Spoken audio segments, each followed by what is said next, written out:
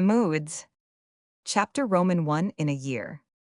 The room fronted the west, but a black cloud barred seven with red robbed the hour of twilight's tranquil charm shadows, haunted it lurking in corners like spies set there, to watch the man who stood among them mute and motionless, as if himself a shadow his eye turned often to the window with a glance both vigilant and eager yet saw nothing but a tropical luxuriance of foliage, scarcely stirred by the sultry air heavy, with odors that seemed to oppress not refresh he listened, with the same intentness yet heard only the clamor of voices, the tramp of feet, the chime of bells, the varied turmoil of a city when night is defrauded of its peace by being turned to day. He watched and waited for something presently. It came a viewless visitant welcomed by longing soul and body, as the man with extended arms and parted lips received the voiceless greeting of the breeze that came winging its way across the broad Atlantic full of healthful cheer. For a homesick heart far out, he leaned held back the thick-leaved boughs already rustling, with a grateful stir, chid the shrill eight bird, beating its flame-colored breast against its prison bars, and drank deep draughts of the blessed wind that seemed to cool the fever of his blood and give him back the vigor he had lost. A sudden light shone out behind him, filling the room with a glow that left no shadow in it. But he did not see the change, nor hear the step that broke the hush, nor turn to meet the woman who stood waiting for a lover's welcome. An indefinable air of sumptuous life surrounded her and made the brilliant room a fitting frame for the figure standing there with warm-hued muslins, blowing in the wind, a figure full of the affluent beauty of womanhood in its prime, bearing unmistakable marks of the polished pupil of the world and the grace that flowed through every motion, the art which taught each feature to play its part with the ease of second nature, and made dress the foil to loveliness. The face was delicate and dark as a fine bronze, a low forehead set in shadowy waves of hair, eyes full of slumberous fire, and a passionate yet haughty mouth that seemed shaped alike for caresses and commands. A moment she watched the man before her, while over her countenance passed rapid variations of pride, resentment, and tenderness. Then with a stealthy step and assured smile, she went to him and touched his hand, saying in a voice inured to that language, which seems made for lovers' lips, "Only a month betrothed, and yet so cold and gloomy, Adam." With a slight recoil, a glance of soft detestation veiled, and yet visible, Warwick answered like a satiric echo. "Only a month betrothed, and yet so fond and jealous, Attila 9." Unchilled by the action, undaunted by the look, the white arm took him captive, the beautiful face drew nearer, and the persuasive voice asked wistfully, "Was it of me you thought when you turned with that longing in your eye?" "No." "Was it of a fairer or a dearer friend than I?" "Yes." The black brows contracted ominously. The mouth grew hard, the eyes glittered, the arm became a closer bond, the entreaty a command. "Let me know the name, Adam." "Self-respect." She laughed low to herself, and the mobile features softened to their former tenderness, as she looked up into that other face, so full of an accusing significance, which she would not understand. "I have waited 2 long hours, have you no kinder greeting, love?" "I have no truer one, Attila. If a man has done unwittingly a weak, unwise, or wicked act, what should he do when he discovers it? Repent and mend his ways. Need I tell you that? I have repented. Will you help me mend my ways? Confess, dear sinner, I will shrive you and grant absolution for the past, whatever it may be. How much would you do for love of me?" "Anything for you, Adam." "Then give me back my liberty." He rose erect and stretched his hands to her, with a gesture of entreaty and expression of intense desire. Attila fell back, as if the forceful words and actions swept her from him. The smile died on her lips. A foreboding fear looked out at her eyes, and she asked incredulously, "Do you mean it?" "Yes, now entirely and forever." If he had lifted his strong arm and struck her, it would not have daunted with such pale dismay an instant.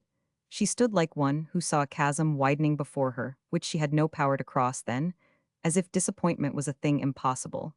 And unknown, she seized the imploring hands in a grasp that turned them white with its passionate pressure as she cried, "No, I will not. I have waited for your love so long. I cannot give it up. You shall not take it from me." But as if the words had made the deed irrevocable, Warwick put her away, speaking with the stern accent of one who fears a traitor in himself. "I cannot take from you what you never had. Stand there, and hear me. No, I will have no blandishments to keep me from my purpose, no soft words to silence the hard ones. I mean to speak no more illusions to hide us from each other and ourselves." "Adam, you are cruel." Better seem cruel than be treacherous, better wound your pride now than your heart hereafter. When too late you discover that I married you without confidence, respect, or love for once in your life, you shall hear the truth as plain as words can make it. You shall see me at my best, as at my worst you shall know what I have learned to find, and you shall look back into the life behind us, forward into the life before us, and if there be any candor in you I will wring from you an acknowledgement that you have led me into an unrighteous compact, unrighteous because you 11 have deceived me in yourself, appealed to the baser, not the nobler instincts in me, and on such a foundation, there can be no abiding happiness.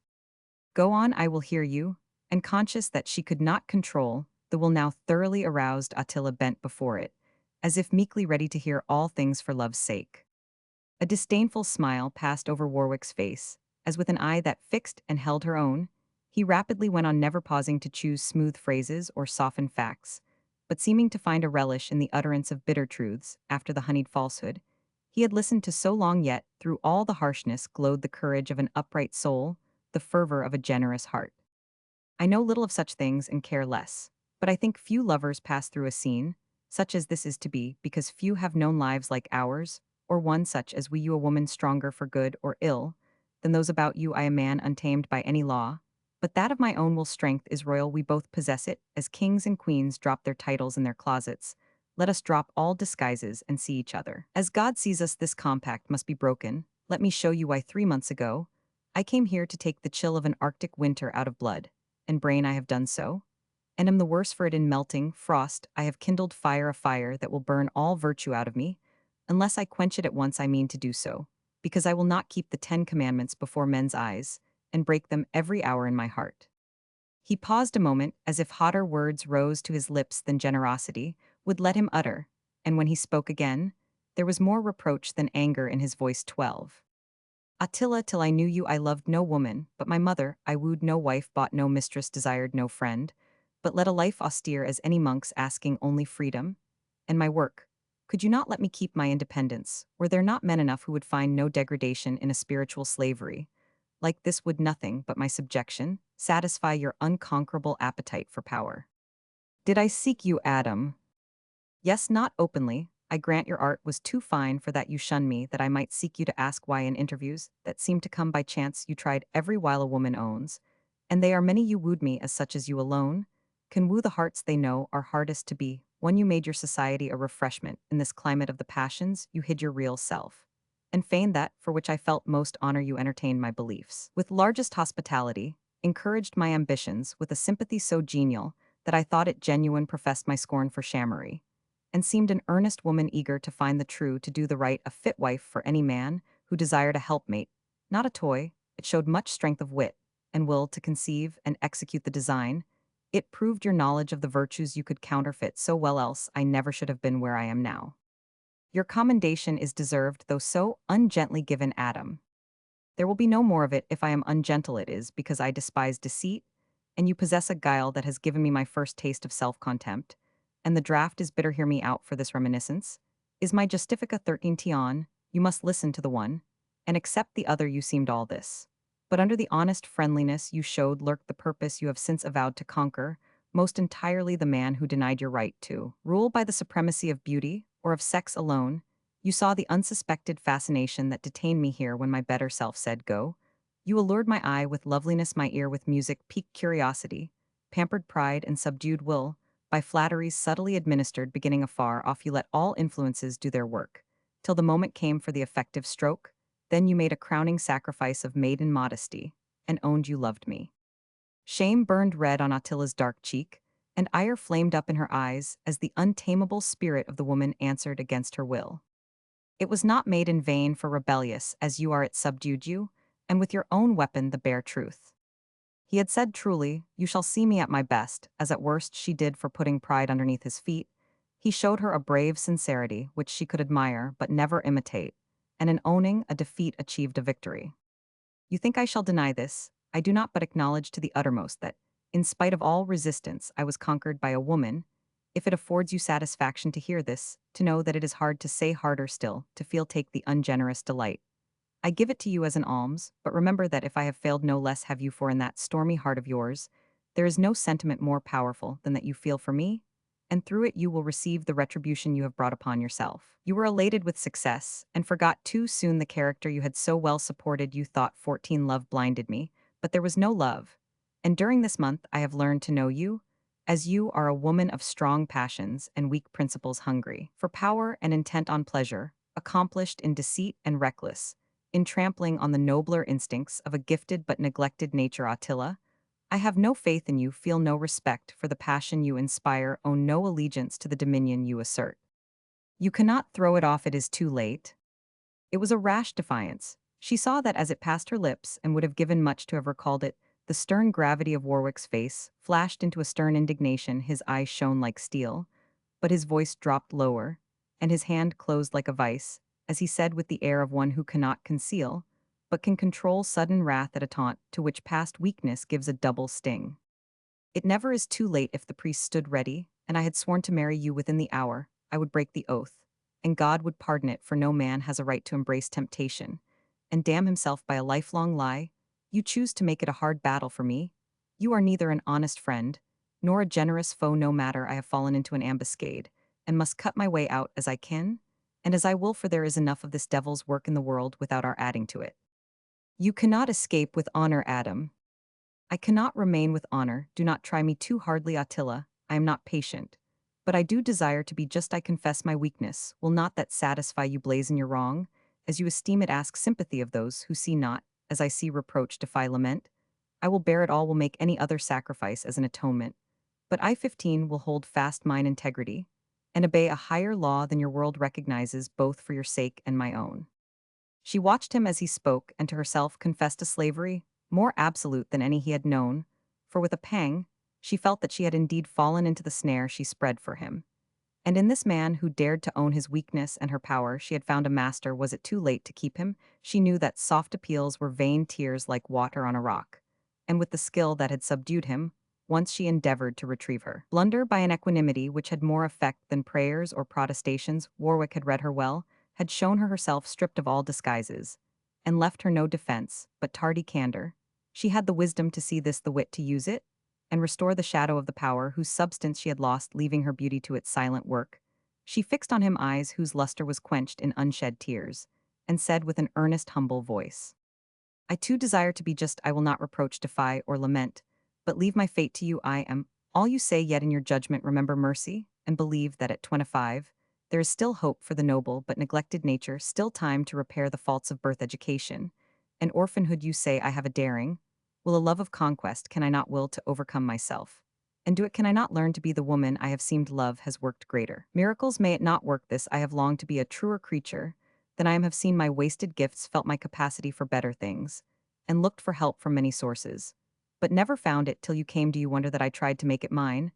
Adam, you are a self-elected missionary to the world. 16, afflicted, you can look beyond external poverty and see the indigence of souls. I am a pauper in your eyes. Stretch out your hand and save me from myself.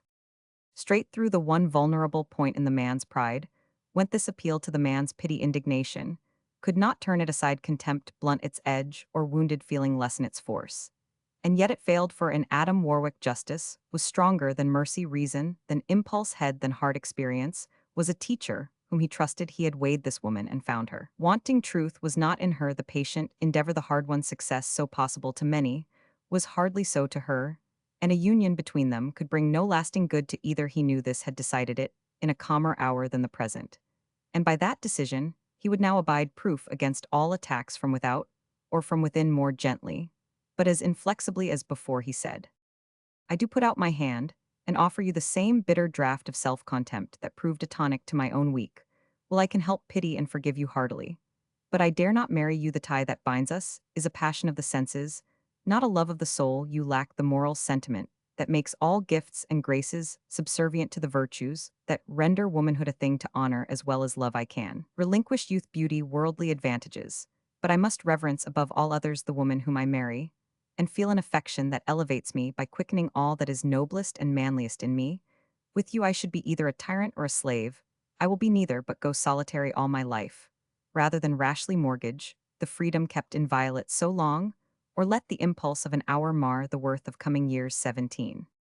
Bent and broken by the unanswerable accusations of what seemed a conscience in human shape, Attila had sunk down before him, with an abandonment as native to her as the indomitable will, which still refused to relinquish hope even in despair.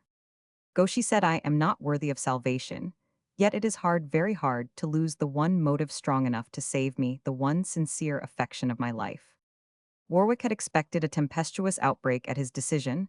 This entire submission touched him, for in the last words of her brief lament, he detected the accent of truth and longed to answer it.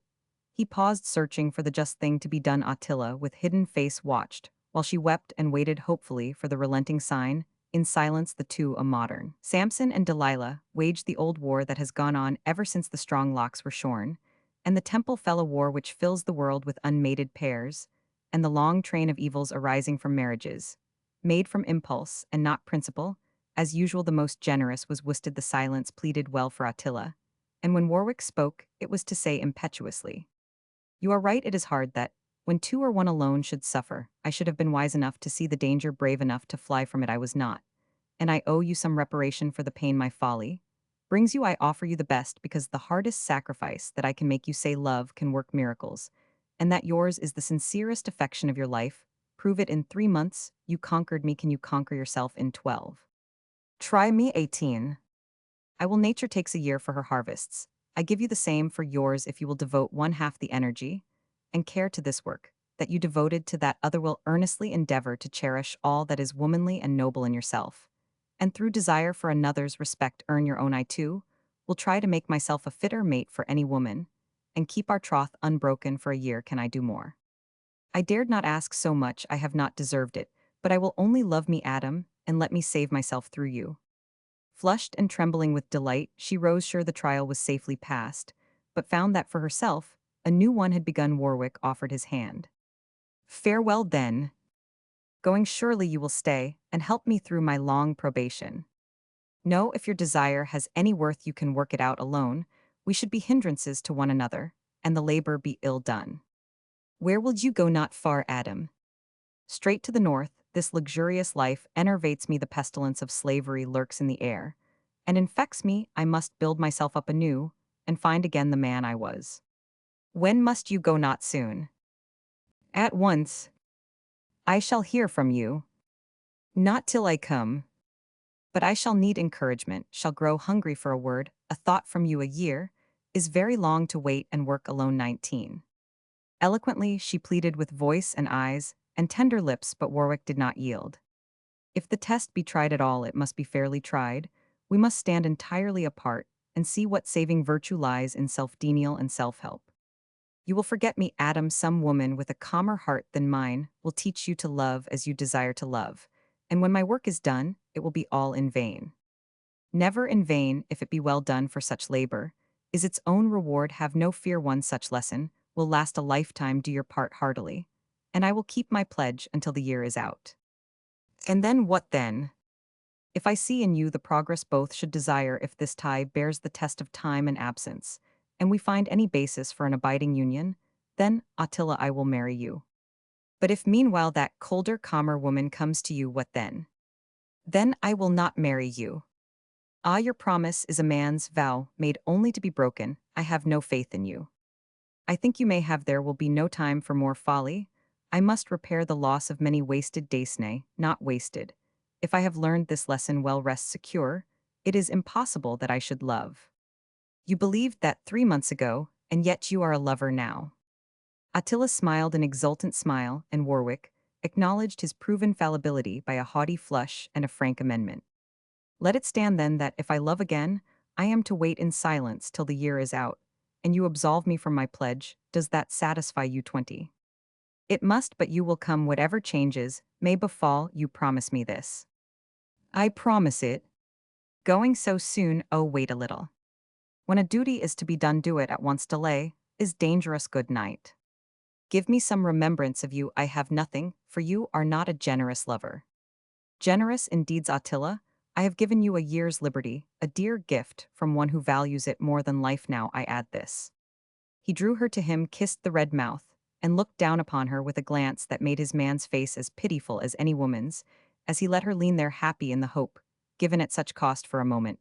Nothing stirred in the room, but the soft whisper of the wind for a moment, Warwick's austere life, looked hard to him, love. Seemed sweet submission possible, for in all the world this was the only woman who clung to him, and it was beautiful to cherish and be cherished after years of solitude. A long sigh of desire and regret broke from him, and at the sound, a stealthy smile touched Attila's lips, as she whispered with a velvet cheek against his own. Love, you will stay. I will not stay. And like one who cries out sharply within himself, get thee behind me, he broke away. Adam, come back to me, come back.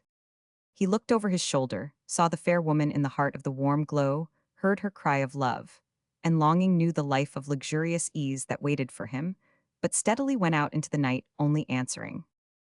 In a year. Chapter Roman 2 Whims. Come Sylvia, it is 9 o'clock, little slug-a-bed, don't. 21, you mean to get up today, said Miss Yule, bustling into her sister's room, with the wide-awake appearance of one to whom sleep was a necessary evil to be endured and gotten over as soon as possible. No, why should I? And Sylvia turned her face away from the flood of light that poured into the room as Prue put aside the curtains and flung up the window. Why should you? What a question, unless you are ill. I was afraid you would suffer for that long row yesterday, and my predictions seldom fail. I am not suffering from any cause whatever, and your prediction does fail this time. I am only tired of everybody and everything, and see nothing worth getting up for, so I shall just stay here till I do. Please put the curtain down and leave me in peace. Prue had dropped her voice to the foreboding tone, so irritating to nervous persons, whether sick or well, and Sylvia laid her arm across her eyes with an impatient gesture, as she spoke sharply. Nothing worth getting up for, cried Prue like an aggravating echo. Why, child, there are 100 pleasant things to do. If you would only think so. Now 22, don't be dismal, and mope away, this lovely day. Get up and try my plan, have a good breakfast, read the papers, and then work in your garden before it grows too warm. That is wholesome exercise, and you've neglected it sadly of late.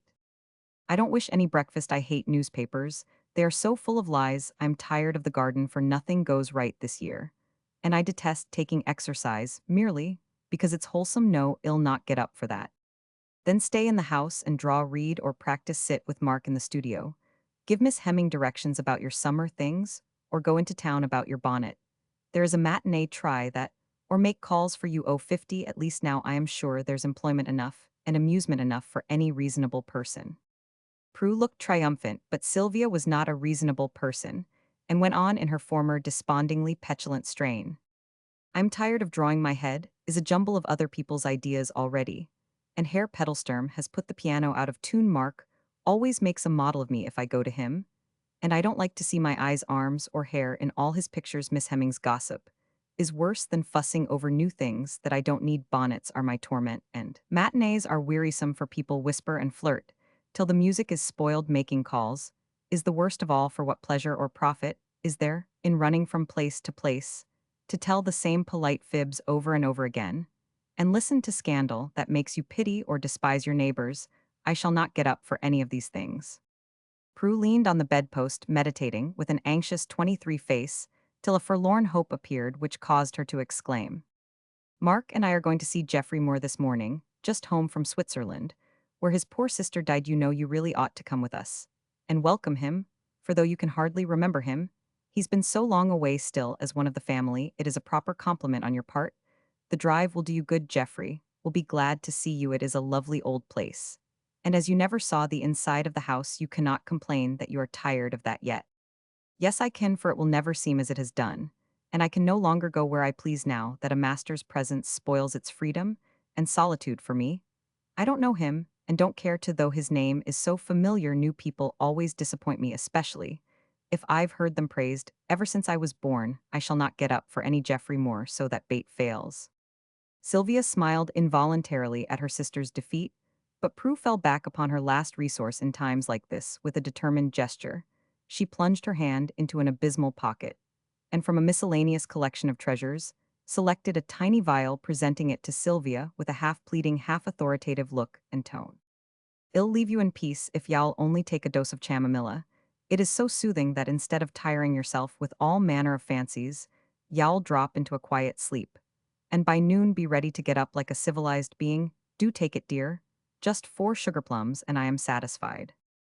Sylvia received the bottle with a docile expression, but the next minute it flew out of the window to be shivered 24 on the walk below, while she said, laughing like a wilful creature as she was, "I have taken it in the only way I ever shall, and the sparrows can try its soothing effects with me, so be satisfied. Very well, I shall send for Dr. Baum, for I am convinced that you are going to be Roman 99. I shall say no more but act as I think proper, because it's like talking to the wind to reason with you in one of these perverse fits." As Prue turned away, Sylvia frowned and called after her, "Spare yourself the trouble for Dr. Baum. We'll follow the chamomilla if you bring him here. What does he know about health? A fat German-looking lager beer. And talking sauerkraut, bring me bona fide sugar plums. And ill, take them, but arsenic, mercury, and nightshade are not to my taste. Would you feel insulted if I ask whether your breakfast is to be sent up or kept waiting till you choose to come down?" Prue looked rigidly calm, but Sylvia knew that she felt hurt, and with one of the sudden impulses which ruled her, the frown melted to a smile as, drawing her sister down, she kissed her in her most loving manner. "Dear old soul, ill be goodbye and be. But now I am tired and cross, so let me keep out of everyone's way, and drowse myself into a cheerier frame of mind. I want nothing but solitude, a draught of water, and a kiss." Prue was mollified at once, and after stirring fussily about for several minutes, gave her sister all she asked and departed to the myriad small cares that made her happiness. As the door closed, Sylvia sighed a long sigh of Ray 25 leaf, and folding her arms under her head, drifted away into the land of dreams, where ennui is unknown.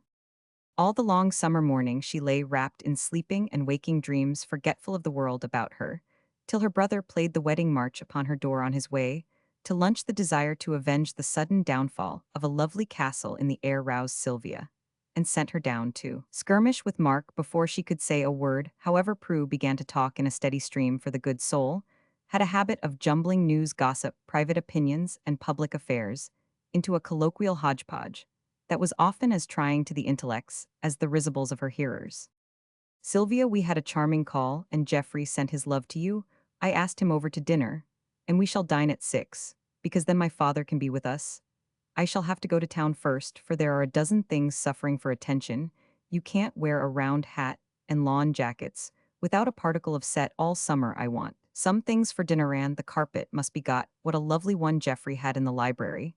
Then I must see if poor Mrs. Beck has had her leg comfortably off, find out if Freddie Lennox is dead, and order home the mosquito nettings. Now don't read all the afternoon, and be ready to receive anyone who may come if I should get belated."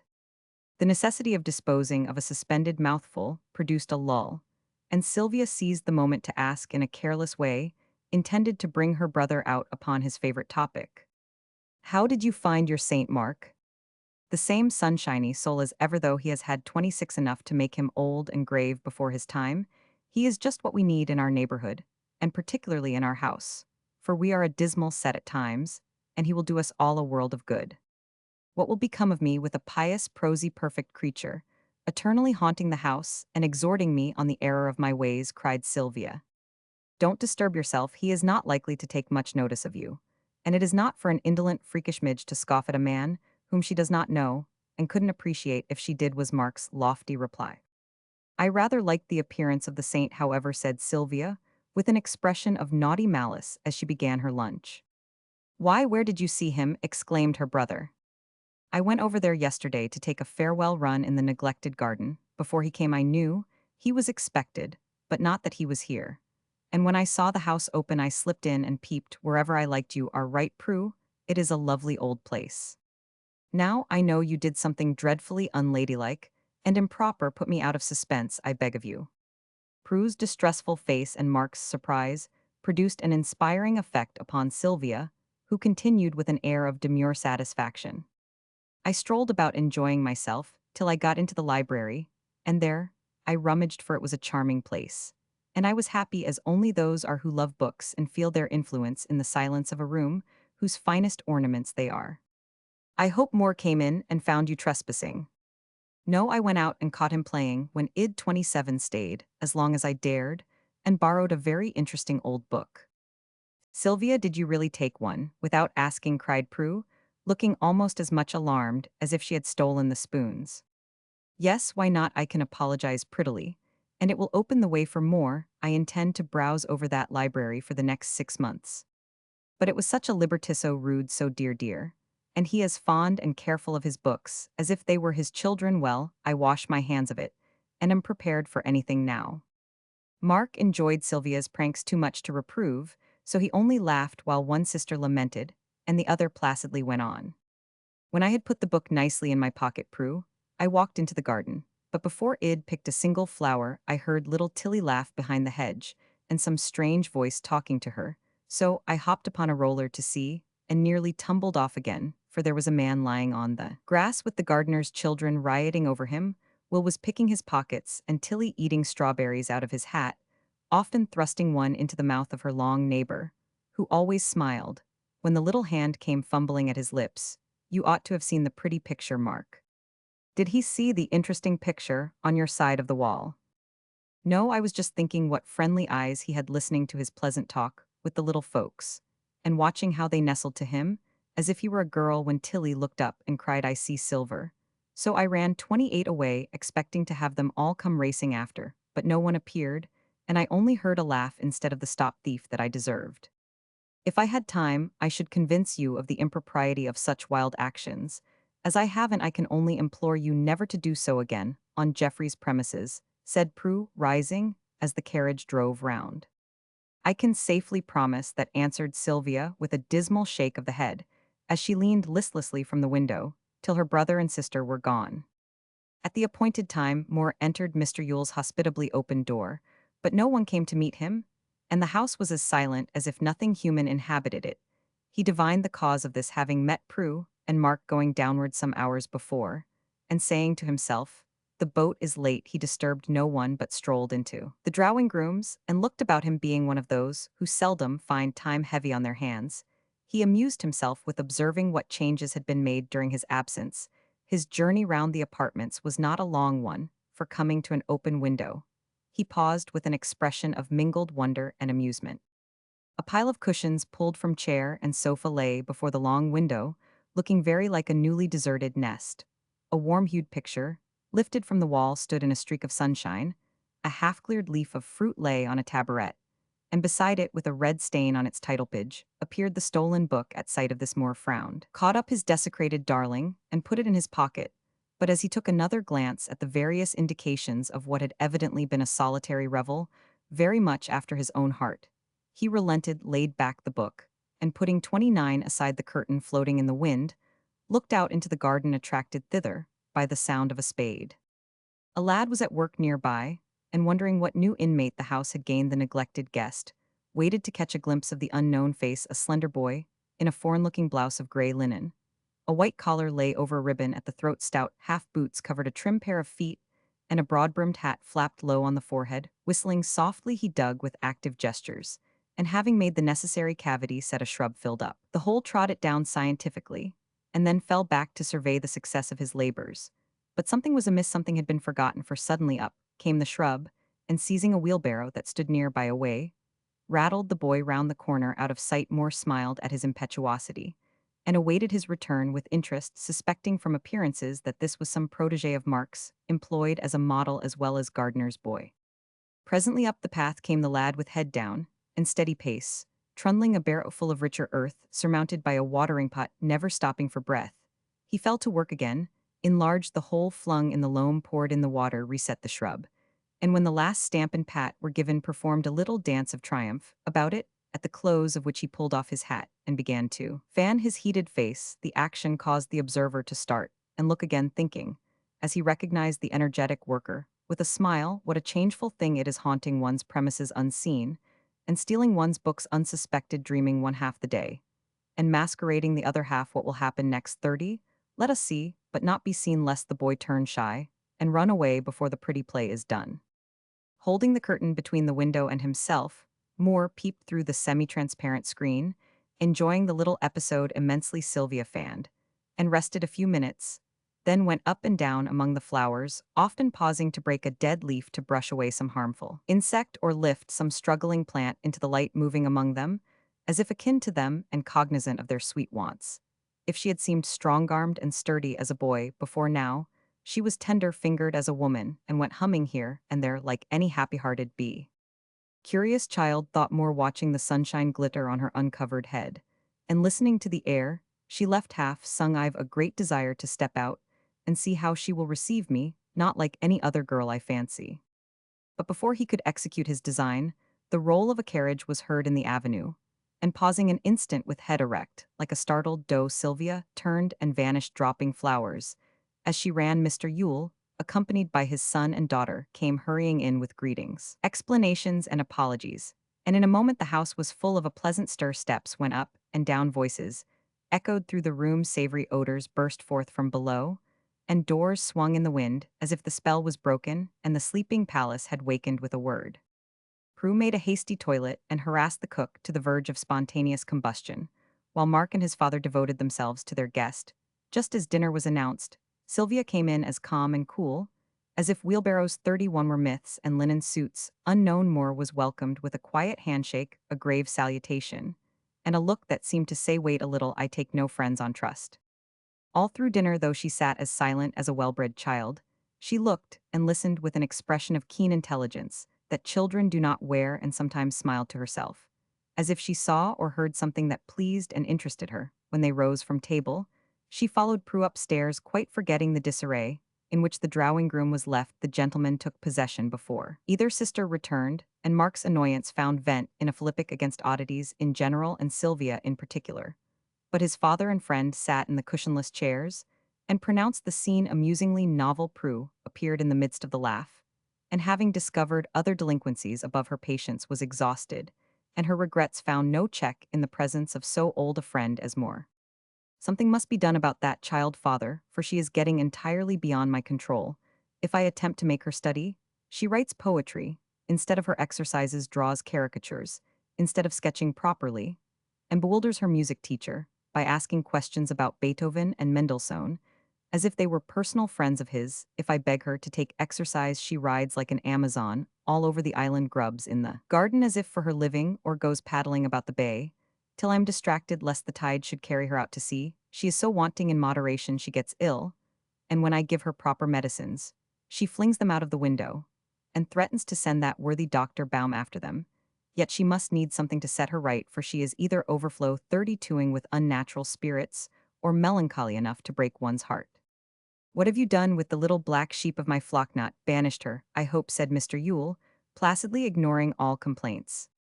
She is in the garden attending to some of her disagreeable pets, I fancy. If you're going out there to smoke, please send her in. Mark, I want her. As Mr. Yule was evidently yearning for his after-dinner nap, and Mark for his cigar, Moore followed his friend, and they stepped through the window into the garden, now lovely, with the fading glow of summer sunset. You must know that this peculiar little sister of mine clings to some of her childish beliefs and pleasures, in spite of Prue's preaching. And my raillery, began Mark after a refreshing whiff or two, she is overflowing with love and goodwill, but being too shy or too proud to offer it to her fellow creatures, she expends it upon the necessitous inhabitants of earth, air, and water, with the most charming philanthropy. Her dependents are neither beautiful, nor very interesting, nor is she sentimentally enamored of them. But the more ugly and desolate the creature, the more devoted is she. Look at her now. Most young ladies would have hysterics over any one of those pets of hers. Moore looked and thought the group a very pretty one, though a plump toad sat at Sylvia's feet.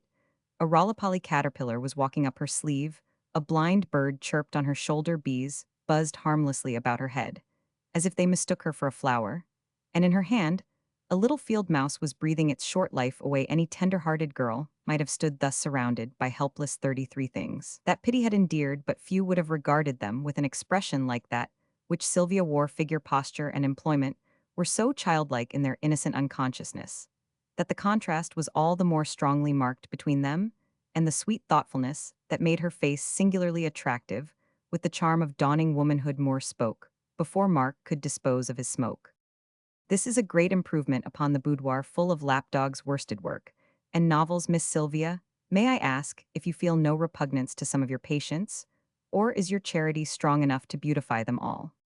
I dislike many people but few animals, because however ugly I pity them, and whatever I pity I am sure to love. It may be silly, but I think it does me good, Until I am wise enough to help my fellow beings, I try to do my duty to these humbler sufferers, and find them both grateful and affectionate.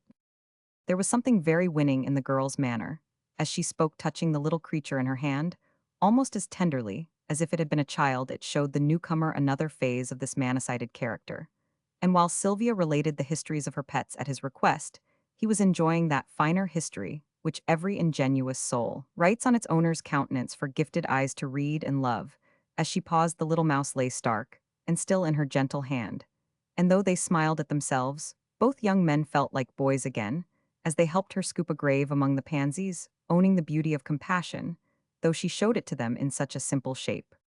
Then Mark delivered his message, and Sylvia went away 34 to receive Prue's lecture with outward meekness, but such an absent mind that the words of wisdom went by her like the wind.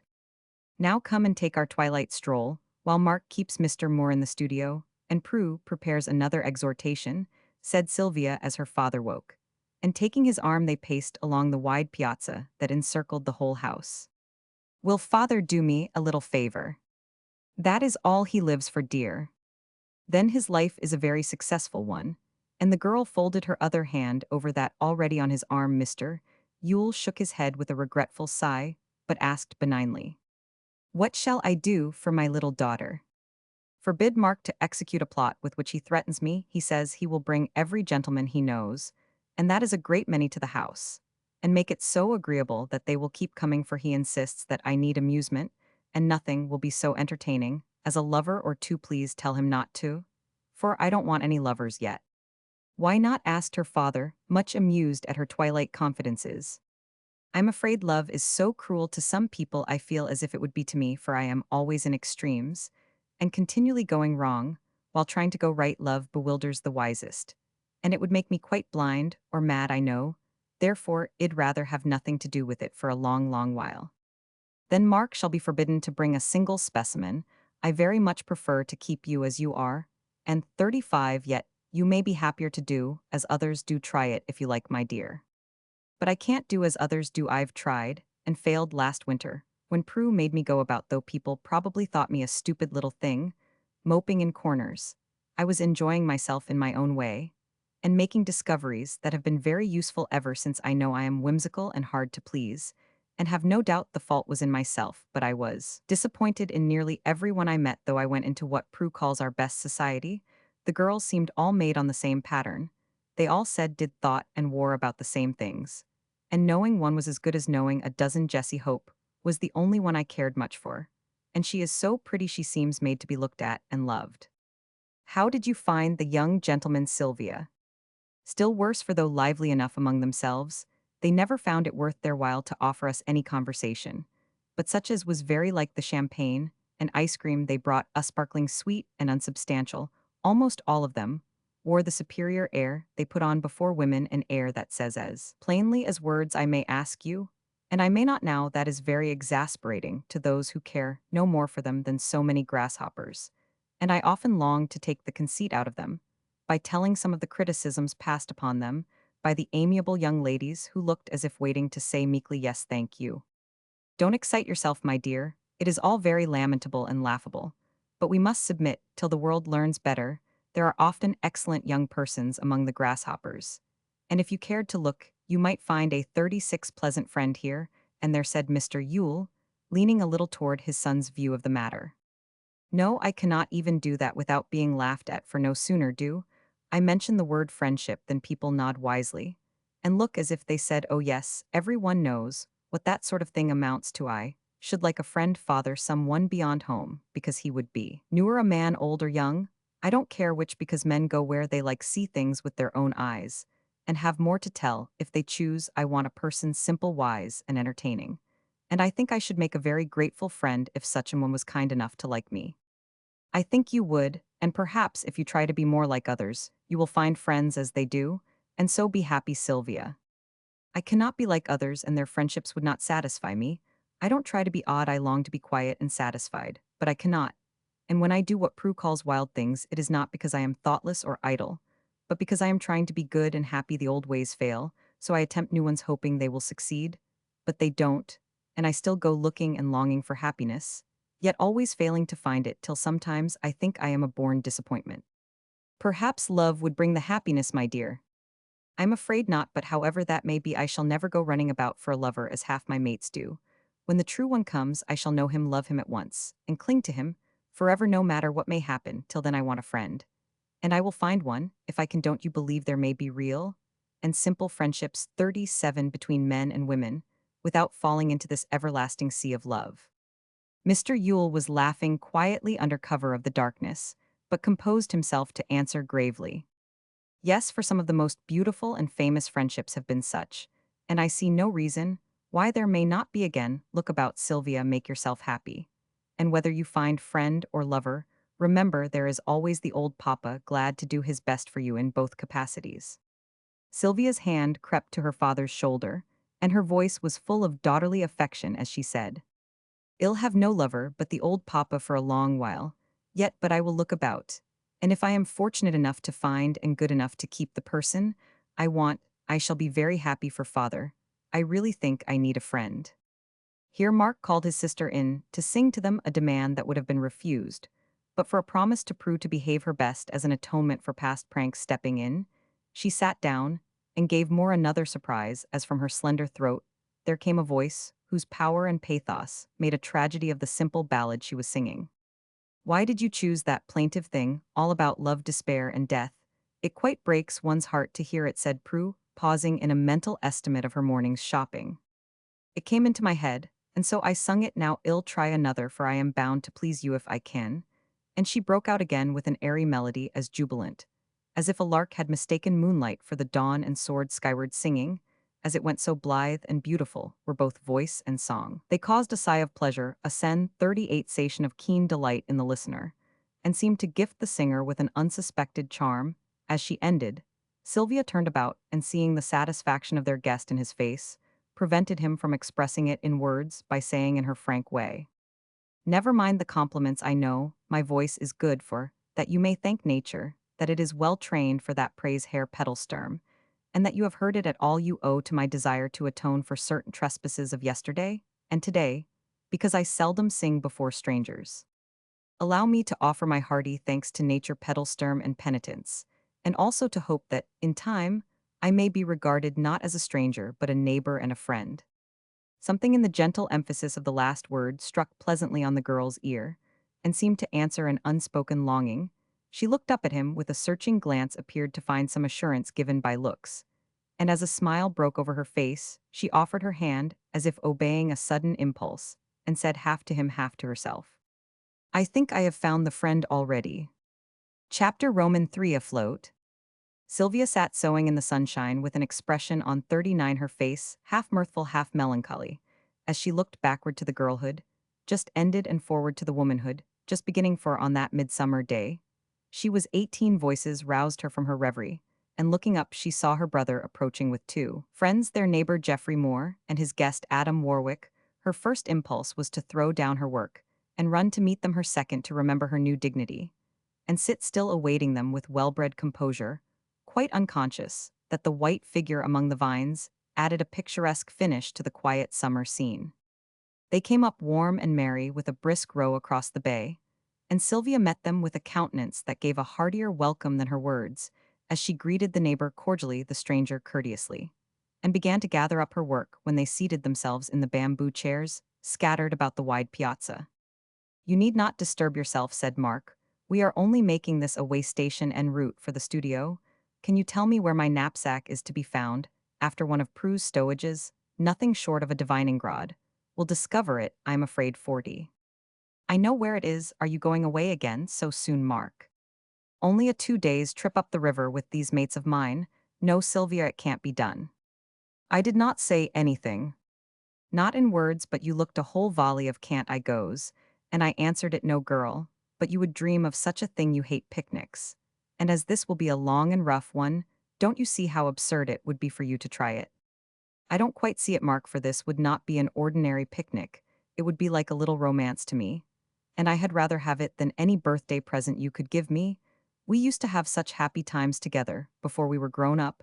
I don't like to be so separated now, but if it is not best, I am sorry that I even looked a wish." Sylvia tried to keep both disappointment and desire out of her voice, as she spoke though a most intense longing had taken possession of her, when she heard of a projected pleasure so entirely after her own heart. But there was an unconscious reproach in her last words, a mute appeal in the wistful eyes that looked across the glittering bay to the green hills.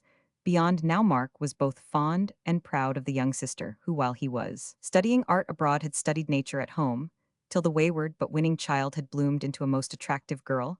He remembered her devotion to him, his late neglect of her, and longed to make atonement with elevated eyebrows and inquiring glances. He turned from one friend to another, more nodded and smiled. Warwick nodded and sighed privately, and having taken the sense of the meeting, by a new style of vote, Mark suddenly announced 41. "You can go if you like, Sylvia." What cried his sister, starting up with a characteristic impetuosity that sent her basket tumbling down the steps, and crowned her dozing cat with Prue's nightcap frills. "Do you mean it, Mark? Wouldn't it spoil your pleasure, mister? More shouldn't I be a trouble, Mr. Warwick? Tell me frankly, for if I can go I shall be happier than I can express." The gentlemen smiled at her eagerness, but as they saw the altered face she turned toward them, each felt already repaid for any loss of freedom they might experience hereafter, and gave unanimous consent, upon receipt of which Sylvia felt inclined to dance about the three and bless them audibly, but restrained herself and beamed upon them in a state of wordless gratitude pleasant to behold. Having given a rash consent, Mark now thought best to offer a few obstacles to enhance its value and try his sister's mettle. "Don't ascend into the air like a young balloon child. But here are the conditions upon which you go, for if you fail to work three miracles, it is all over with you. Firstly, the consent of the higher powers, for father will dread all sorts of dangers. You are such a freakish creaturine. Prue will be scandalized because trips like this are not the fashion for young ladies. Consider that point settled, and go on to the next," said Sylvia, who, having ruled the house ever since she was born, had no fears of success with either father or sister. "Secondly, you must do yourself up in as compact a parcel as possible, for though you little women are very ornamental on land, you are not very convenient for transportation. By water, cambric gowns and French slippers are highly appropriate and agreeable at the present moment. 42, but must be sacrificed to the stern necessities of the case. You must make a dowdy of yourself in some usefully short, scant, dingy costume, which will try the nerves of all beholders, and triumphantly prove that women were never meant for such excursions." "Wait 5 minutes and ill triumphantly prove to the contrary," answered Sylvia as she ran into the house. Her 5 minutes was sufficiently elastic to cover 15, for she was ravaging her wardrobe to effect her purpose, and convince her brother, whose artistic tastes she consulted with a skill that did her good service in the end.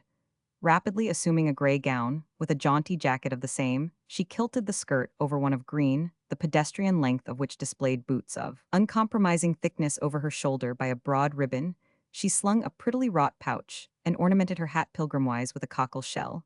Then, taking her brother's alpenstock, she crept down and, standing in the doorway, presented a little figure all in gray and green, like the earth she was going to wander over, and a face that blushed and smiled and shone as she asked demurely, "Please, Mark, am I picturesque and convenient enough to go?" He wheeled about and stared approvingly, forgetting cause in effect, till Warwick began to laugh like a merry bass viol, and Moore joined him, saying, "Come, Mark, own that you are conquered, and let us turn our commonplace voyage into a pleasure pilgrimage, with a lively lady to keep us knights and gentlemen wherever we are. I say no more, only remember, Sylvia, if you get burnt, drowned, or blown away, I am not responsible for the 43 damage, and shall have the satisfaction of saying there, I told you so. That satisfaction may be mine, when I come home quite safe and well," replied Sylvia serenely. "Now for the last condition." Warwick looked with interest from the sister to the brother, for being a solitary man, domestic scenes and relations possessed the charm of novelty to him. "Thirdly, you are not to carry a boatload of luggage, cloaks, pillows, silver forks, or a dozen napkins, but are to fare as we fare, sleeping in hammocks, barns, or on the bare ground, without shrieking at bats, or bewailing the want of mosquito netting, eating when, where, and what is most convenient, and facing all kinds of weather, regardless of complexion, dishevelment, and fatigue. If you can promise all this, be here loaded, and ready to go off at 6 o'clock tomorrow morning." After which cheerful picture of the joys to come, Mark marched away to his studio, taking his friends with him. Sylvia worked the three miracles, and at 5:30 a Roman 1000 was discovered sitting on the piazza with her hammock rolled into a twine sausage at her feet, her hat firmly tied on her scrip packed, and her staff in her hand waiting. Till called for, she said, as her brother passed her late and yawning. As usual, as the clock struck 6, the carriage drove round, and Moore and Warwick came up the avenue in nautical array. Then arose a delightful clamor of voices, slamming of doors, hurrying of feet, and frequent peals of laughter, for every one was in holiday spirits, and the morning seemed made for pleasuring. Mr. Yule regarded the voyagers with an aspect as benign as the summer sky overhead. Prue ran to and fro, pouring 44 forth, a stream of counsels, warnings, and predictions. Men and maids gathered on the lawn or hung out of upper windows, and even old Hecate the cat was seen, chasing imaginary rats and mice in the grass, till her yellow eyes glared with excitement. All in was announced at last. And as the carriage rolled away, its occupants looked at one another with faces of blithe satisfaction that their pilgrimage was so auspiciously begun. A mile or more up the river, the large, newly painted boat awaited them. The embarkation was a speedy one, for the cargo was soon stowed in lockers. And under seats Sylvia forwarded to her place in the bowmark. As commander of the craft, took the helm. Moore and Warwick as crew sat waiting orders, and Hugh the coachman stood ready to push off at word of command. Presently it came a strong hand, sent them rustling through the flags down, dropped the uplifted oars, and with a farewell cheer from a group upon the shore, the Kelpie glided out into the stream. Sylvia, too, full of genuine content to talk, sat listening to the musical dip of whelpled oars, watching the green banks on either side, dabbling her hands in the eddies as they rippled by, and singing to the wind as cheerful and serene as the river that gave her back a smiling image of herself. What her companions talked of she neither heard nor cared to know, for she was looking at the great picture book that always lies ready for the turning of the youngest or the oldest hands, was receiving the welcome of the playmates she best loved, and was silently yielding herself to the power which works all wonders with its benignant magic. Hour after hour, she journeyed along that fluent road under bridges, where early fishers lifted up their 45 lines to let them through past gardens tilled by unskillful townsmen who harvested an hour of strength to pay the daily tax the city levied on them, past honeymoon cottages, where young wives walked with young husbands, in the dew, or great houses shut against the morning. Lovers came floating down the stream with masterless rudder and trailing oars. College raceboats shot by with modern Greek choruses in full blast, and the frankest criticisms from their scientific crews. Fathers went rowing to and fro with argosies of pretty children, who gave them gay good morrows. Sometimes they met fanciful nutshells manned by merry girls who made for shore at sight of them, with most erratic movements and novel commands, included in their art of navigation now. And then some poet or philosopher went musing by, fishing for facts or fictions, where other men catch pickerel or perch. All manner of sights and sounds greeted Sylvia, and she felt as if she were watching a panorama painted in watercolors by an artist who had breathed into his work the breath of life, and given each figure power to play its part. Never had human faces looked so lovely to her eye, for morning beautified the plainest with its ruddy kiss. Never had human voices sounded so musical to her ear, for daily cares had not yet brought discord to the instruments tuned by sleep and touched by sunshine into pleasant sound. Never had the whole race seemed so near and dear to her, for she was unconsciously pledging all she met in that genuine elixir vit which sets the coldest blood aglow and makes the whole world kin. Never had she felt so truly her happiest self, for of all the costlier pleasures, she had known not one had been so congenial as this, as she rippled farther and farther up the stream, and seemed to 46 float into a world whose airs brought only health and peace. Her comrades wisely left her to her thoughts, a smiling silence for their figurehead, and none among them but found the day fairer, and felt himself fitter to enjoy it for the innocent companionship of maidenhood and a happy heart. At noon they dropped anchor under a wide-spreading oak that stood on the river's edge, a green tent for wanderers like themselves. There they ate their first meal, spread among white clovers, with a pair of squirrels staring at them as curiously as human spectators ever watched royalty at dinner, while several meek cows courteously left their guests the shade and went away to dine at a side-eatable spread in the sun. They spent an hour or two talking or drowsing luxuriously on the grass. Then the springing up of a fresh breeze roused them all, and weighing anchor they set sail for another port. Now Sylvia saw new pictures for leaving all traces of the city behind them. They went swiftly countryward, sometimes by hayfields each an idyll in itself, with white-sleeved mowers, all air with the pleasant sound of whetted scythes, great loads, rumbling up lanes, with brown-faced children shouting atop rosy girls raising fragrant windrows, or bringing water for thirsty sweethearts leaning on their rakes. Often they saw ancient farmhouses with mossy roofs and long well sweeps suggestive of fresh drafts, and the drip of brimming pitchers, orchards, and cornfields rustling on either hand, and grandmotherly caps at the narrow windows, or stout matrons tending babies in the doorway as they watched smaller selves playing keep house under the laylocks by the wall. Villages like white flocks slept on the hillsides. Martinbach schoolhouses appeared here, and their 47 astir with busy voices, alive with wistful eyes. And more than once they came upon little mermen bathing, who dived with sudden splashes like a squad of turtles tumbling off a sunny rock. Then they went floating under vernal arches, where a murmurous rustle seemed to whisper stay along shadowless sweeps, where the blue turned to gold, and dazzled with its unsteady shimmer, past islands so full of birds they seemed green cages floating in the sun, or doubled capes that opened long vistas of light and shade through which they sailed into the pleasant land, where summer reigned supreme. To Sylvia, it seemed as if the inhabitants of these solitudes had flocked down to the shore to greet her. As she came, fleets of lilies unfurled their sails on either hand, and cardinal flowers waved their scarlet flags among the green. The Sagittaria lifted its blue spears from arrowy leaves. Wild roses smiled at her. With blooming faces, meadow lilies rang their flame-colored bells, and clematis and ivy hung garlands everywhere as if hers were a floral progress, and each came to do her honor. Her neighbors kept up a flow of conversation as steady as the rivers, and Sylvia listened. Now insensibly, the changeful scenes before them recalled others, and in the friendly atmosphere that surrounded them, these reminiscences found free expression. Each of the three had been fortunate in seeing much of foreign life, each had seen a different phase of it, and all were young enough to be still enthusiastic, accomplished enough to serve up their recollections with taste and skill, and give Sylvia glimpses of the world through spectacles sufficiently rose-colored to lend it the warmth which even truth allows to her sister romance.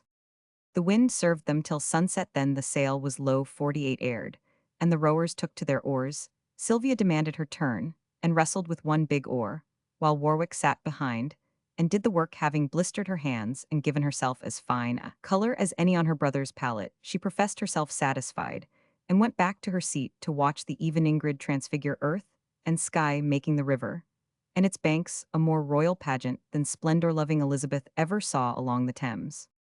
Anxious to reach a certain point, they rode on into the twilight, growing stiller and stiller, as the deepening hush seemed to hint that nature was at her prayers. Slowly, the Kelpie floated along the shadowy way, and as the shores grew dim, the river dark with leaning hemlocks or an overhanging cliff, Sylvia felt as if she were making the last voyage across that fathomless stream where a pale boatman plies and many go lamenting.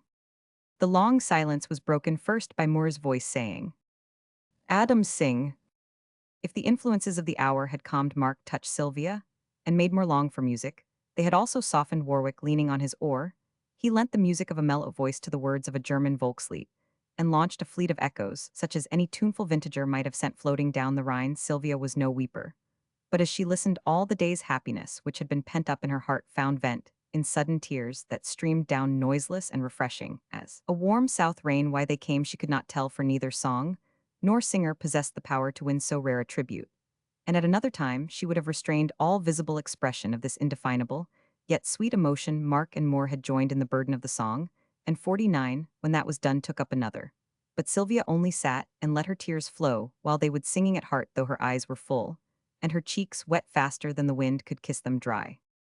After frequent peerings and tackings here and there, Mark at last discovered the haven he desired, and with much rattling of oars, clanking of chains, and splashing of impetuous boots, a landing was effected, and Sylvia found herself standing on a green bank with her hammock in her arms, and much wonderment in her mind whether the nocturnal experiences in store for her would prove as agreeable as the daylight ones had been. Mark and Moore unloaded the boat, and prospected for an eligible sleeping place. Warwick, being an old campaigner, set about building a fire, and the girl began her sylvan housekeeping. The scene rapidly brightened into light and color as the blaze sprang up, showing the little kettle slung gypsy-wise on forked sticks, and the supper prettily set forth in a leafy table service on a smooth, flat stone.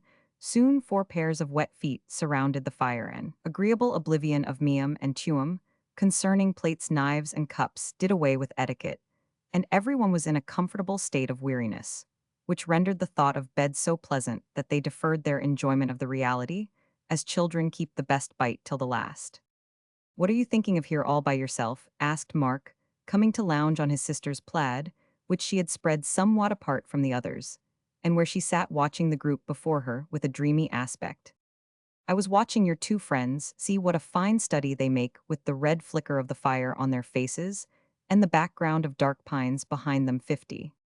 They did make a fine study, for both were goodly men, yet utterly unlike, one being of the heroic type, the other of the poetic. Warwick was a head taller than his tall friend, broad-shouldered, strong-limbed, and bronzed by wind, and whether a massive head covered with rings of ruddy brown hair, gray eyes that seemed to pierce through all disguises, an eminent nose, and a beard like one of Mark's stout saints, power, intellect, and courage were stamped on face and figure, making him the manliest man that Sylvia had ever seen. He leaned against the stone, yet nothing could have been less reposeful than his attitude, for the native unrest of the man asserted itself in spite of weariness, or any soothing influence of time or place. More was much slighter and betrayed in every gesture, the unconscious grace of the gentleman born, a most attractive face with its broad brow, serene eyes, and the cordial smile about the mouth, a sweet, strong nature, one would say, which, having used life well, had learned the secret of a true success. Inward tranquility seemed his, and it was plain to see that no wave of sound, no wandering breath,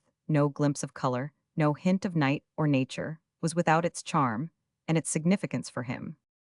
Tell me about that man, Mark. I have heard you speak of him since you came home, but supposing he was some blowsy artist, I never cared to ask about him. Now I've seen him, I want to know more, said Sylvia, as her brother laid himself down, after an approving glance at the group opposite. I met him in Munich when I first went abroad, and since then we have often come upon each other in our wanderings. He never writes, but goes, and comes intent upon his own affairs. Yet one never can forget him, and is always 51 glad to feel the grip of his hand again. It seems to put such life and courage into one. Is he good? Asked Sylvia, womanlike, beginning with the morals. Violently virtuous, he is a masterful soul, bent on living out his beliefs and aspirations at any cost, much given to denunciation of wrongdoing everywhere, and eager to execute justice upon all offenders, high or low. Yet he possesses great nobility of character, great audacity of mind, and leads a life of the sternest integrity. Is he rich? In his own eyes, because he makes his wants so few. Is he married? No, he has no family, and not many friends, for he says what he means in the bluntest English, and few stand the test his sincerity applies. What does he do in the world? Studies it as we do books, dives into everything, analyzes character, and builds up his own with materials which will last. If that's not genius, it's something better. Then he will do much good and be famous, won't he? Great good to many, but never will be famous, I fear. He is too fierce an iconoclast to suit the old party, too individual a reformer to join the new, and being born a century too soon, must bide his time or play out his part before stage and audience are ready for him. Is he learned? Very and uncommon sorts of wisdom. Left college after a year of it, because it could not give him what he wanted, and taking the world for his university life for his tutor, says he shall not graduate till his term ends with days. I know I shall like him very much. 52. I hope so, for my sake. He is a grand man in the rough, and an excellent tonic for those who have courage to try him. Sylvia was silent, thinking over all she had just heard, and finding much to interest her in it, because to her imaginative and enthusiastic nature, there was something irresistibly attractive in the strong, solitary, self-reliant man. Mark watched her for a moment, then asked with lazy curiosity, "How do you like this other friend of mine? He went away when I was such a child that since he came back I've had to begin again. But if I like him at the end of another month as much as I do now, I shall try to make your friend my friend, because I need such an one very much." Mark laughed at the innocent frankness of his sister's speech, but took it as she meant it, and answered soberly, "Better leave platonics till you're 40, though Moore is 12 years older than yourself. He is a young man still, and you are grown a very captivating little woman." Sylvia looked both scornful and indignant. "You need have no fears. There is such a thing as true and simple friendship between men and women, and if I can find no one of my own sex who can give me the help and happiness I want, why may I not look for it anywhere, and accept it in whatever shape it comes? You may, my dear and ill, lend a hand with all my heart, but you must be willing to take the consequences in whatever shape they come," said Mark, not ill pleased with the prospect his fancy conjured up. "I will," replied Sylvia loftily, and fate took her at her word 53. Presently someone suggested bed, and the proposition was unanimously accepted. "Where are you going to hang me?" asked Sylvia, as she laid hold of her hammock, and looked about her with nearly as much interest as if her suspension was to be of the perpendicular order. "You are not to be swung up in a tree tonight, but laid like a ghost, and requested not to walk. Till morning, there is an unused barn close by, so we shall have a roof over us for one night longer," answered Mark, playing Chamberlain, while the others remained to quench the fire and secure the larder. An early moon lighted Sylvia to bed, and when shown her half the barn, which, as she was a marine, was very properly the bay Mark explained, she scouted the idea of being nervous or timid in such rude quarters, made herself a cozy nest, and bade her brother a merry good night. More weary than she would confess, Sylvia fell asleep at once despite the novelty of her situation, and the noises that fill a summer night with fitful rustlings and tones. How long she slept she did not know, but woke suddenly and sat erect with that curious thrill, which sometimes startles one out of deepest slumber and is often the forerunner of some dread or danger. She felt this hot tingle through blood and nerves, and stared about her thinking of fire, but everything was dark and still. And after waiting a few moments, she decided that her nest had been too warm for her temples throbbed, and her cheeks were feverish with the close air of the barn half filled with new-made hay. Creeping up a fragrant slope, she spread her plaid again, and lay down where a cool breath flowed through wide chinks in the wall. Sleep was slowly returning, when the 54 rustle of footsteps scared it quite away, and set her heart beating fast, for they came toward the new couch she had chosen. Holding her breath, she listened. The quiet tread drew nearer and nearer, till it paused within a yard of her. Then someone seemed to throw themselves down, sigh heavily a few times, and grow still as if falling asleep. "It is Mark," thought Sylvia, and whispered his name, but no one answered. And from the other corner of the barn, she heard her brother muttering in his sleep. Who was it then? Mark had said there were no cattle near. She was sure neither of her comrades had left their bivouac, for there was her brother, talking as usual in his dreams. Someone seemed restless, and turned often with decided motion. That was Warwick, she thought, while the quietest sleeper of the three betrayed his presence by laughing once with the loatened merriment she recognized. As Moore's, these discoveries left her a prey to visions of grimy strollers, maudlin farm servants, and infectious emigrants in dismal array. A strong desire to cry out possessed her for a moment, but was checked, for, with all her sensitiveness, Sylvia had much common sense, and that spirit which hates to be conquered even by a natural fear. She remembered her scornful repudiation of the charge of timidity, and the endless jokes she would have to undergo if her mysterious neighbor should prove some harmless wanderer, or an imaginary terror of her own. So she held her peace, thinking valiantly as the drops gathered on her forehead, and every sense grew painfully alert. "I'll not call if my hair turns gray with fright, and I find myself an idiot tomorrow. I told them to try me, and I won't be found wanting at the first alarm. I'll be still, if the thing does not touch me, till dawn, when I shall 55 know how to act at once, and so save myself from ridicule at the cost of a wakeful night." Holding fast to this resolve, Sylvia lay motionless, listening to the crickets chirp without and taking uncomfortable notes of the state of things within, for the newcomer stirred heavily, sighed long and deeply, and seemed to wake often like one too sad or weary to rest. She would have been wise to have screamed her scream, and had the rout over, for she tormented herself with the ingenuity of a lively fancy, and suffered more from her own terrors than at the discovery of a dozen vampires. Every tale of diablerie she had ever heard came most inopportunely to haunt her now, and though she felt their folly, she could not free herself from their dominion. She wondered, till she could wonder no longer, what the morning would show her. She tried to calculate in how many springs she could reach and fly over the low partition, which separated her from her sleeping bodyguard. She wished with all her heart that she had stayed in her nest, which was nearer the door, and watched for dawn with eyes that ached to see the light. In the midst of these distressful sensations, the far-off crow of some vigilant chanticleer assured her that the short summer night was wearing away, and relief was at hand.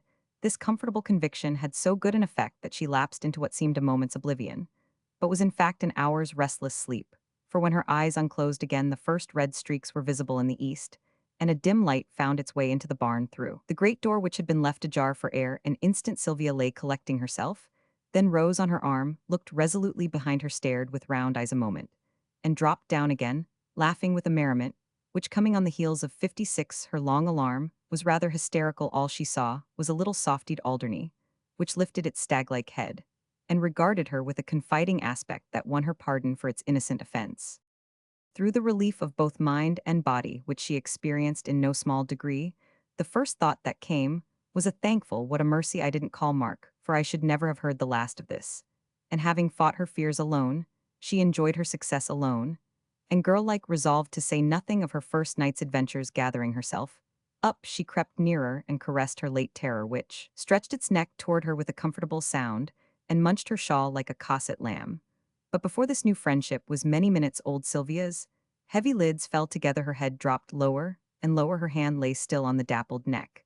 And with a long sigh of weariness, she dropped back upon the hay, leaving little Alderney to watch over her much more tranquilly than she had watched over it. Chapter Roman 4 Through Flood and Field and Fire.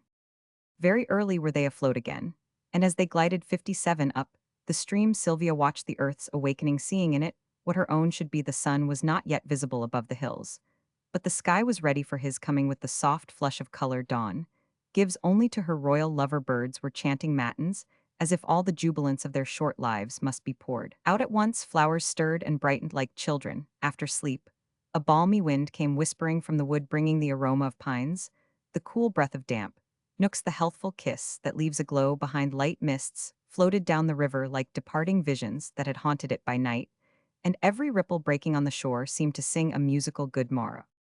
Sylvia could not conceal the weariness her long vigil left behind, and after betraying herself by a drowsy lurch that nearly took her overboard, she made herself comfortable and slept, till the grating of the keel on a pebbly shore woke her, to find a new harbor reached under the lee of a cliff, whose deep shadow was very grateful after the glare of noon upon the water. "How do you intend to dispose of yourself this afternoon?" Adam asked Mark when dinner was over, and his sister busy feeding the birds. "In this way," answered Warwick, producing a book, and settling himself in a commodious cranny of the rock. "Moore and I want to climb the cliff and sketch the view, but it is too rough a road for Sylvia. Would you mind mounting guard for an hour or two, read away, and leave her to amuse herself? Only pray, don't let her get into any mischief, by way of enjoying her liberty, for she fears nothing, and is fond of experiments." "I'll do my best," replied Warwick with an air of resignation. Having slung the hammock and seen Sylvia safely into it, the climbers departed, leaving her to enjoy the luxury of motion for half an hour. She swung idly, looking up into the green pavilion overhead, where many insect families were busy with their small joys and cares, or out over the still landscape, basking in the warmth of a cloudless afternoon.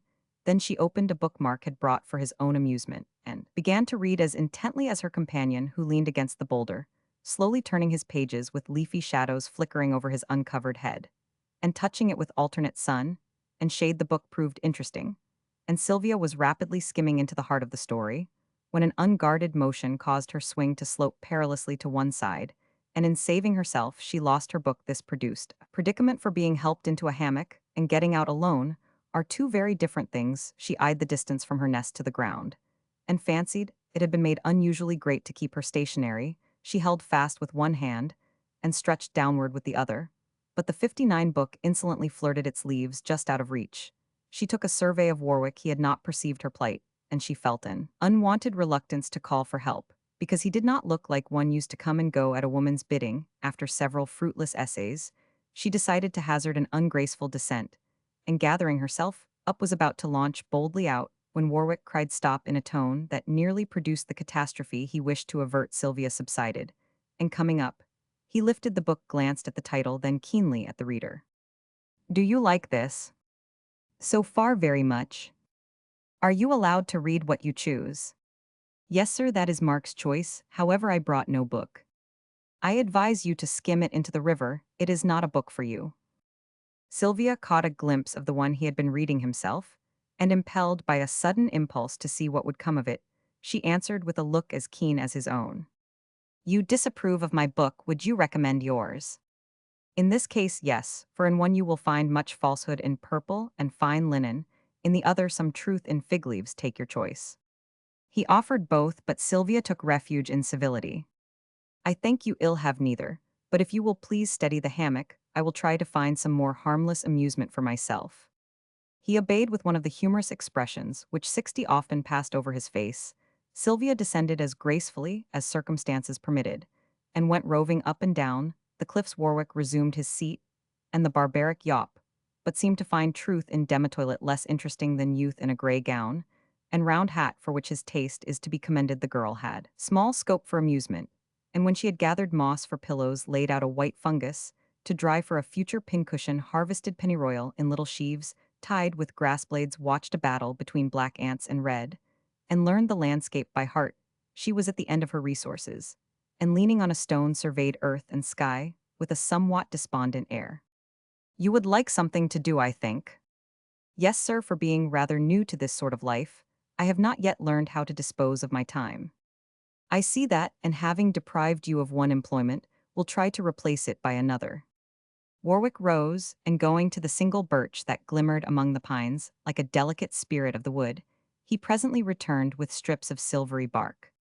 You were wishing for baskets to hold your spoils yesterday. Shall we make some now? He asked. How stupid in me not to think of that. Yes, thank you, I should like it very much, and producing her housewife, Sylvia fell to work with a brightening face. Warwick sat a little below her on the rock shaping his basket in perfect silence. This did not suit Sylvia for feeling lively and loquacious. She wanted conversation to occupy her thoughts as pleasantly as the birch rolls were occupying her hands, and there sat a person who she was sure could do it perfectly. If he chose, she reconnoitered with covert 61. Glances made sundry overtures, and sent out envoys in the shape of scissors, needles, and thread, but no answering glance met hers. Her remarks received the briefest replies, and her offers of assistance were declined, with an absent no thank you. Then she grew indignant at this seeming neglect, and thought as she sat frowning over her work behind his back. He treats me like a child very well, then ill behave like one, and beset him with questions, till he is driven to speak, for he can talk, he ought to talk, he shall talk. Mr. Warwick, do you like children? She began with a determined aspect. Better than men or women. Do you enjoy amusing them? Exceedingly, when in the humor. Are you in the humor now? Yes, I think so. Then why don't you amuse me? Because you are not a child. I fancied you thought me one. If I had, I probably should have put you on my knee and told you fairy tales or cut dolls for you out of this bark, instead of sitting respectfully silent and making a basket for your stores. There was a curious smile about Warwick's mouth as he spoke, and Sylvia was rather abashed by her first exploit, but there was a pleasure in the daring, and choosing another topic, she tried again. Mark was telling me last night about the great college you had chosen. I thought it must be a very original and interesting way to educate oneself, and wanted very much 62 to know what you had been studying lately. May I ask you now? Men and women was the brief answer.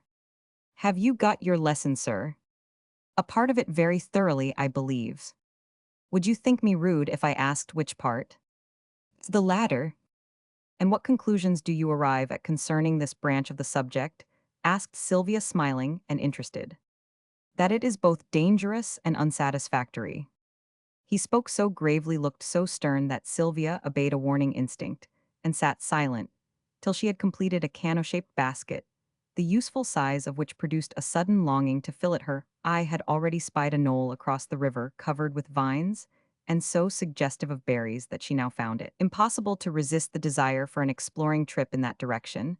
The boat was too large for her to manage alone, but an enterprising spirit had taken possession of her, and having made one voyage of discovery with small success, she resolved to try again, hoping a second in another direction might prove more fruitful. Is your basket done, sir? She asked. Yes, will you have it? Why, you have made it as an Indian would, using grass instead of thread. It is much more complete than mine, for the green stitches ornament the white bark, but the black ones disfigure it. I should know a man made your basket and a woman mine. Because one is ugly and strong, the other graceful, but unable to stand alone, asked Warwick, rising with a 63 gesture that sent the silvery shreds flying away on the wind. One holds as much as the other, however, and I fancy the woman would fill her soonest, if she had the wherewithal to do it. Do you know, there are berries on that hillside opposite. I see vines, but consider fruit doubtful, for boys and birds are thicker than blackberries. I've a firm conviction that they have left some for us. And as Mark says you like frankness, I think I shall venture to ask you to row me over and help me fill the baskets on the other side. Sylvia looked up at him with a merry mixture of doubt and daring in her face, and offered him his hat. Very good, I will, said Warwick, leading the way to the boat, with an alacrity which proved how much pleasanter to him was action than repose. There was no dry landing place just opposite, and as he rode higher, Adam fixed his eyes on Sylvia with a look peculiar to himself, a gaze more keen than soft, which seemed to search one through, and through, with its rapid discernment, he saw a face full of contradictions, youthful, maidenly, and intelligent, yet touched with the unconscious melancholy, which is born of disappointment, and desire. The mouth was sweet and tender, as a woman's should be the brow, spirited and thoughtful, but the eyes were by turns eager, absent, or sad, and there was much pride in the carriage of the small head with its hair of wavy gold gathered into a green snood, whence little tendrils kept breaking loose to dance upon her forehead or hang about her neck. A most significant but not a beautiful face, because of its want of harmony. The dark eyes among their 64 fair surroundings disturbed the sight as a discord in music jars upon the ear. Even when the lips smiled, the somber shadow of black lashes seemed to fill them with a gloom that was never wholly lost. The voice, too, which should have been a girlish treble, was full and low, as a matured woman's, with now and then a silvery ring to it, as if another and a blither creature spoke.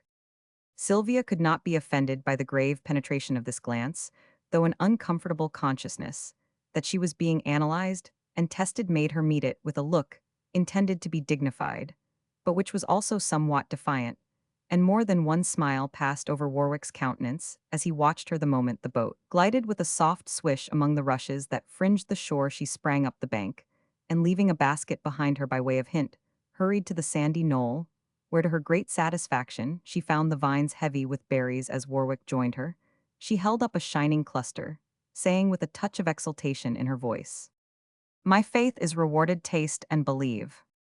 He accepted them with a nod and said pleasantly, "As my prophecy has failed, let us see if yours will be fulfilled." I accept the challenge, and down upon her knees went Sylvia among the vines, regardless of stains, rents, or wounded hands. Warwick strolled away to leave her claim free, and silence fell between them, for one was too busy with thorns, the other with thoughts to break the summer stillness. Sylvia worked with as much energy as if a silver cup was to be the reward of success. The sun shone fur 65 vently, and the wind was cut off by the hill drops gathered on her forehead, and her cheeks glowed. But she only pushed off her hat, thrust back her hair, and moved on to a richer spot. Vines caught at her by sleeve and skirt as if to dishearten the determined plunderer. But on she went with a wrench and a rip, an impatient awe, and a hasty glance at damaged fabrics and fingers. Lively crickets flew up in swarms about her, surly wasps disputed her right to the fruit, and drunken bees blundered against her as they met zigzagging homeward, much the worse for blackberry wine.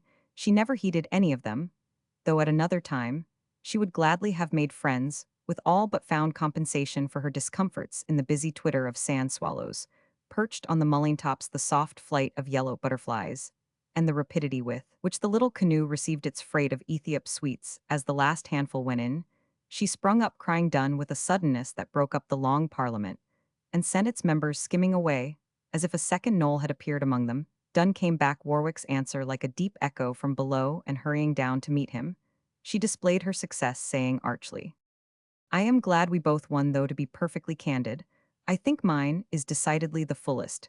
But as she swung up her birch pannier, the handle broke, and down went basket berries, and all into the long grass rustling at her feet. Warwick could not restrain a laugh at the blank dismay that fell upon the exultation of Sylvia's face, and for a moment she was both piqued and petulant. Hot, tired, disappointed, and hardest of all laughed at it was one of those times that try girls' souls, but she was too old to 66 cry, too proud to complain, too well-bred to resent, so the little gust passed over unseen, she thought, and joining in the merriment, she said, as she knelt down beside the wreck, "This is a practical illustration of the old proverb, and I deserve it for my boasting. Next time I'll try to combine strength and beauty in my work." To wise people, character is betrayed by trifles. Warwick stopped laughing, and something about the girlish figure in the grass, regathering with wounded hands the little harvest lately lost, seemed to touch him. His face softened suddenly as he collected several broad leaves, spread them on the grass, and sitting down by Sylvia, looked under her hat brim with a glance of mingled penitence and friendliness. "Now, young philosopher, pile up your berries in that green platter, while I repair the basket. Bear this in mind when you work in bark, make your handle the way of the grain, and choose a strip both smooth and broad." Then, drawing out his knife, he fell to work, and while he tied green withes as if the task were father to the thought, he told her something of a sojourn among the Indians, of whom He had learned much concerning their woodcraft arts and superstitions, lengthening the legend till the little canoe was ready for another launch, with her fancy full of wartrails and wampum Sylvia followed to the riverside. And as they floated back, dabbled her stained fingers in the water, comforting their smart with its cool flow, till they swept by the landing place, when she asked wonderingly, "Where are we going now? Have I been so troublesome that I must be taken home 67? We are going to get a third course to follow the berries, unless you are afraid to trust yourself to me." "Indeed, I am not. Take me where you like, sir." Something in her frank tone, her confiding look seemed to please Warwick. He sat a moment looking into the brown depths of the water, and let the boat drift with no sound, but the musical drip of drops from the oars. "You are going upon a rock, sir. I did that 3 months ago."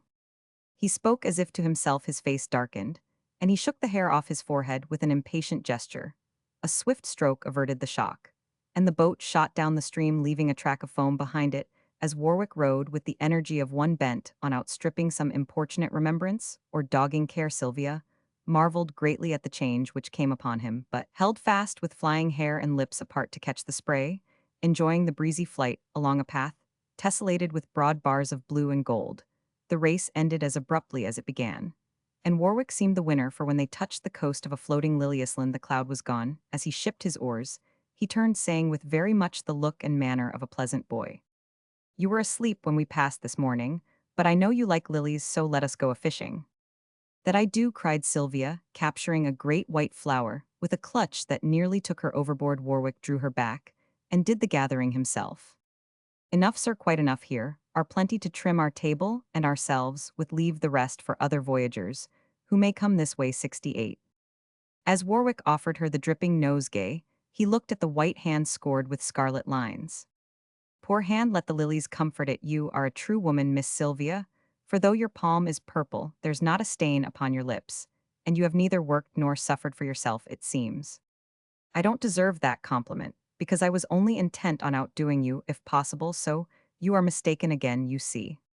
"Not entirely. I think some faces are so true an index of character that one cannot be mistaken. If you doubt this, look down into the river, and such an one will inevitably smile back at you." Pleased yet somewhat abashed, Sylvia busied herself in knotting up the long brown stems and tinging her nose with yellow pollen as she inhaled the bitter-sweet breath of the lilies. But when Warwick turned to resume the oars, she said, "Let us float out as we floated in. It is so still and lovely here. I like to stay and enjoy it, for we may never see just such a scene again."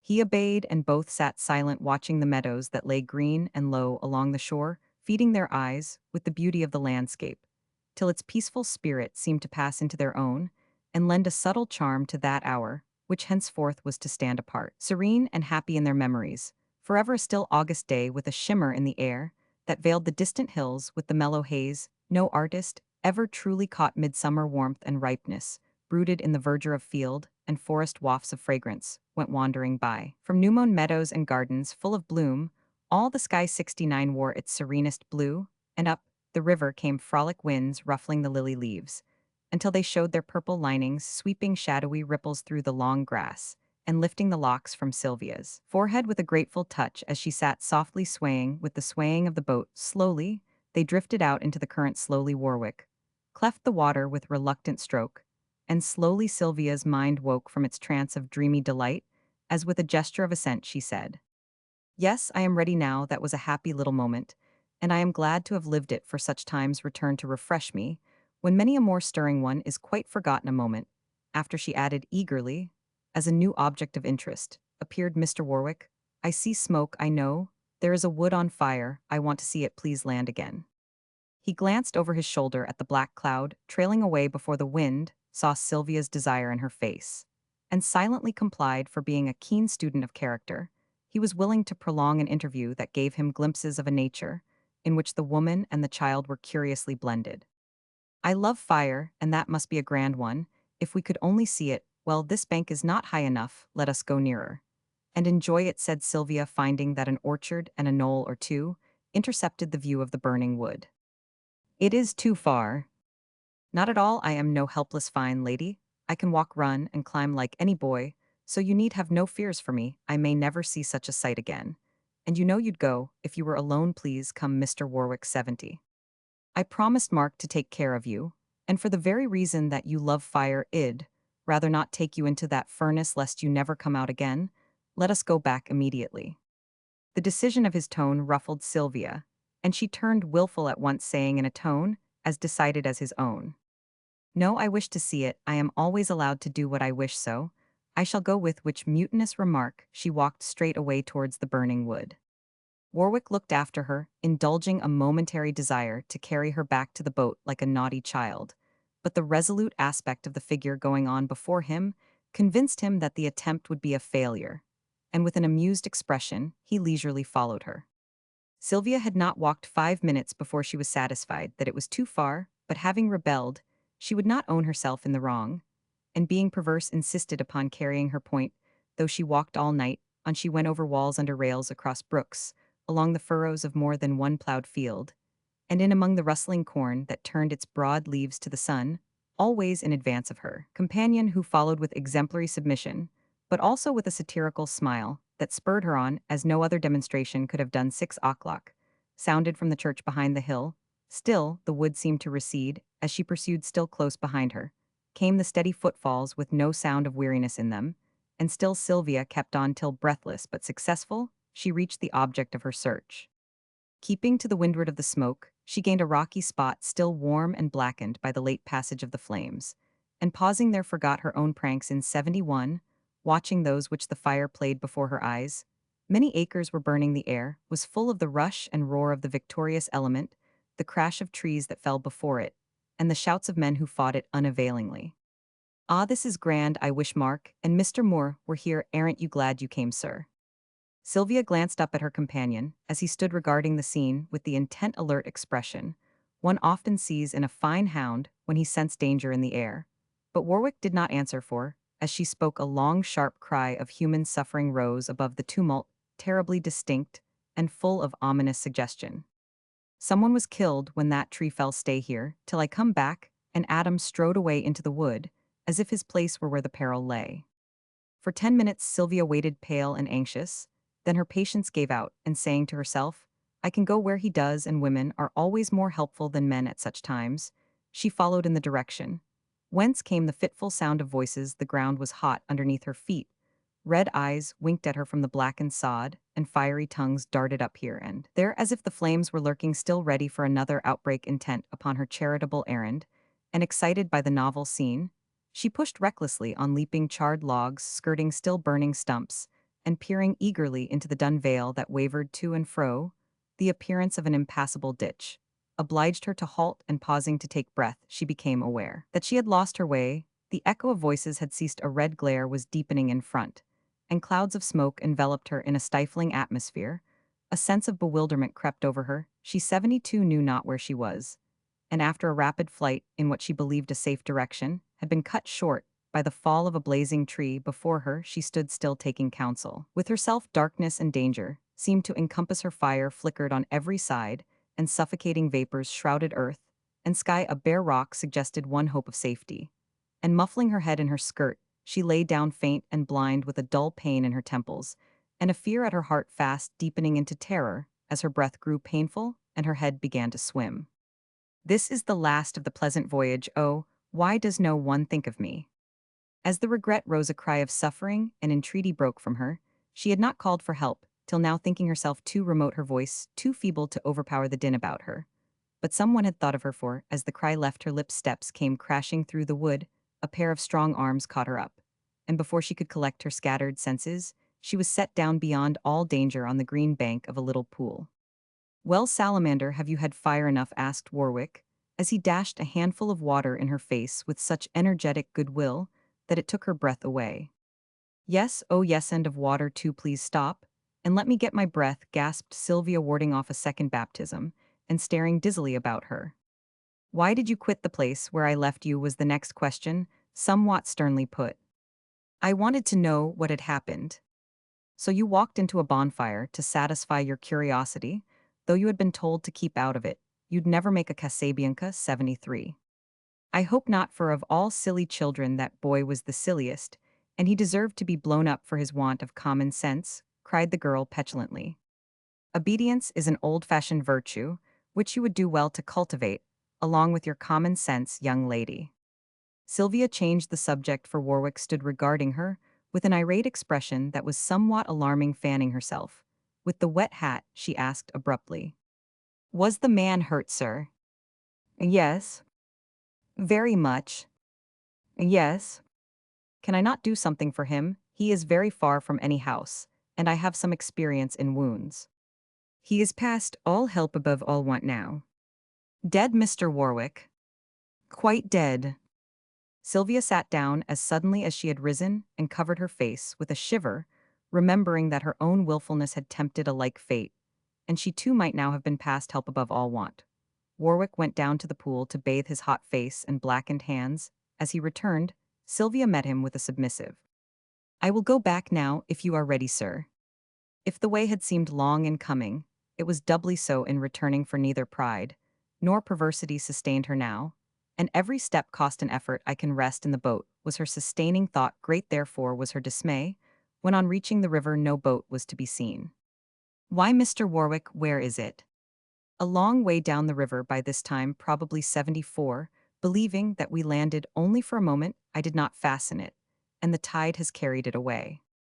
But what shall we do? One of two things: spend the night here, or go round by the bridge. Is it far? Some 3 or 4 miles, I think. Is there no shorter way, no boat or carriage to be had? If you care to wait, I can look for our runaway, or get a wagon from the town. It is growing late, and you would be gone a long time, I suppose. Probably. Which had we better do? I should not venture to advise. Suit yourself, I will obey orders. If you were alone, what would you do? Swim across. Sylvia looked disturbed. Warwick, impenetrable the river, wide the road long, and the cliffs the most inaccessible of places. An impressive pause ensued. Then she said frankly, It is my own fault and ill. Take the consequences. I choose the bridge, and leave you the river if I don't appear till dawn. Tell Mark I sent him a good night, and girding up her energies, she walked bravely off with much external composure and internal chagrin. As before, Warwick followed in silence for a time. She kept in advance, then allowed him to gain upon her, and presently fell behind, plodding doggedly on through thick and thin, vainly trying to conceal the hunger and 75 fatigue that were fast robbing her of both strength and spirits. Adam watched her, with a masculine sense of the justice of the retribution which his willful comrade had brought upon herself, but as he saw the elasticity leave her steps, the color fade from her cheeks, the resolute mouth relax, and the wistful eyes dim once or twice, with tears of weariness and vexation, pity got the better of pique, and he relented. His steady tramp came to a halt, and stopping by a wayside spring, he pointed to a mossy stone, saying with no hint of superior powers, We are tired, let us rest. Sylvia dropped down at once, and for a few minutes neither spoke, for the air was full of sounds more pertinent to the summer night than human voices. From the copse behind them came the coo of wood pigeons, from the grass at their feet the plaintive chirp of crickets. A busy breeze whispered through the willow, the little spring dripped musically from the rock, and across the meadows came the sweet chime of a bell. Twilight was creeping over forest, hill, and stream, and seemed to drop refreshment and repose upon all weariness of soul and body. More grateful to Sylvia than the welcome seat and leafy cup of water Warwick brought her from the spring. The appearance of a thirsty sparrow gave her thoughts a pleasant turn. For sitting motionless, she watched the little creature trip down to the pool, drink, and bathe, then flying to a willow spray, dress its feathers, dry its wings, and sit chirping softly, as if it sang its evening hymn. Warwick saw her interest, and searching in his pocket, found the relics of a biscuit, strewed a few bits upon the ground before him, and began a low, sweet whistle, which rose gradually to a varied strain, alluring, spirited, and clear, as any 76 bird voice of the wood. Little sparrow ceased his twitter, listened with outstretched neck and eager eye, hopping restlessly from twig to twig, until he hung just over the musician's head, agitated with a small flutter of surprised delight and doubt. Gathering a crumb or two into his hand, Warwick held it toward the bird, while softer, sweeter, and more urgent rose the invitation, and nearer drew the winged guest, fascinated by the spell. Suddenly a belated blackbird lit upon the wall, surveyed the group, and burst into a jubilant song that for a moment drowned his rival's notes. Then, as if claiming the reward, he fluttered to the grass, ate his fill, took a sip from the mossy basin by the way, and flew singing over the river, leaving a trail of music behind him. There was a dash and daring about this, which fired little Sparrow with emulation. His last fear seemed conquered, and he flew confidingly to Warwick's palm, pecking the crumbs with grateful chirps and friendly glances from its quick bright eye. It was a pretty picture for the girl to see the man an image of power in his hand, the feathered atom, that with unerring instinct divined, and trusted the superior nature, which had not yet lost its passport to the world of innocent delights that nature gives to those who love her best. Involuntarily Sylvia clapped her hands, and startled by the sudden sound little Sparrow skimmed away. Thank you for the pleasantest sight I've seen for many a day. How did you learn this gentle art, Mr. Warwick? I was a solitary boy, and found my only playmates in the woods and fields. I learned their worth, they saw my need. And when I asked their friendship, gave it freely. Now, we should go, you are very tired, let me help you. He held his hand to her, and she put her own into it with 77, a confidence as instinctive. As the birds then hand in hand, they crossed the bridge, and struck into the wilderness again, climbing slopes still warm and odorous, passing through dells full of chilly damps, along meadows spangled with fireflies, and haunted by sonorous frogs, over rocks crisp with pale mosses, and between dark firs where shadows brooded and melancholy breezes rocked themselves to sleep, speaking seldom, yet feeling no consciousness of silence, no sense of restraint, for they no longer seemed like strangers to one another. And this spontaneous friendliness lent an indefinable charm to the dusky walk. Warwick found satisfaction in the knowledge of her innocent faith in him, the touch of the little hand he held, the sight of the quiet figure at his side. Sylvia felt that it was pleasant to be the object of his care, fancied that they would learn to know each other better in 3 days of this free life than in as many months at home, and rejoiced over the discovery of unsuspected traits in him, like the soft lining of the chestnut burr, to which she had compared him more than once that afternoon, so mutually and unconsciously yielding to the influence of the hour, and the mood it brought them. They walked through the twilight in that eloquent silence, which often proves more persuasive than the most fluent speech. The welcome blaze of their own fire gladdened them at length, and when the last step was taken, Sylvia sat down with an inward conviction she never could get up again. Warwick told their mishap in the fewest possible words, while Mark, in a spasm of brotherly solicitude, goaded the fire to a roar that his sister's feet might be dried, administered a cordial as a preventive against cold, and prescribed her hammock.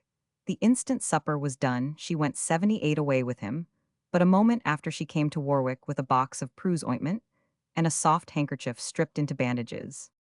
What now? He asked. I wish to dress your burns, sir. They will do well enough with a little water. Go you and rest.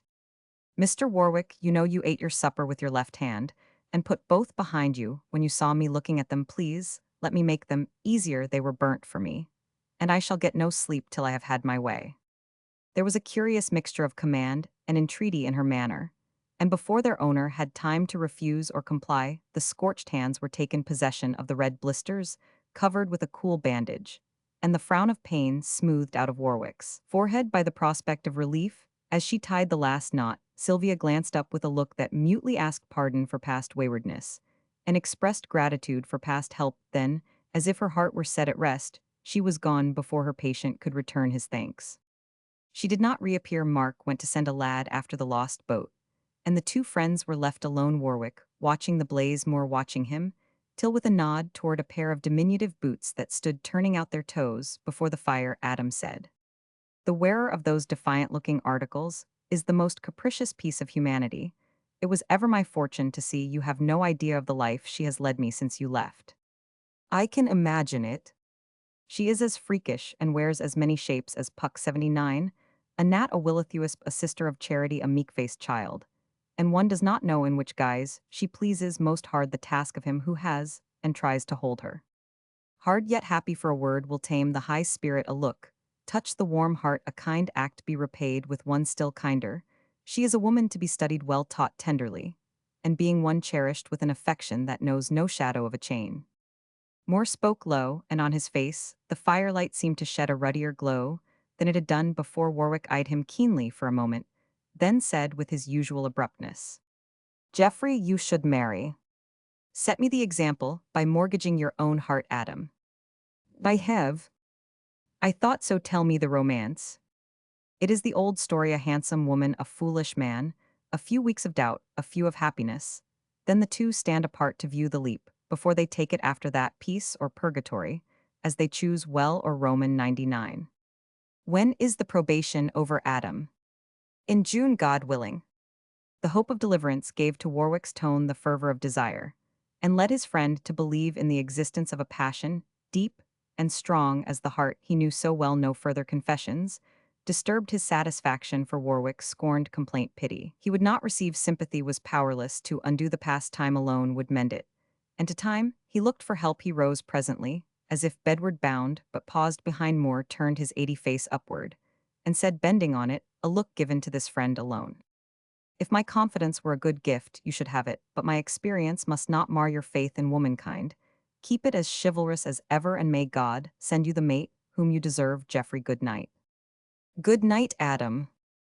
And with a handshake more expressive of affection than many a tender demonstration, they parted Warwick to watch the stars for hours, and more to muse beside the fire, till the little boots were dry. Chapter Roman 5: A Golden Wedding. Hitherto they had been a most decorous crew, but the 81 next morning something in the air seemed to cause a general overflow of spirits, and they went up the river like a party of children on a merrymaking. Sylvia decorated herself with garlands till she looked like a mermaid. Mark, as skipper, issued his orders with the true Marblehead twang. Moore kept up a fire of pun-provoking raillery. Warwick sung like a jovial giant, while the Kelpie danced over the water as if inspired with the universal gaiety, and the very ripples seemed to laugh as they hurried by. Mark, there is a boat coming up behind us with 3 gentlemen in it, who evidently intend to pass us with a great display of skill. Of course you won't let it, said Sylvia, welcoming the prospect of a race. Her brother looked over his shoulder, took a critical survey, and nodded approvingly. They are worth a lesson, and shall have it easy now, till they pass, then hard all, and give them a specimen of high art. A sudden lull ensued on board the Kelpie, while the blue shirts approached, caught, and passed with a great display of science, as Sylvia had prophesied, and as good an imitation of the demeanor of experienced watermen as could be 82 assumed by a trio of studious youths, not yet out of their teens. As the foam of their wake broke against the other boat's side, Mark hailed them. Good morning, gentlemen, we'll wait for you above there at the bend. All serene, returned the rival helmsman, with a bow in honor of Sylvia, while the other 2 caused a perceptible increase in the speed of the Juanita, whose sentimental name was not at all in keeping with its rakish appearance. Short-sighted infants to waste their wind in that style, but they pull well for their years, observed Mark paternally as he waited, till the others had gained sufficient advantage to make the race a more equal one now. Then he whispered a moment after, and as if suddenly endowed with life, the Kelpie shot away with the smooth speed given by strength and skill. Sylvia watched both boats, yearning to take an oar herself, yet full of admiration for the well-trained rowers whose swift strokes set the river in a foam, and made the moment one of pleasure and excitement. The blue shirts did their best against competitors who had rowed in many crafts and many waters. They kept the advantage till near the bend. Then Mark's crew lent their reserve strength to a final effort, and bending to their oars with a will gained steadily, till with a triumphant stroke they swept far ahead, and with oars at rest waited in magnanimous silence, till the Juanita came up gracefully, confessing her defeat by a good-humored cheer from her panting crew. For a moment the 2 boats floated side by side, while the young men interchanged compliments and jokes. For a river is a highway where all travelers may salute each 83 other, and college boys are hail fellow well met with all the world. Sylvia sat watching the lads, and one among them struck her fancy. The helmsman who had bowed to her was slight and swarthy, with southern eyes, vivacious manners, and a singularly melodious voice, a Spaniard she thought, and pleased herself with this picturesque figure till a traitorous smile about the young man's mouth betrayed that he was not unconscious of her regard. She colored as she met the glance of mingled mirth and admiration that he gave her, and hastily began to pull off the weedy decorations which she had forgotten. But she paused presently, for she heard a surprised voice exclaim, "Why, Warwick, is that you or your ghost?" Looking up, Sylvia saw Adam lift the hat he had pulled over his brows, and take a slender brown hand extended over the boatside with something like reluctance. As he answered the question in Spanish, a short conversation ensued, in which the dark stranger seemed to ask innumerable questions, Warwick to give curt replies, and the names Gabriel and Attila to occur with familiar frequency. Sylvia knew nothing of the language, but received an impression that Warwick was not overjoyed at the meeting, that the youth was both pleased and perplexed by finding him there, and that neither parted with much regret as the distance slowly widened between the boats, and with a farewell salute parted company. each taking a different branch of the river which divided just there. For the first time, Warwick allowed Mark to take his place at the oar, and sat looking into the clear depths below, as if some scene lay there, which other eyes could not discover. 84. Who was the olive-colored party, with the fine eyes and foreign accent? Asked Mark, lazily rowing. Gabriel Andre. Is he an Italian? No, a Cuban. I forgot you had tried that mixture of Spain and Alabama. How was it? As such climates always are to me intoxicating today, enervating tomorrow. How long were you there? 3 months. I feel tropically inclined, so tell us about it. There is nothing to tell. I'll prove that by a catechism. Where did you stay? In Havana. Of course, but with whom? Gabriel Andre. The father of the Saffron youth. Yes. Of whom did the family consist? 4 persons. Mark, leave Mr. Warwick alone. As long as he answers, I shall question name the 4 persons. Adam. Gabriel Sen Dollars his wife, Gabriel Jun, Catalina his sister. Ah, now we progress. Was Senorita Catalina as comely as her brother? More so. You adored her, of course. I loved her. Great heavens, what discoveries we make! He likes 85 it, I know, by the satirical glimmer in his eye. Therefore, I continue, she adored you, of course. She loved me. You will return and marry her. No. Your depravity appalls me. Did I volunteer its discovery? I demand it now. You left this girl, believing that you adored her. She knew I was fond of her. The parting was tender. On her part. Iceberg, she wept in your arms. And gave me an orange. You cherished it, of course. I ate it immediately. What want of sentiment! You promised to return. Yes. But will never keep the promise. I never break one. Yet will not marry her. By no means. Ask how old the lady was. Mark. Age, Warwick. A7.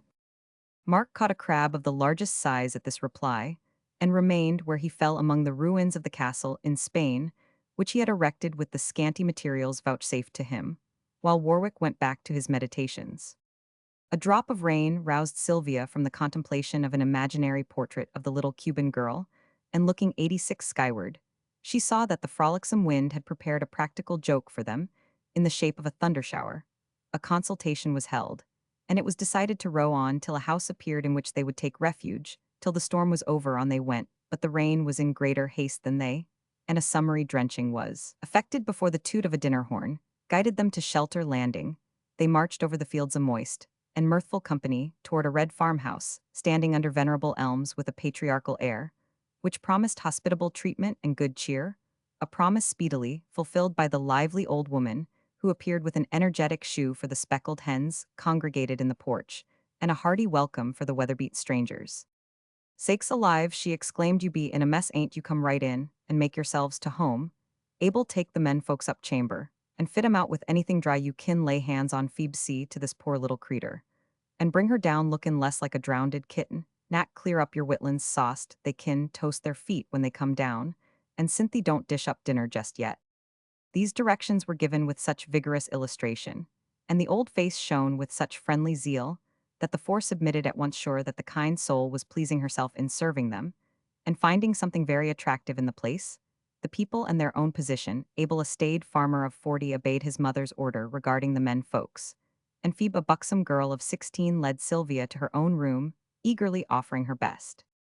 As she dried and redressed herself, Sylvia made sundry 87 discoveries, which added to the romance and the enjoyment of the adventure. A smart gown lay on the bed in the low chamber, also various decorations upon chair and table suggesting that some festival was afloat, and a few questions elicited the facts. Grandpa had 7 sons and 3 daughters, all living, all married, and all blessed with flocks of children. Grandpa's birthday was always celebrated by a family gathering, but today, being the 50th anniversary of his wedding, the various households had resolved to keep it with unusual pomp, and all were coming for a supper, a dance, and a sing at the end, upon receipt of which intelligence, Sylvia proposed an immediate departure.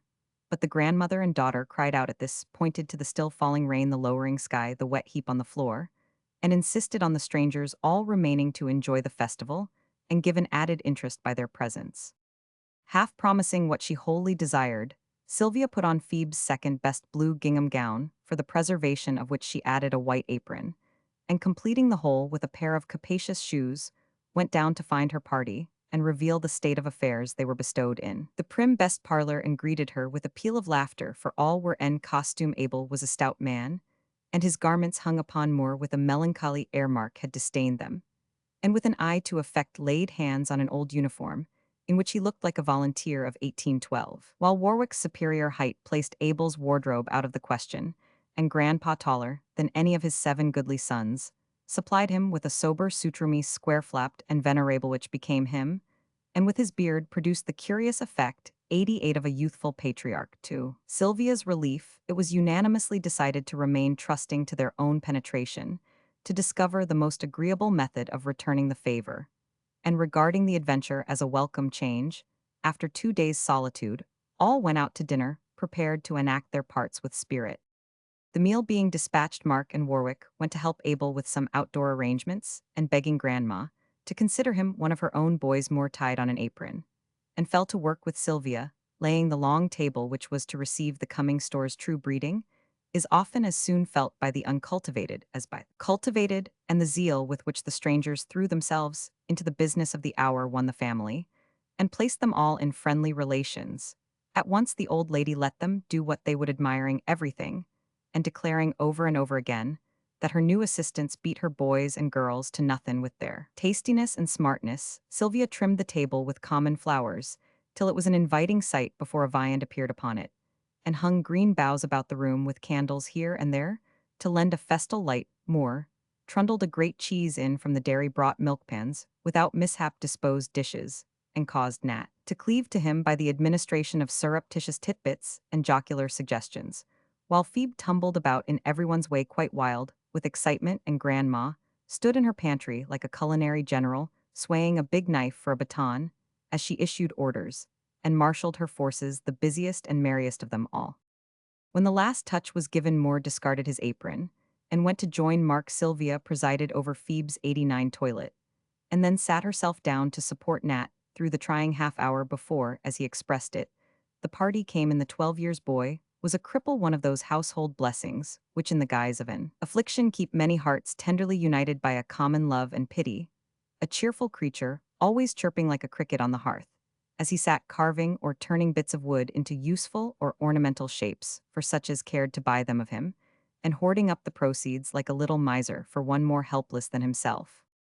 "What are these, Nat?" asked Sylvia, with the interest that always won small people, because their quick instincts felt that it was sincere. "Them are spoonspostal spoons, they call 'em.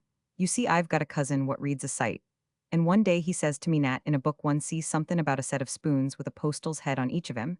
You make some, and they'll sell, I bet. So I got Gramper's Bible, found the pictures of the postals, and worked till I got the faces good, and now it's fun, for they do sell. And I'm savin' up a lot. It ain't for me, you know, but mother, cause she's wuss'n I be." "Is she sick, Nat?" "Oh, ain't she? Why, she hast stood up this 9 year. We was smashed in a wagon that tipped over when I was 3 years old. It done something to my legs, but it broke her back, and made her no use, only jest to pet me, and keep us all kind of stiddy. You know, ain't you seen her? Don't you want to?" "Would she like it?" "She admires to see folks, and asked about you at dinner.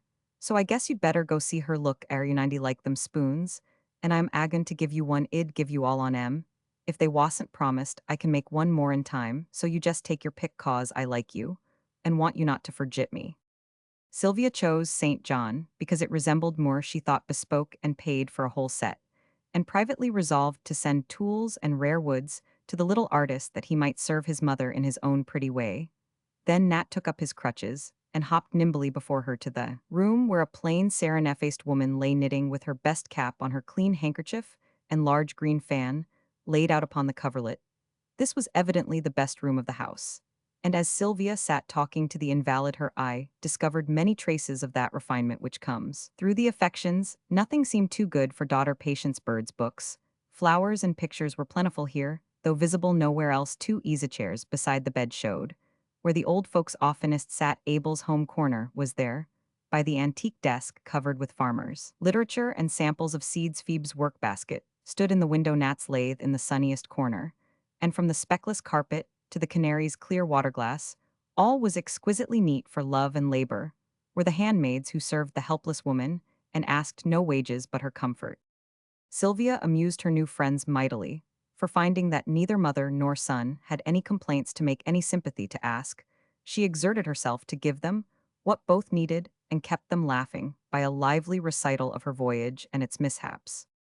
Ain't She Prime Mother was Nat's candid commentary when the story ended, and he emerged red and shiny, 91 from the pillows where he had burrowed with boyish explosions of delight.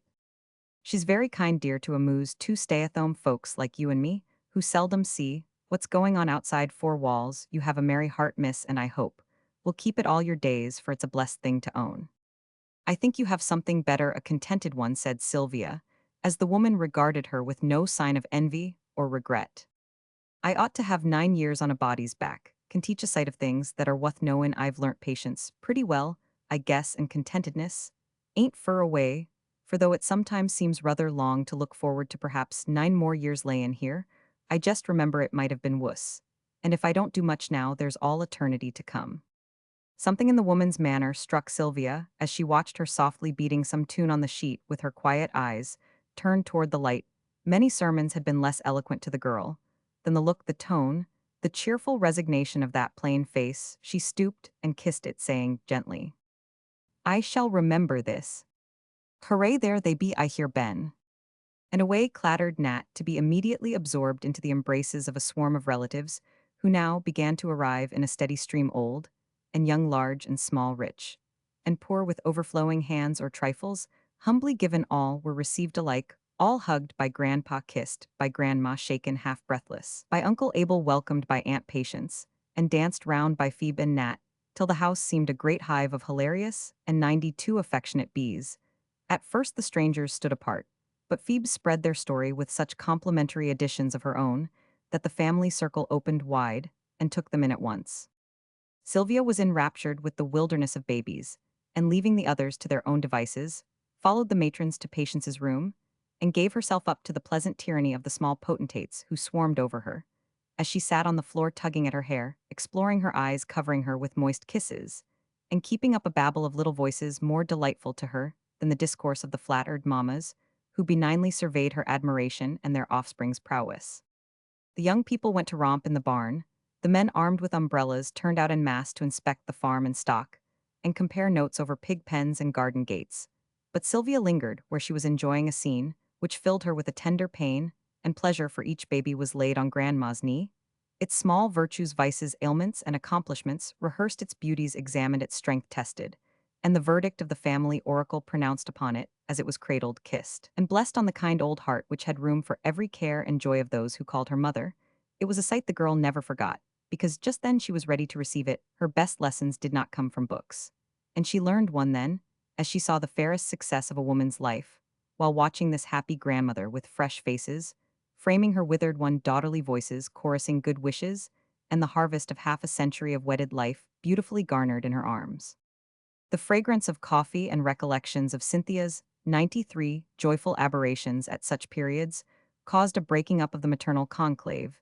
The babies were borne away to simmer between blankets, until called for the women unpacked baskets brooded over teapots and kept up an harmonious clack, as the table was spread with pyramids of cake, regiments of pies, quagmires of jelly, snowbanks of bread, and gold mines of butter, every possible article of food from baked beans to wedding cake, finding a place on that sacrificial altar.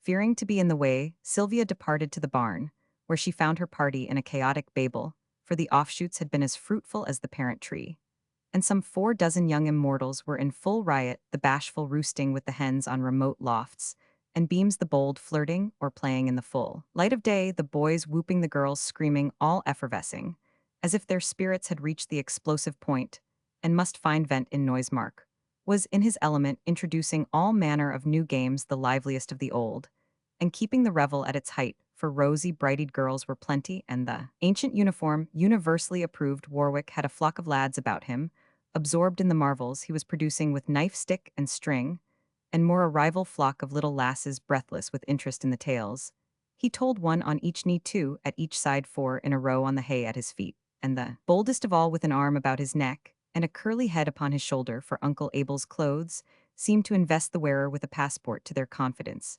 At once, Sylvia joined this group and partook of a quiet entertainment with as childlike a relish as any of them, while the merry tumult went on about her 94. The toot of the horn sent the whole barnful streaming into the house like a flock of hungry chickens, where by some process known only to the mothers of large families, everyone was wedged close about the table. And the feast began. This was none of your stand-up wafery bread and butter teas, but a thoroughgoing sit-down supper. And all settled themselves with a smiling satisfaction prophetic of great powers, and an equal willingness to employ them. A detachment of half-grown girls was drawn up behind Grandma as waiters. Sylvia insisted on being one of them, and proved herself a neat-handed fillies, though for a time slightly bewildered by the gastronomic performances. She beheld babies, ate pickles, small boys sequestered pie, with a velocity that made her wink. Women swam in the tea, and the men, metaphorically speaking, swept over the table like a swarm of locusts, while the host and hostess beamed upon one another and their robust descendants with an honest pride which was beautiful to see. That Mr. Wackett ain't eat scarcely nothin', he just sets lookin' round kinder mazed like do go, and make him fall to on somethin', or I shan't take a mite of comfort in my victuals, said Grandma, as the girl came with an empty cup. He is enjoying it with all his heart and eyes, Mom, for we don't see such fine spectacles every day. Ill, take him something that he likes and make him eat it. Sakes alive, be you, to be me's Wackett, id no idea of it, you look so young. Nor I, we are only friends, Mom. Oh, and the monosyllable was immensely expressive, as the old lady confided a knowing nod to the teapot, into whose depths she was just then peering. Sylvia walked 95 away wondering why persons were always thinking and saying such things. As she paused behind Warwick's chair with a glass of cream and a round of brown bread, he looked up at her with his blandest expression, though a touch of something like regret was in his voice. This is a sight worth living 80 hard years to see, and I envy that old couple as I never envied anyone before, to rear 10 virtuous children, put 10 useful men and women into the world, and give them health and courage to work out their own salvation, as these honest souls will do. Is a better job done for the Lord than winning a battle or ruling a state here. Is all honor to them, drink it with me. He put the glass to her lips, drank what she left, and rising placed her in his seat with the decisive air which few resisted. You take no thought for yourself, and are doing too much. Sit here a little, and let me take a few steps where you have taken many.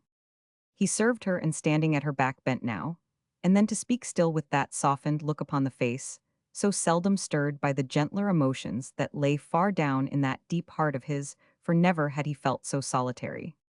All things must have an end, even a family feast, and by the time the last boy's buttons peremptorily announced, "Thus far shalt thou go, and no farther," all professed themselves satisfied, and a general uprising took place. The surplus population were herded in parlor and chambers, while a few energetic hands cleared away, and with much clattering of dishes and wafting of towels, left Grandma's 96 spandy clean premises as immaculate as ever. It was dark when all was done, so the kitchen was cleared, the candles lighted, Patience's door set open, and little Nat established in an impromptu orchestra, composed of a table and a chair, whence the first squeak of his fiddle proclaimed that the ball had begun.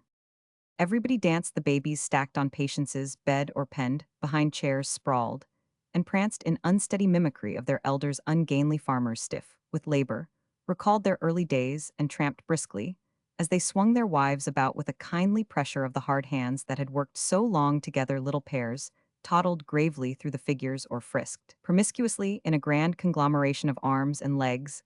Gallant cousins kissed pretty cousins at exciting periods, and were not rebuked. Mark wrought several of these incipient lovers to a pitch of despair by his devotion to the comeliest damsels, and the skill with which he executed unheard-of evolutions before their admiring eyes. More led out the poorest and the plainest with a respect that caused their homely faces to shine, and their scant skirts to be forgotten. Warwick skimmed his 5 years' partner through the air in a way that rendered her speechless with delight, and Sylvia danced as she never danced before with stick-a-fingered boys, sleepy with repletion, but bound to last it out with rough-faced men, who paid her paternal compliments with smart youths who turned sheepish with that white lady's hand in their big brown ones, and one ambitious lad who confided to her his burning desire to work a sawmill and marry a girl with black eyes and yellow hair. While perched aloft, Nat bowed away till his pale face glowed, till all hearts warmed, all feet beat, responsive to the good old tunes, which 97 have put so much health into human bodies, and so much happiness into human souls.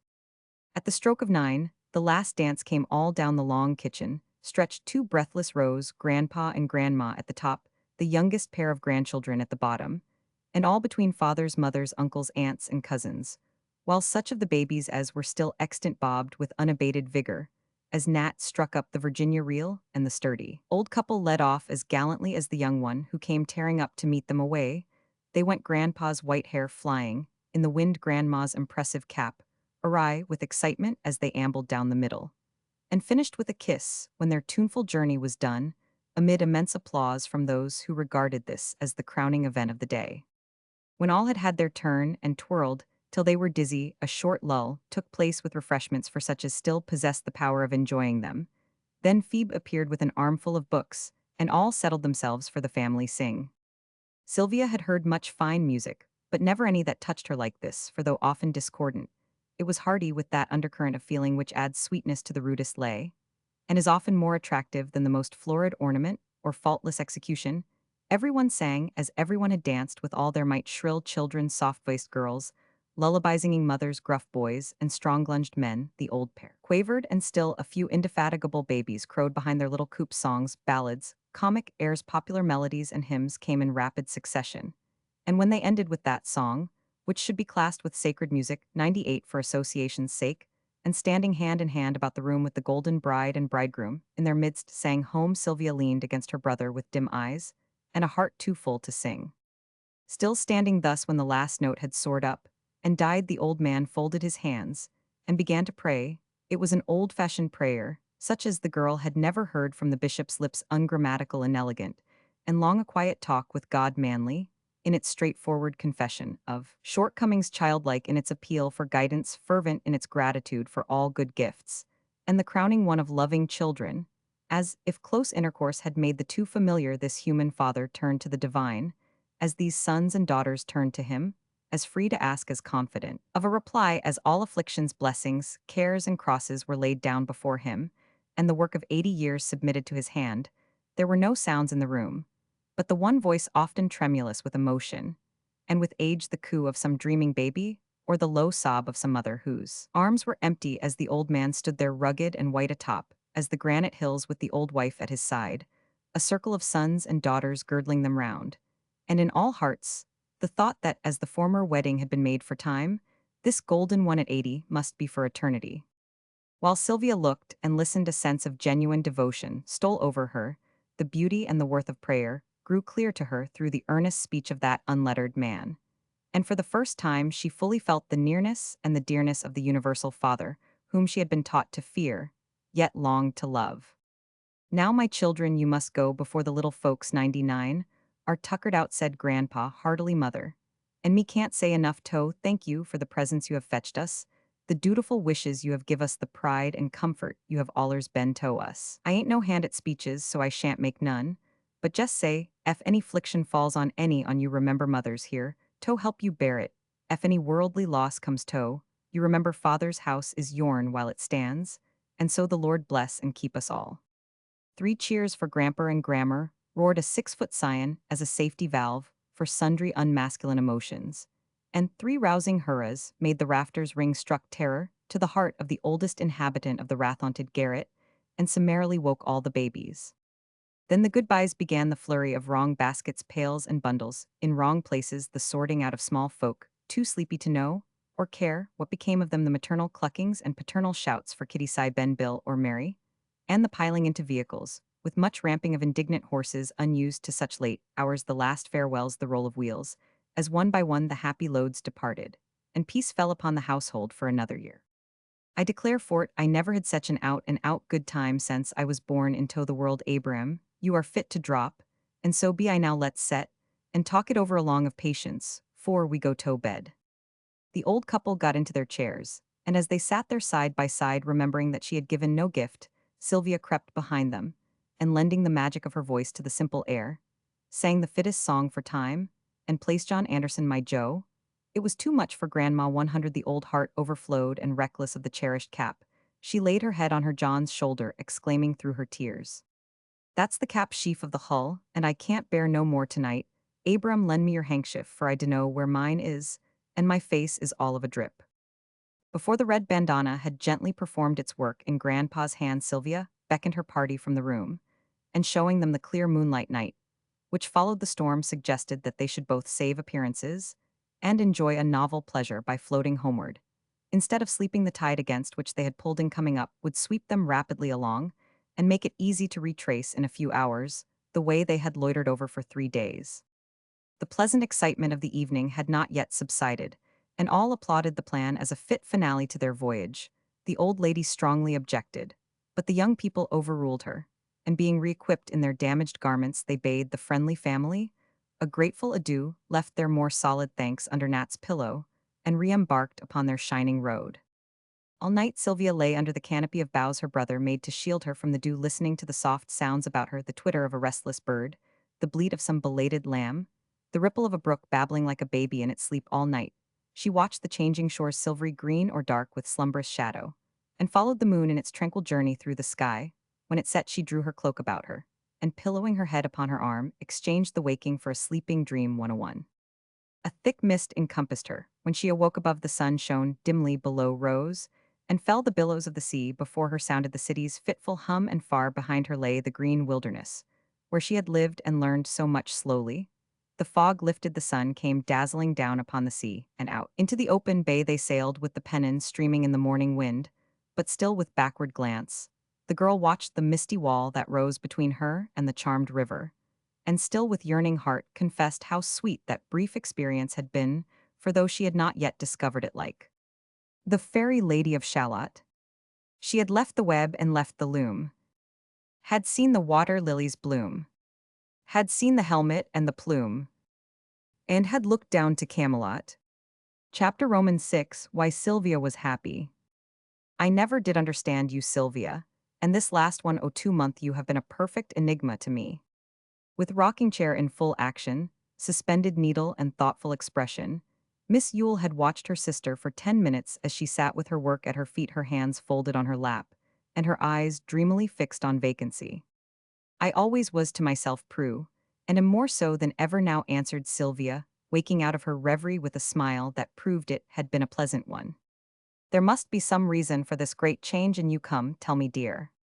With a motherly gesture, Miss Yule drew the girl to her knee, brushed back the bright hair, and looked into the face so freely turned to hers. Through all the years they had been together, the elder sister had never seen before the expression, which the younger's face now wore. A vague expectancy sat in her eyes, some nameless content sweetened her smile, a beautiful repose replaced the varying enthusiasm, listlessness, and melancholy that used to haunt her countenance and make it such a study. Miss Yule could not read the secret of the change, yet felt its novel charm. Sylvia could not explain it, though penetrated by its power. 103.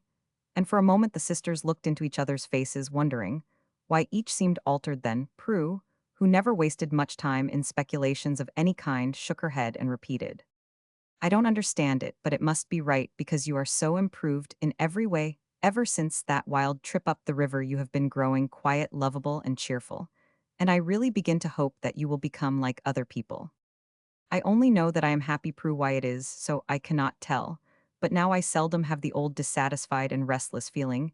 Everything looks pleasant to me, every one seems kind, and life begins to be both sweet and earnest. It is only one of my moods, I suppose, but I am grateful for it, and pray that it may last. So earnestly she spoke, so cheerfully she smiled, that Miss Yule blessed the mood and echoed Sylvia's wish, exclaiming in the next breath with a sudden inspiration, My dear, I've got it, you are growing up. I think I am. You tried to make a woman of me at 16, but it was impossible until the right time came. That wild trip up the river, as you call it, did more for me than I can ever tell. And when I seemed most like a child, I was learning to be a woman. Well, my dear, go on as you've begun, and I shall be more than satisfied. What merrymaking is on foot tonight, Mark, and these friends of his keep you in constant motion with their riding, rowing, and rambling excursions. And if it did not agree with you so excellently, I really should like a little quiet after a month of bustle. They are only coming up as usual, and that reminds me that I must go and dress. 104. There is another new change, Sylvia. You never used to care what you wore, or how you looked, no matter how much time and trouble I expended on you and your wardrobe. Now you do care. and it does my heart good to see you always charmingly dressed. And looking your prettiest, said Miss Yule, with the satisfaction of a woman who heartily believed in costume, as well as all the other elegances and proprieties of fashionable life. Am I ever that Prue? Asked Sylvia, pausing on the threshold, with a shy yet wistful glance. Ever what, dear? Pretty? Always so to me, and now, I think everyone finds you very attractive, because you try to please and seem to succeed delightfully. Sylvia had never asked that question before, had never seemed to know or care, and could not have chosen a more auspicious moment for her frank inquiry than the present. The answer seemed to satisfy her, and smiling at some blithe anticipation of her own, she went away to make a lampless toilet in the dusk, which proved how slight a hold the feminine passion for making one's self pretty had yet taken upon her.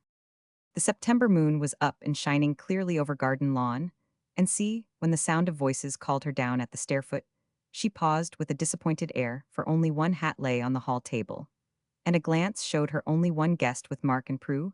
She strolled irresolutely through the breezy hall, looked out at either open door, sung a little to herself, but broke off in the middle of a line, and as if, following a sudden impulse, went out into the mellow moonlight, forgetful of uncovered 105 head, or dewy damage to the white hem of her gown. Halfway down the avenue, she paused before a shady nook, and looked in the evergreens that enclosed it, made the seat doubly dark to eyes inured to the outer light, and seeing a familiar-seeming figure sitting with its head upon its hand, Sylvia leaned, in saying with a daughterly caress, "Why, what is my romantic father doing here?"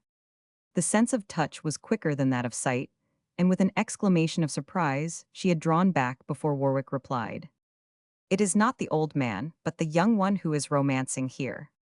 I beg your pardon, we have been waiting for you. What thought is so charming that you forgot us all?"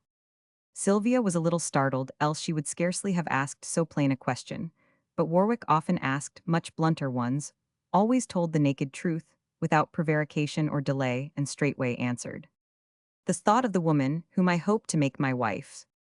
Sylvia stood silent for a moment, as if intent on fastening in her hair the delicate spray of hopbells, just gathered from the vine that formed a leafy frame for the graceful picture, which she made standing with uplifted arms behind the arch. When she spoke, it was to say, as she moved on toward the house, "It is too beautiful a night to stay indoors, but Prue is waiting for me, and Mark wants to plan with you about our ride tomorrow. Shall we go together?" She beckoned, and he came out of the shadow, showing her an expression which she had never seen before. His face was flushed, his eye unquiet, his manner eager, yet 106 restrained. She had seen him intellectually excited many times, never emotionally, till now something wayward yet warm in this new mood attracted her, because so like her own, but with a tact as native as her sympathy. She showed no sign of this, except in the attentive look she fixed upon him, as the moonlight bathed him in its splendor. He met the glance, seemed to interpret it aright, but did not answer its unconscious inquiry, for pausing he asked abruptly, "Should a rash promise be considered binding when it threatens to destroy one's peace?"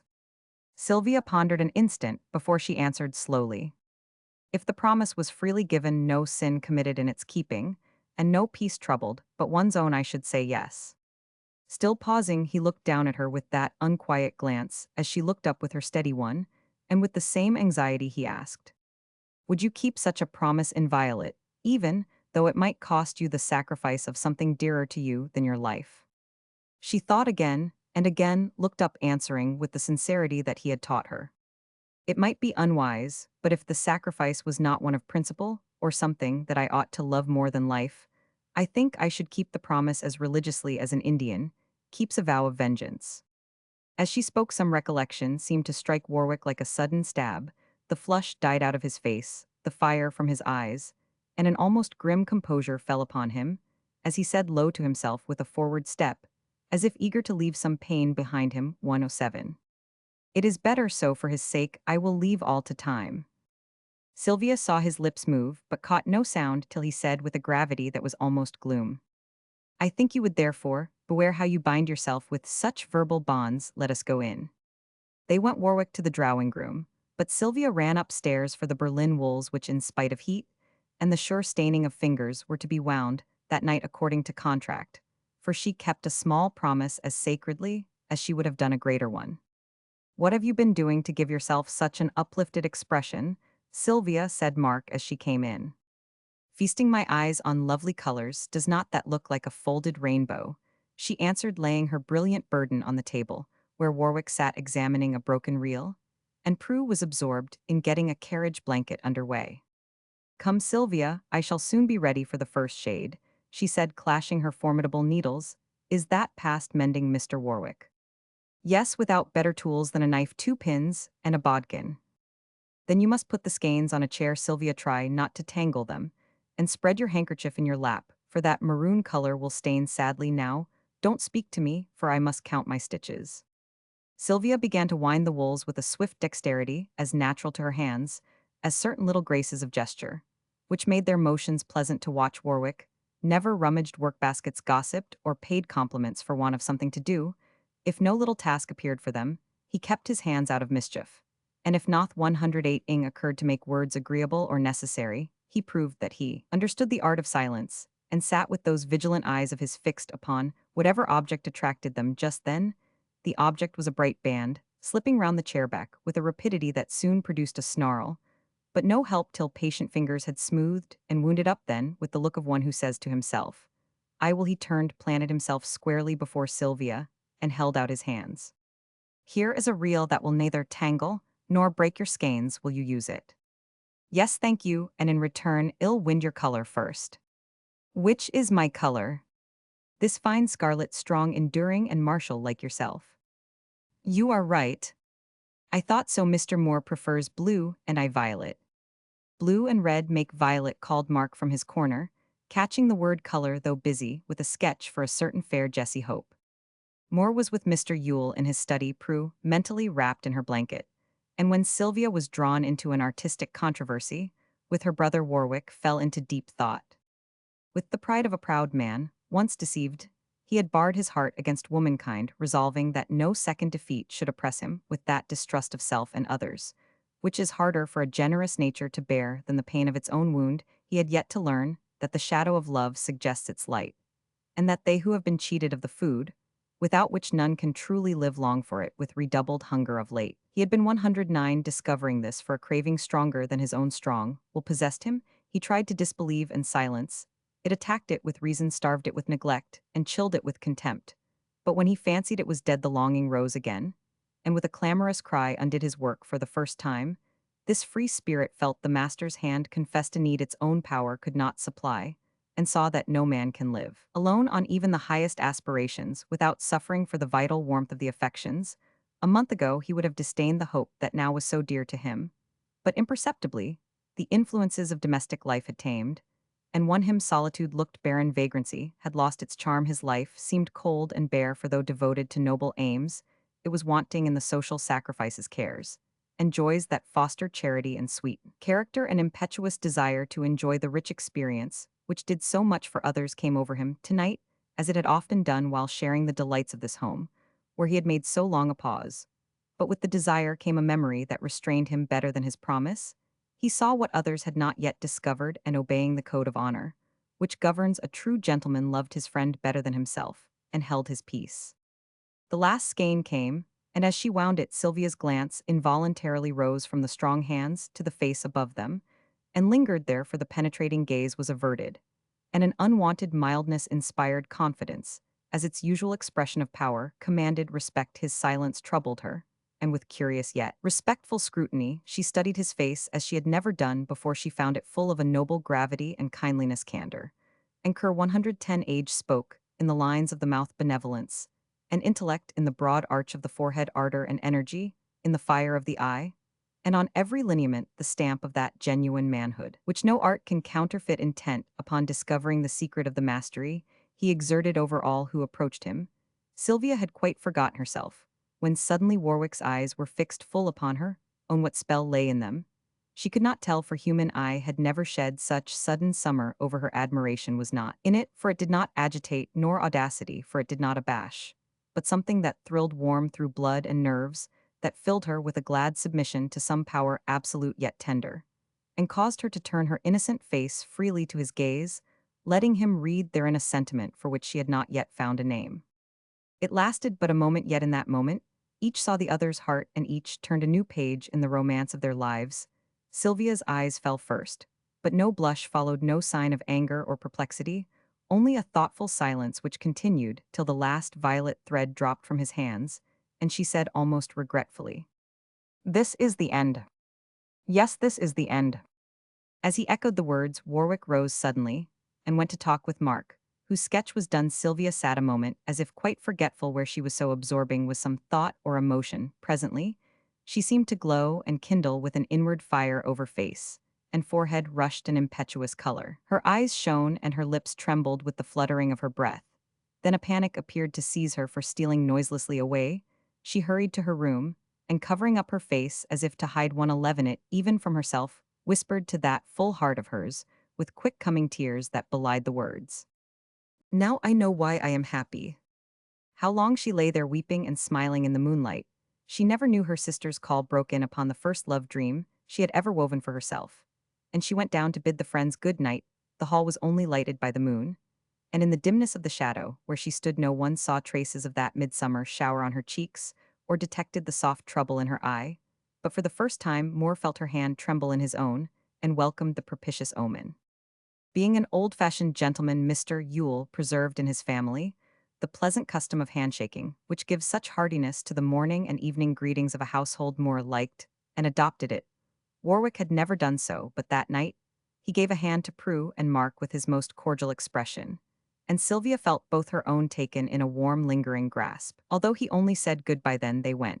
But while the three paused at the door, held by the beauty of the night back to them, on the wings of the wind came Warwick's voice, singing the song that Sylvia loved. All down the avenue, and far along the winding road, they traced his progress till the strain died in the distance, leaving only the echo of the song to link them to the singer.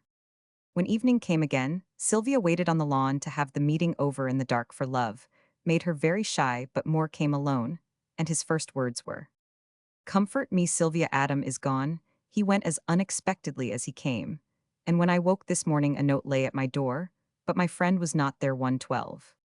She murmured some stereotyped regret, but there was a sharp pain at her heart, till there came to her the remembrance of Warwick's question, uttered on the spot where she was standing. Some solace she must have, and clinging to this one thought hopefully within herself.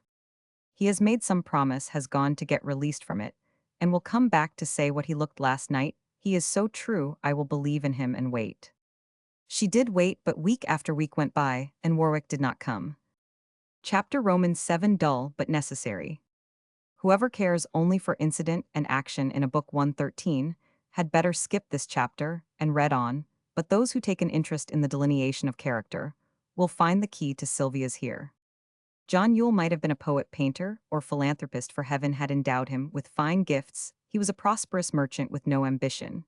But to leave a fortune to his children and live down the memory of a bitter past on the threshold of his life, he stumbled and fell for, as he paused there waiting for the first step to appear. Providence tested, and found him wanting. On one side poverty offered the aspiring youth her meager hand, but he was not wise enough to see the virtues hidden under her hard aspect, nor brave enough to learn the stern, yet salutary lessons, which labor, necessity, and patience teach, giving to those who serve and suffer the true success. On the other hand, opulence allured him with her many baits, and silencing the voice of conscience, he yielded to temptation, and wrecked his nobler self. A loveless marriage was the price he paid for his ambition, not a costly one, he thought, till time taught him that whosoever mars the integrity of his own soul, by transgressing the great laws of life, even by so much as a hair's 1/14 breadth, entails upon himself and heirs the inevitable retribution, which proves their worth and keeps them sacred. The tie that bound and burdened the unhappy twain, worn thin by constant friction, snapped at last, and in the solemn pause death made in his busy life, there rose before him those two ghosts who sooner or later haunt us all, saying with reproachful voices, "This I might have been, and this I am." Then he saw the failure of his life at 50. He found himself poorer than when he made his momentous choice, for the years that had given him wealth, position, children had also taken from him youth, self-respect, and many a gift whose worth was magnified by loss. He endeavored to repair the fault so tardily acknowledged, but found it impossible to cancel it when remorse embittered effort and age left him powerless to redeem the rich inheritance squandered in his prime. If ever man received punishment for a self-inflicted wrong, it was John Yule, a punishment as subtle as the sin for in the children growing up about him, Every relinquished hope, neglected gift, lost aspiration seemed to live again, yet on each and all was set the direful stamp of imperfection, which made them visible illustrations of the great law broken in his youth. In Prudence, as she grew to womanhood, he saw his own practical tact and talent nothing more. She seemed the living representative of the years spent in strife for profit power, and placed the petty cares that fret the soul, the mercenary schemes that waste a life, the worldly formalities, frivolities, and fears that so belittle character, all these he saw in this daughter's shape, and with pathetic patience bore the daily trial of an overactive, over-anxious, affectionate, but most prosaic child. 115. In Mark, he saw his ardor for the beautiful, his love of the poetic, his reverence for genius, virtue, heroism. But here, too, the subtle blight had fallen. This son, though strong in purpose, was feeble in performance, for some hidden spring of power was wanting, and the shadow of that earlier defeat chilled in his nature, the energy which is the first attribute of all success. Mark loved poetry, and wrote in numbers, for the numbers came.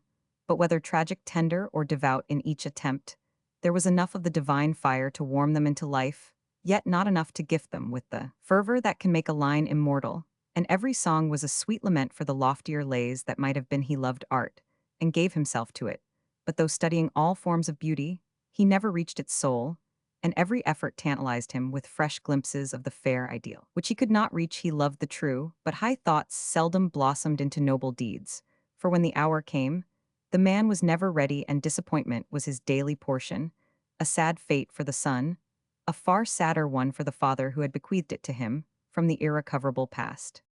In Sylvia, he saw mysteriously blended the two natures that had given her life, although she was born when the gulf between regretful husband and sad wife was widest, as if indignant nature rebelled against the outrage, done her holiest ties adverse temperaments, gifted the child with the good and ill of each from her father. She received pride, intellect, and will from her mother, passion, imagination, and the fateful melancholy of a woman defrauded of her dearest hope.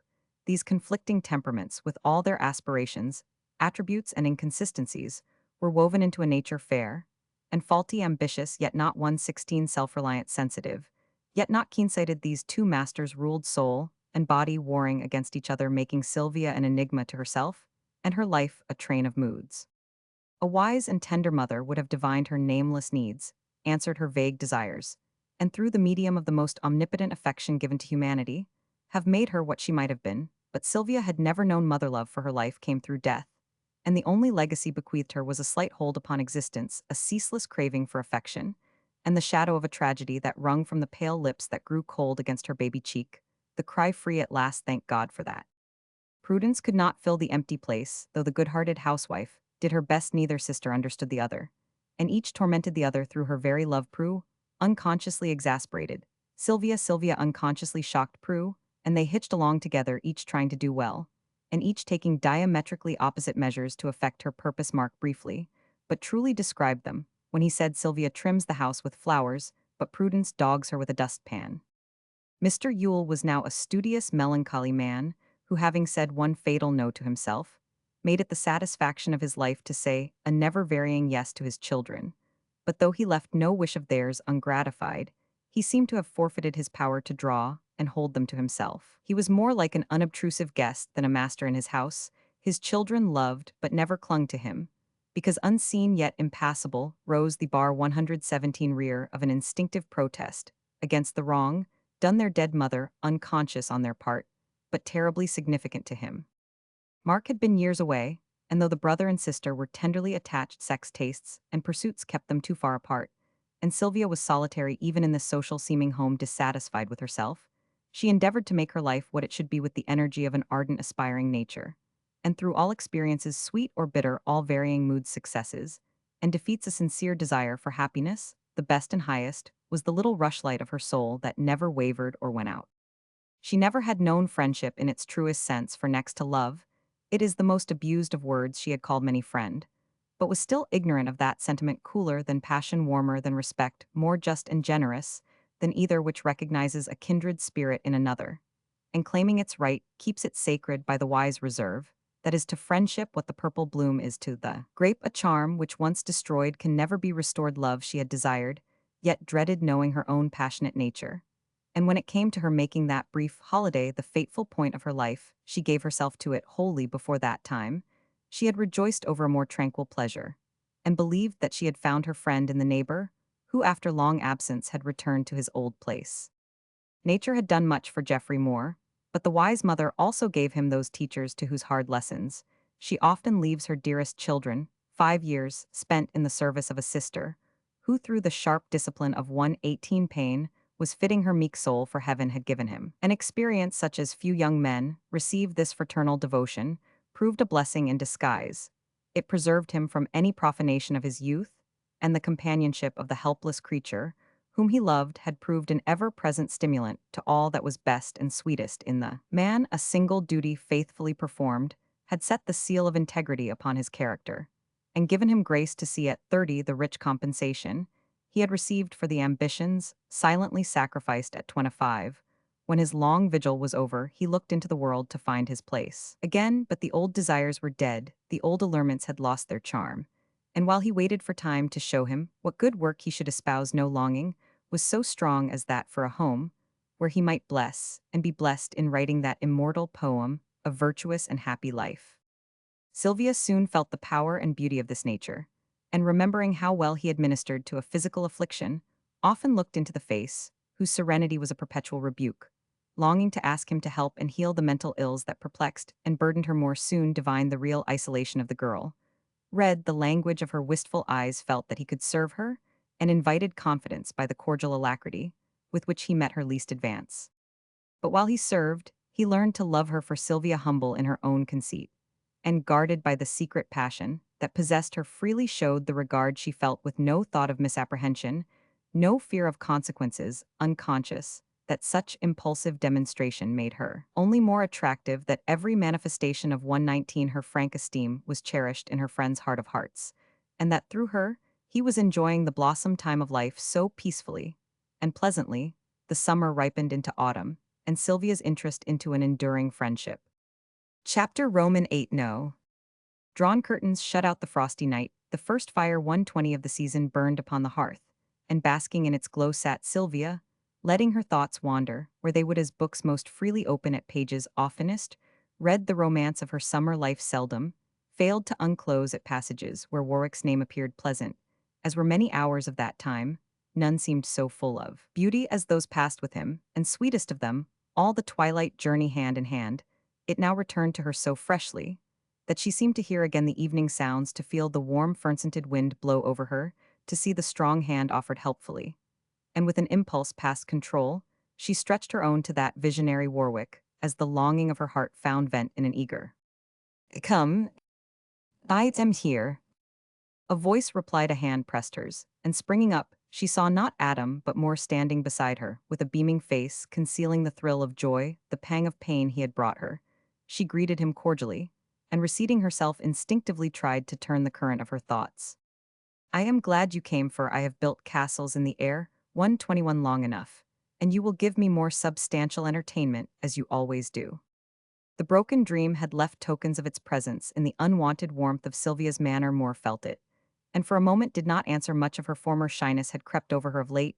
She sometimes shunned him, was less free in conversation, less frank in demonstration, and once or twice had colored deeply as she caught his eye upon her. These betrayals of Warwick's image in her thoughts seemed to Moore the happy omens he had waited eagerly to see, and each day his hope grew more assured. He had watched her unseen, while she was busied with her mental pastime, and as he looked his heart had grown unspeakably tender, for never had her power over him been so fully felt, and never had he so longed to claim her in the name of his exceeding love. A pleasant peace reigned through the house. The girl sat waiting at his side. The moment looked auspicious, the desire grew irresistible, and he yielded to it. "You are thinking of something new and pleasant to tell me, I hope, something in keeping with this quiet place." "An hour," said Sylvia, glancing up at him, with the traitorous softness still in her eyes. "Yes, and hoping you would like it." "Then I have never heard it before." "Never from me." "Go on, please, I am ready." She folded her hands together on her knee, turned her face attentively to his, and unwittingly composed herself to listen to the sweet story so often told, and yet so hard to tell. Moore meant to woo her very gently, for he believed 122 that love was new to her. He had planned many graceful illustrations for his tale, and rounded many smoothly flowing sentences in which to unfold it, but the emotions are not well bred, and when the moment came, nature conquered art, no demonstration seemed beautiful enough to grace the betrayal of his passion, no language eloquent enough to tell it, no power strong enough to hold in check the impulse that mastered him. He went to her, knelt down upon the cushion at her feet, and lifting to her a face flushed and fervent with the ardor of a man's first love, said impetuously, "Sylvia, read it here." There was no need for her to look, act, touch, and tone told the story better than the most impassioned speech, the supplication of his attitude, the eager beating of his heart. The tender pressure of his hand dispelled her blindness in the drawing of a breath, and showed her what she had done now, neglected warnings, selfish forgetfulness, and the knowledge of an unconscious but irremediable wrong frightened and bewildered her. She hid her face and shrunk back, trembling with remorse and shame, more seeing in her agitation only maiden happiness or hesitancy. Accepted, and enjoyed a blissful moment while he waited her reply. It was so long in coming that he gently tried to draw her hands away and look into her face, whispering like one scarcely doubtful of assent. "You love me, Sylvia." "No." Only half audible was the reluctant answer, yet he heard it, smiled at what he fancied a shy falsehood, and said tenderly, "Will you let me love you, dear?" 123. "No." Fainter than before was the one word, but it reached and startled him. Hurriedly he asked, "Am I nothing to you but a friend?" "No." With a quick gesture, he put down her hands and looked at her. Grief, regret, and pity filled her face with trouble. But no love was there, he saw, yet would not believe the truth, felt that the sweet certainty of love had gone, yet could not relinquish the fond hope. "Sylvia, do you understand me?"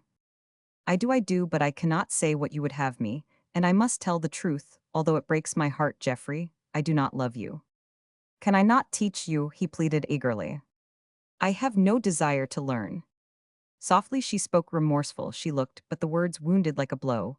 All the glad assurance died, the passionate glow faded, the caress, half tender, half timid, fell away, and nothing of the happy lover remained in face or figure. He rose slowly, as if the heavy disappointment oppressed both soul and body. He fixed on her a glance of mingled incredulity, reproach, and pain, and said like one bent on ending suspense at once, "Did you not see that I loved you? Can you have been trifling with me, Sylvia? I thought you too simple and sincere for heartless coquetry.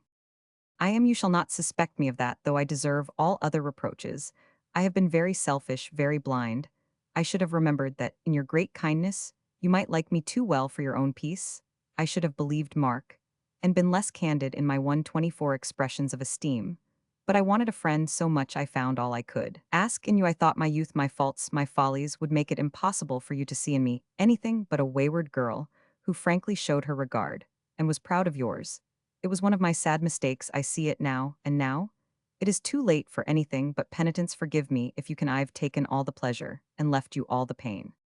Sylvia spoke in a paroxysm of remorseful sorrow. Moore listened with a sinking heart, and when she dropped her face into her hands again, unable to endure the pale expectancy of his, he turned away, saying with an accent of quiet despair, "Then I have worked and waited all this summer to see my harvest fail at last. Oh, Sylvia, I so loved, so trusted you." He leaned his arm on the low chimney-piece, laid down his head upon it, and stood silent, trying to forgive. It is always a hard moment for any woman, when it demands her bravest sincerity, to look into a countenance of eager love, and change it to one of bitter disappointment, by the utterance of a monosyllable. To Sylvia, it was doubly hard, for now her blindness seemed as incredible as cruel her past frankness, unjustifiable her pleasure, selfish her refusal, the blackest ingratitude, and her dream of friendship forever marred in the brief pause that fell. Every little service he had rendered her rose freshly in her memory.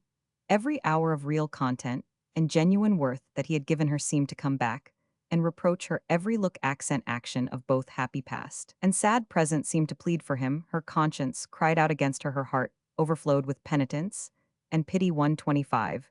She looked at him, longing to say something, do something that should prove her repentance and assure him of the affection which she felt. As she looked, two great tears fell glittering to the hearth and lay there, such eloquent reproaches that had Sylvia's heart been hard and cold as the marble where they shone, it would have melted. Then, she could not bear it. She went to him, took in both her own the rejected hand that hung at his side, and feeling that no act could too tenderly express her sorrow, lifted it to her lips and softly kissed it. An instant she was permitted to lay her cheek against it, as a penitent child mutely imploring pardon, might have done. Then it broke from her hold, and gathering her to himself more, looked up exclaiming with renewed hope, unaltered longing. You do care for me, then you give yourself to me in spite of that hard no. Ah, Sylvia, you are capricious even in your love. She could not answer, for if that first no had been hard to utter, this was impossible. It seemed like turning the knife in the wound to disappoint the hope that had gathered strength from despair. And she could only lay her head down on his breast, weeping the saddest tears she had ever shed, still happy in his new delusion, more softly stroked the shining hair, smiling so tenderly, so delightedly, that it was well for her she did not see the smile. The words were enough. Dear Sylvia, I have tried so hard to make you love me, how could you help it? The reason sprung to her lips, but maiden pride and shame withheld it. What could she tell, except that she had cherished a passion, based only on a look she had 126, deceived herself in her belief that Moore was but a friend? Might she not also have deceived herself in believing Warwick was a lover? She could not own this secret, its betrayal could not alter her reply, nor heal Moore's wound. But the thought of Warwick strengthened her. It always did, as surely as the influence of his friend always soothed her, for one was an embodiment of power, the other of tenderness. Geoffrey, let me be true to you, and to myself, she said so earnestly that it gave weight to her broken words. I cannot be your wife, but I can be your dear friend. Forever try to believe this, make my task easier by giving up your hope, and oh, be sure that, while I live, I cannot do enough to show my sorrow for the great wrong I have done you. Must it be so? I find it very hard to accept the truth and give up the hope that has made my happiness so long. Let me keep it. Sylvia, let me wait and work again. I have a firm belief that you will love me yet, because I cleave to you with heart and soul, long for you continually, and think you the one woman of the world. Ah, if it were only possible, she sighed. Let me make it so. In truth, I think I should not labor long. You are so young, dear, you have not learned to know your own heart. Yet it was not pity nor penitence alone that brought you here to comfort me, was it, Sylvia? Yes, had it been love, could I stand as I am now, and not show it? She looked up at him, showed him that though her cheeks were wet there was no rosy dawn of passion there, though her eyes were as full of affection as of grief, there was no 127 shy avoidance of his own, no dropping of the lids lest they should tell too much. And though his arm encircled her, she did not cling to him as loving women cling when they lean on the strength which, touched by love, can both cherish and sustain. That look convinced him better than a flood of words. A long sigh broke from his lips, and turning from her the eyes that had so wistfully searched and found not, they went wandering drearily hither and thither, as if seeking the hope whose loss made life seem desolate. Sylvia saw it, groaned within herself, but still held fast to the hard truth, and tried to make it kinder. Geoffrey, I once heard you say to mark friendship is the best college character can graduate from. Believe in it, seek for it, and when it comes, keep it as sacredly as love. All my life, I have wanted a friend, have looked for one, and when he came I welcomed him. May I not keep him and preserve the friendship dear and sacred still, although I cannot offer love?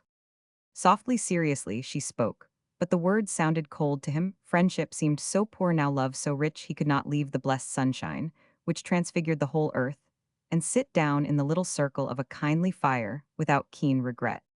I should say yes, I will try to do it if nothing easier remains to me. Sylvia, for 5 years, I have longed and waited for a home duty, forbade it then, because poor Marian had only me to make her sad life happy, and my mother left her to my charge. Now, the duty is ended, the old house very empty, my heart very hungry for affection. You are all in all to me, and I find it so difficult to relinquish my dream that I must be importunate. I have spoken too soon. You have had no time to think, to look in 128 to yourself and question your own heart. Go now, recall what I have said, remember that I will wait for you patiently, and when I leave an hour hence come down and give me my last answer. Sylvia was about to speak, but the sound of an approaching step brought over her the shyness she had not felt before, and without a word she darted from the room. Then, romance also fled, for Prue came bustling in, and Moore was called to talk of influenzas while his thoughts were full of love. Alone in her chamber, Sylvia searched herself. She pictured the life that would be hers with Moore, the old house, so full of something better than its opulence, and atmosphere of genial tranquility, which made it homelike to whoever crossed its threshold. Herself, the daily companion and dear wife of the master, who diffused such sunshine there, whose serenity soothed her restlessness, whose affection would be as enduring as his patience, whose character she so truly honored. She felt that no woman need ask a happier home, a truer or more tender lover. But when she looked into herself, She found the cordial, unimpassioned sentiment he first inspired still unchanged, and her heart answered. This is friendship.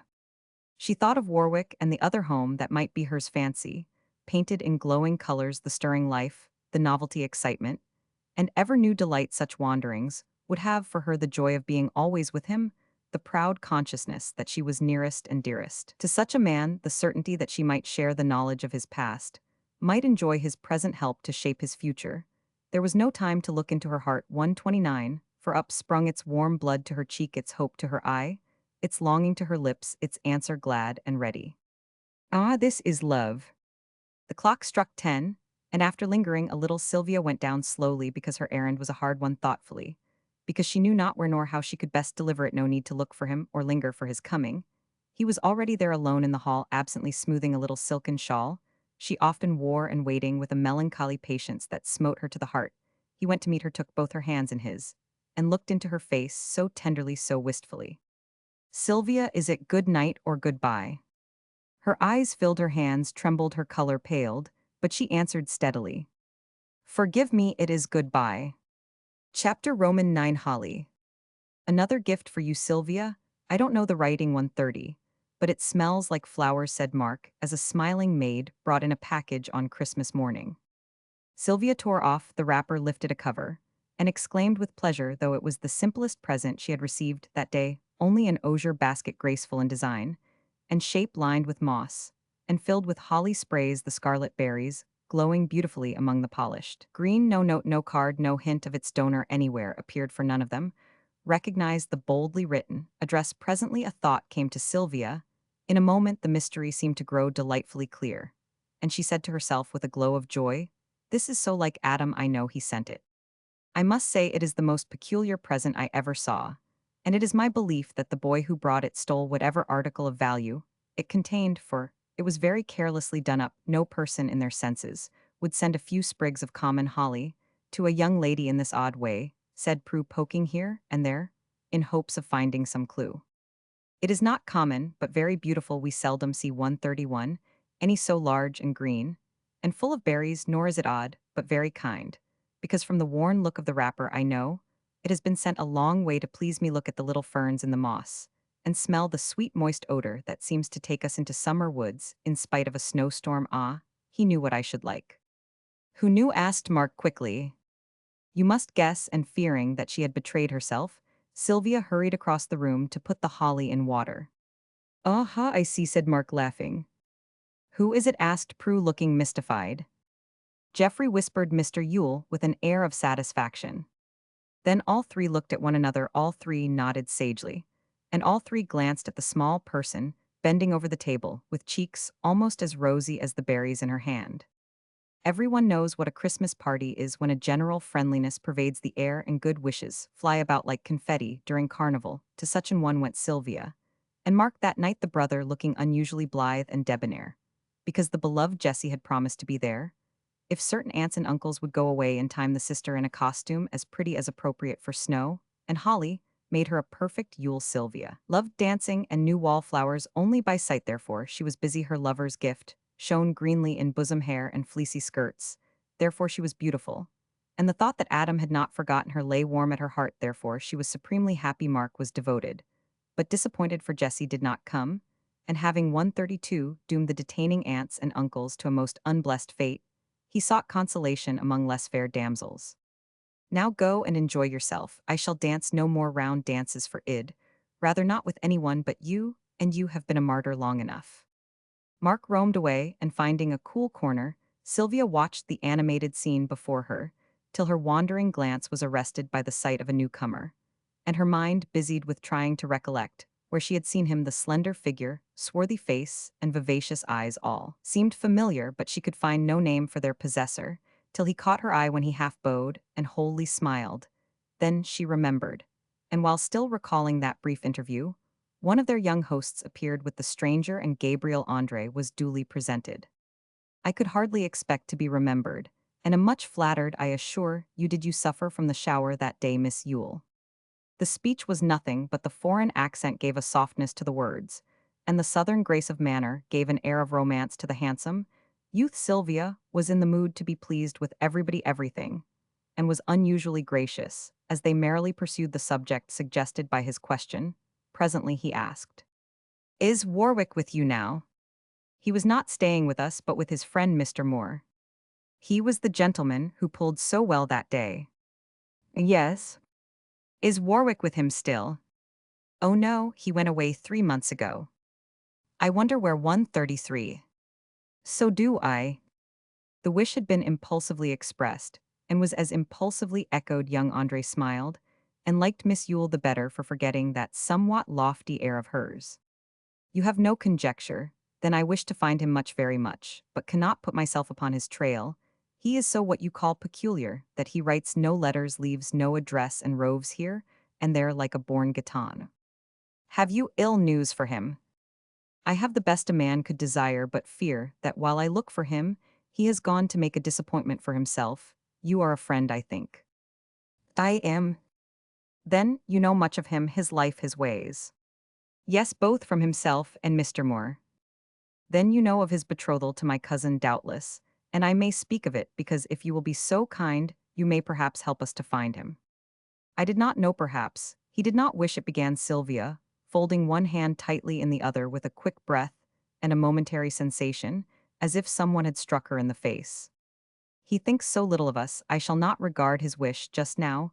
If you will permit me, I would say a word for my cousin's sake, as I know you will be interested for her, and I do not feel myself strange with you.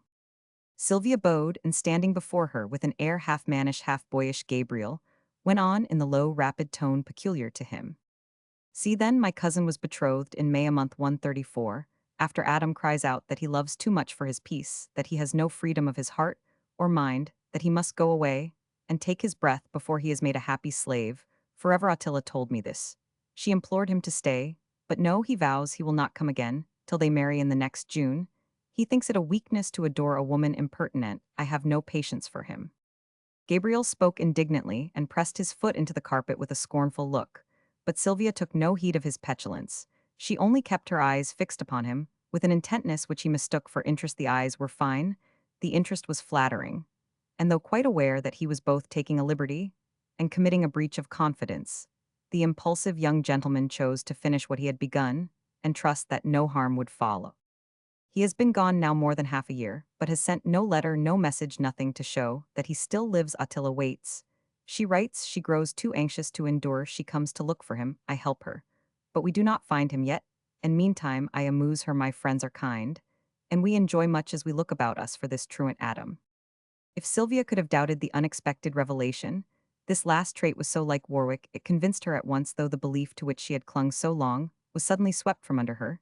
She floated silently with no outward sign of shipwreck, as her hope went down. Pride was her shield, and crowding back all other emotions, she kept herself unnaturally calm behind it, till she was alone. If Gabriel had been watching her, he would only have discovered that she was a paler blonde than he had thought. 135 her, that her address was more coldly charming than before, and that her eye no longer met his, but rested steadily on the folded fan. She held he was not watching her, however, but glancing frequently over her head at something at the far end of the rooms, which a crowd of assiduous gentlemen concealed. His eye wandered, but his thoughts did not, for still intent on the purpose that seemed to have brought him to her, he said, as if reluctant to be importunate, yet resolved to satisfy himself. Pardon me that I so poorly entertain you, and let me ask one other question in Attila's name. This Moore, would he not give us some clue to Adam's haunts? He is absent, and will be till spring, I think, where I do not know else. I could write for you. Did Mr. Warwick promise to return in June? Yes. Then if he lives, he will come. Your cousin must wait, it will not be in vain. It shall not. The young man's voice was stern, and a passionate glitter made his black eyes fierce. Then the former suavity returned, and with his most gallant air he said, "You are kind, Miss Yule, I thank you, and put away this so troublesome affair. May I have the honor?" If he had proposed to waltz over a precipice, Sylvia felt as if she could have accepted, provided there was time to ask a question or two before the crash came. A moment afterward Mark was surprised to see her floating round the room on the arm of the olive-colored party, whom he recognized at once. His surprise soon changed to pleasure, for his beauty-loving eye, as well as his brotherly pride, was gratified as the whirling couples subsided. and the young 136 pair went circling slowly, by giving to the graceful pastime the enchantment few have skill to lend it, and making it a spectacle of liff-enjoying youth to be remembered by the lookers-on. Thank you, I have not enjoyed such a waltz since I left Cuba. It is the rudest of rude things to say. But to you I may confide it because you dance like a Spaniard. The ladies here seem to me as cold as their own snow, and they make dancing a duty, not a pleasure. They should see Attila.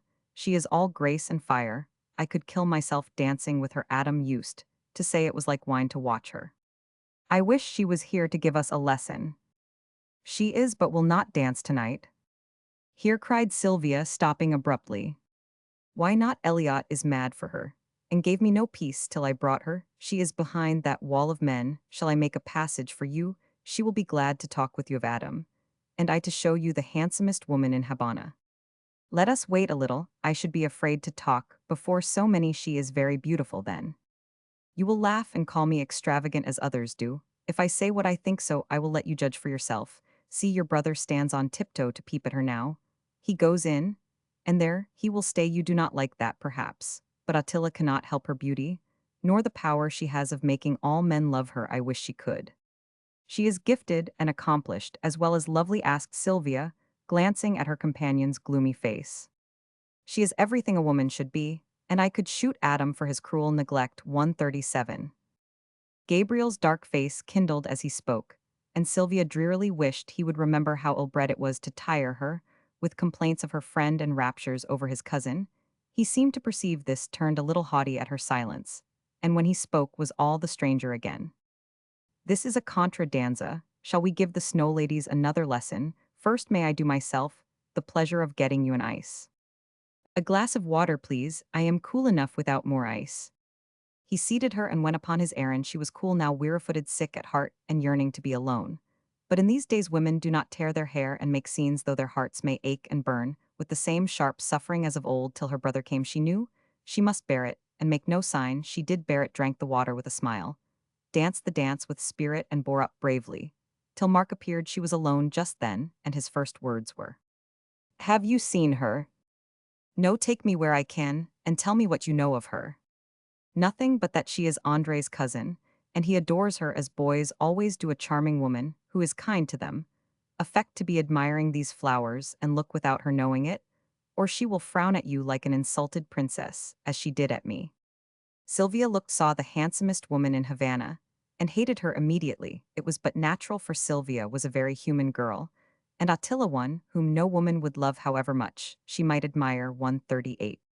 Hers was that type of character which every age has reproduced, varying externally, with climates and conditions, but materially the same, from fabled Circe down to Lola Montes, or some less famous siren, whose subjects are not kings. The same passions that in ancient days broke out in heaven-defying crimes, the same power of beauty, intellect, or subtlety, the same untamable spirit and lack of moral sentiment, are the attributes of all latent or alert, as the noble or ignoble nature may predominate. Most of us can recall some glimpse of such specimens of nature's work in a daring mood. Many of our own drawing-rooms have held illustrations of the nobler type, and modern men and women have quailed before royal eyes, whose possessors ruled all spirits but their own. Born in Athens, and endowed with a finer intellect, Attila might have been an Aspasia or cast in that great tragedy. The French Revolution have played a brave part, and died heroically like Roland and Corday, but set down in uneventful times, the courage, wit, and passion that might have served high ends dwindled to their baser counterparts, and made her what she was, a fair allurement to the eyes of men, a born rival to the peace of women, a rudderless nature, absolute as fate.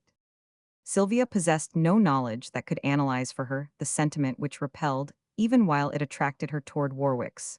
Betrothed that he loved her, she did not doubt, because she felt that even his pride would yield to the potent fascination of this woman. As Sylvia looked her feminine eye took in every gift of face and figure, every grace of attitude or gesture, every daintiness of costume, and found no visible flaw in Attila, from her haughty head to her handsome foot. Yet when her scrutiny ended, the 139 girl felt a sense of disappointment, and no envy mingled with her admiration. As she stood forgetting to assume interest in the camellias before her, she saw Gabriel join his cousin, saw her pause, and look up at him with an anxious question. He answered it, glancing toward that part of the room where she was standing. Attila's gaze was fixed upon her. Instantly a rapid, but keen survey followed. And then the lustrous eyes turned away with such supreme indifference that Sylvia's blood tingled as if she had received an insult. "Mark, I am going home," she said abruptly. "Very well, I am ready." When safe in her own room, Sylvia's first act was to take off the holly wreath for her head, throbbed with a heavy pain that forbade hope of sleep. That night, looking at the little chaplet so happily made, she saw that all the berries had fallen, and nothing but the barbed leaves remained. A sudden gesture crushed it in both her hands, and standing. So she gathered many a scattered memory to confirm that night's discovery.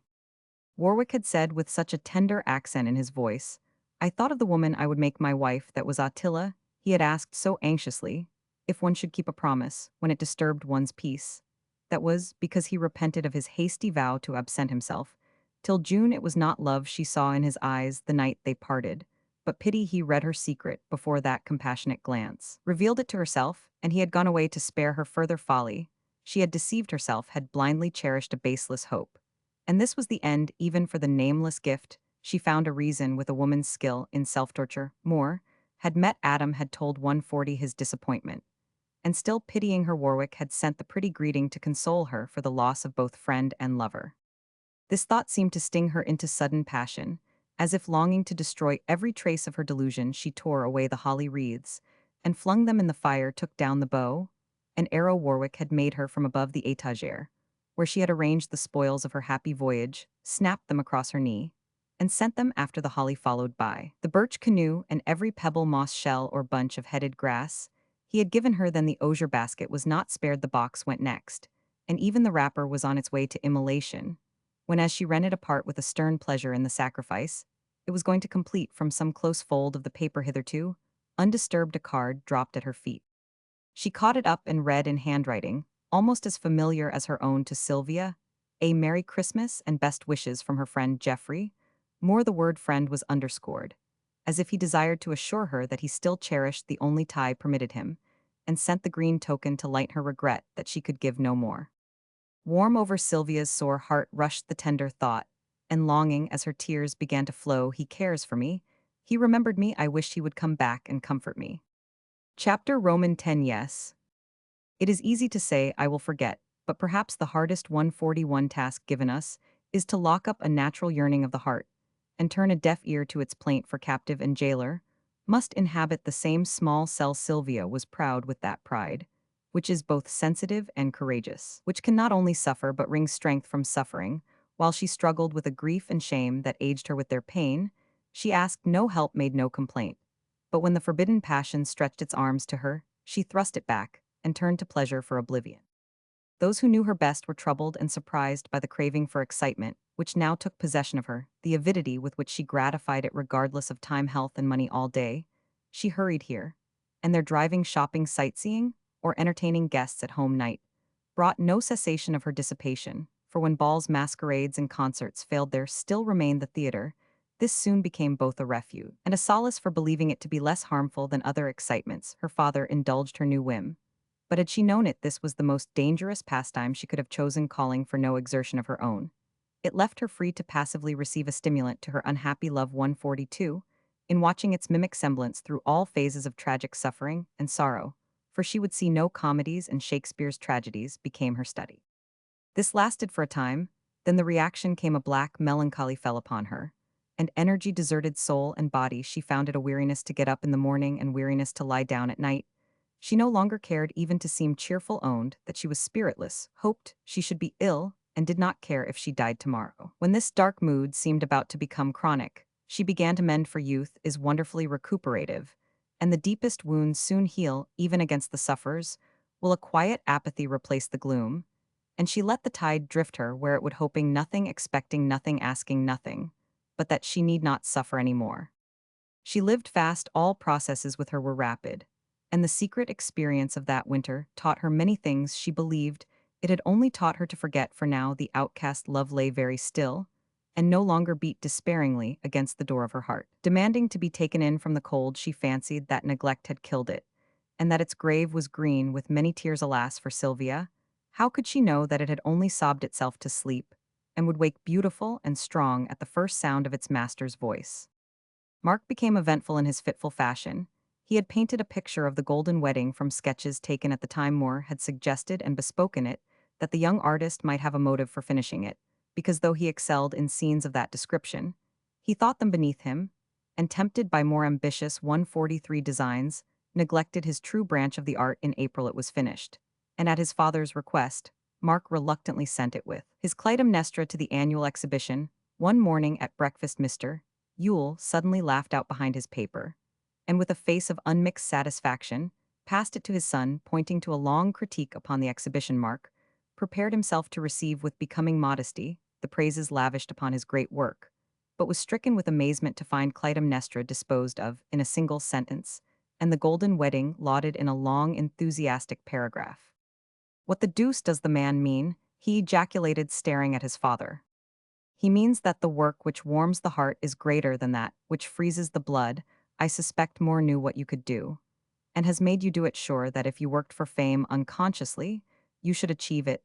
This is a success that I can appreciate, and I congratulate you heartily, my son." "Thank you, sir, but upon my word, I don't understand it. And if this wasn't written by the best art critic in the country, I should feel inclined to say the writer was a fool. Why, that little thing was a daub compared to the other." He got no farther in his protest against this unexpected freak of fortune, for Sylvia seized the paper and read the paragraph aloud with such happy emphasis amid Prue's outcries and his father's applause that Mark began to feel that he really had done something praiseworthy, and that the daub was not so despicable after all. "I'm going to look at it from this new point of sight," was his sole comment as he went away. 144. 3 hours afterward, he appeared to Sylvia as she sat sewing alone, and startled her with the mysterious announcement. "I've done it." "Done? What have you burnt, poor Clytemnestra?" "Hang Clytemnestra, it'll begin at the beginning, and prepare you for the grand finale." I went to the exhibition, and stared at Father Blake and his family, for an hour, decided that wasn't bad, though I still admire the other more. Then people began to come and crowd up, so that I slipped away, for I couldn't stand the compliments. Dalman Scott and all the rest of my tribe were there. And as true as my name is Mark Yule, every man of them ignored the Greek party and congratulated me upon the success of that confounded golden wedding. "My dearest boy, I am so proud, so glad. What is the matter? Have you been bitten by a tarantula?" She might well ask, for Mark was dancing all over the carpet in a most extraordinary style, and only stopped long enough to throw a little case into Sylvia's lap, asking as a whole faceful of smiles broke loose. "What does that mean?" She opened it, and a suspicious circlet of diamonds appeared, at sight of which she clapped her hands and cried out, "You're going to ask Jessie to wear it?" I have sung Mark, dancing more wildly than ever. Sylvia chased him into a corner, and held him there almost as much excited as he, while she demanded a full explanation, which he gave her, laughing like a boy and blushing like a girl. "You have no business to ask, but of course I'm dying. 145 to tell you. I went from that painter's purgatory, as we call it, to Mr. Hope's, and asked for Miss Jessie. My angel came down. I told her of my success, and she smiled as never woman did before. I added that I'd only waited to make myself more worthy of her, by showing that I had talent as well as love and money to offer her, and she began to cry, whereat I took her in my arms and ascended straight into heaven." "Please be sober, Mark, and tell me all about it. Was she glad? Did she say she would, and is everything as we would have it?"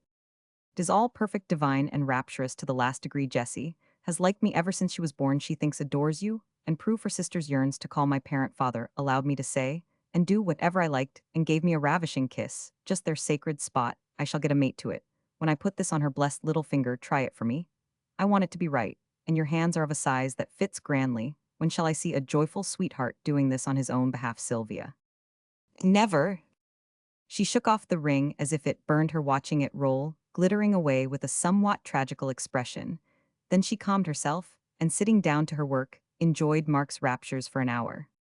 The distant city bells were ringing 9 that night as a man paused before Mr. Yule's house and attentively scrutinized each window. Many were alight, but on the drawn curtain of one, a woman's shadow came and went. He watched it a moment, passed up the steps, and noiselessly went. In the hall was bright and solitary. From above came the sound of voices from a room to the right, the stir 146 of papers, and the scratch of a pen from one on the left.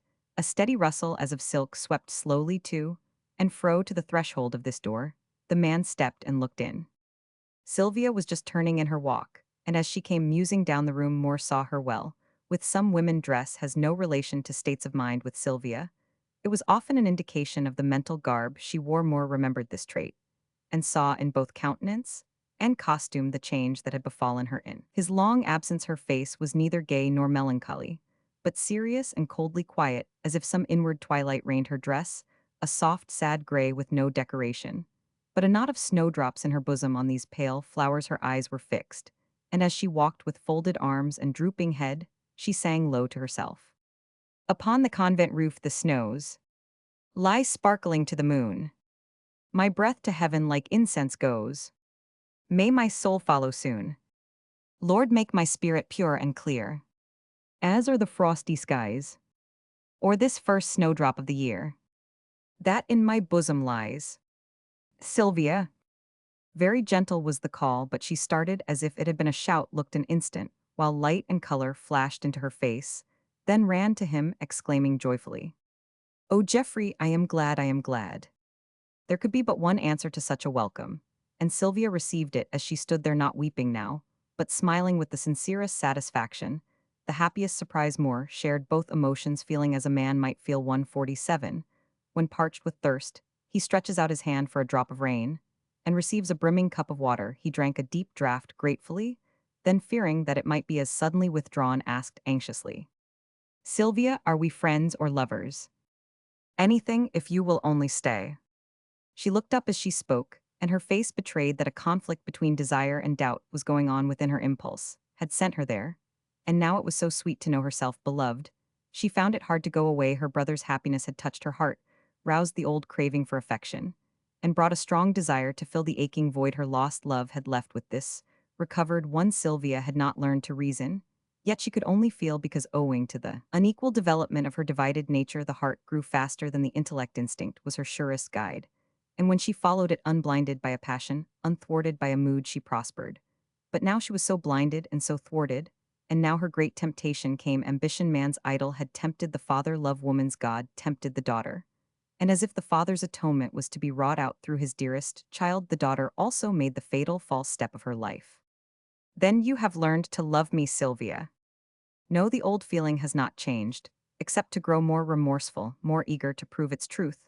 Once you asked me if I did not wish to love you, then I did not. Now I sincerely do. If you still want me with my many faults, and will teach me in your gentle way to be all I should to you, I will gladly learn, because I never needed love as I do now. Geoffrey, shall I stay or go? 148.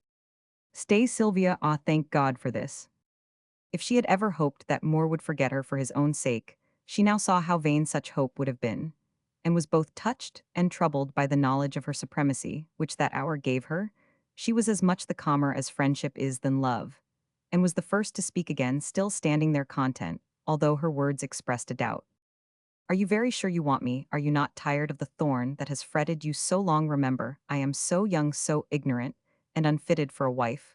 Can I give you real happiness, make home what you would have it, and never see in your face regret that some wiser, better woman was not in my place? I am sure of myself and satisfied with you, as you are no wiser, no better, nothing but my Sylvia. It is very sweet to hear you say that, with such a look. I do not deserve it, but I will. Is the pain I once gave you gone now, Geoffrey? Gone forever. Then I am satisfied, and will begin my life anew, by trying to learn well the lesson my kind master is to teach me." When Moore went that night, Sylvia followed him, and as they stood together, this happy moment seemed to recall that other sad one. For taking her hands again, he asked, smiling now, "Dear, is it good night or goodbye?" "It is goodbye, and come tomorrow." Chapter Roman 11. Wooing. Nothing could have been more unlike than the two pairs. 149 of lovers, who from April to August haunted Mr. Yule's house. One pair was of the popular order, for Mark was tenderly tyrannical, Jessie adoringly submissive, and at all hours of the day they were to be seen making tableaux of themselves. The other pair were of the peculiar order, undemonstrative and unsentimental, but quite as happy. Moore knew his power, but used it generously, asking little while giving much. Sylvia as yet found nothing to regret, for so gently was she taught the lesson could not seem hard, and when her affection remained unchanged and kind, although it deepened in degree, she said within herself, "That strong and sudden passion was not true love, but an unwise, unhappy delusion of my own. I should be glad that it is gone, because I know I am not fit to be Warwick's wife. This quiet feeling, which Geoffrey inspires, must be a safer love for me, and I should be grateful that in making his happiness I may yet find my own. She tried heartily to forget herself in others unconscious, that there are times when the duty we owe ourselves is greater than that we owe to them. In the atmosphere of cheerfulness that now surrounded her, she could not but be cheerful. And soon it would have been difficult to find a 150 more harmonious household than this one little cloud alone remained to mar the general sunshine. Mark was in a frenzy to be married, but had set his heart on a double wedding, and Sylvia would not fix the time, always pleading. Let me be quite sure of myself before I take this step, and do not wait. Matters stood thus till Mark, having prepared his honeymoon cottage as a relief to his impatience, found it so irresistible that he announced his marriage for the 1st of August, and declared no human power should change his purpose. Sylvia promised to think of it, but gave no decided answer, for though she would hardly own it to herself, she longed to remain free. Till June was past it came, and went without a sign, and July began before the longing died a sudden death, and she consented to be married. Mark and Jessie came in from the city one warm morning, and found Sylvia sitting idly in the hall. She left her preparations all to Prue, who reveled in such things, and applied herself diligently to her lesson, as if afraid she might not learn it. As she should halfway upstairs, Mark turned and said, laughing, "Sylvia, I saw Cyril Tadion of the fellows whom we met on the river last summer, and he began to tell me something about Andre and the splendid cousin who is married and gone abroad. It seems I did not hear much, for Jessie was waiting. But you remember the handsome Cubans we saw at Christmas, don't you?" "Yes, I remember." "Well, I thought you'd like to know that the lad had gone home to Cleopatra's wedding, so you cannot have him 151 to dance at yours. Have you forgotten how you waltzed that night?" "No, I've not forgotten."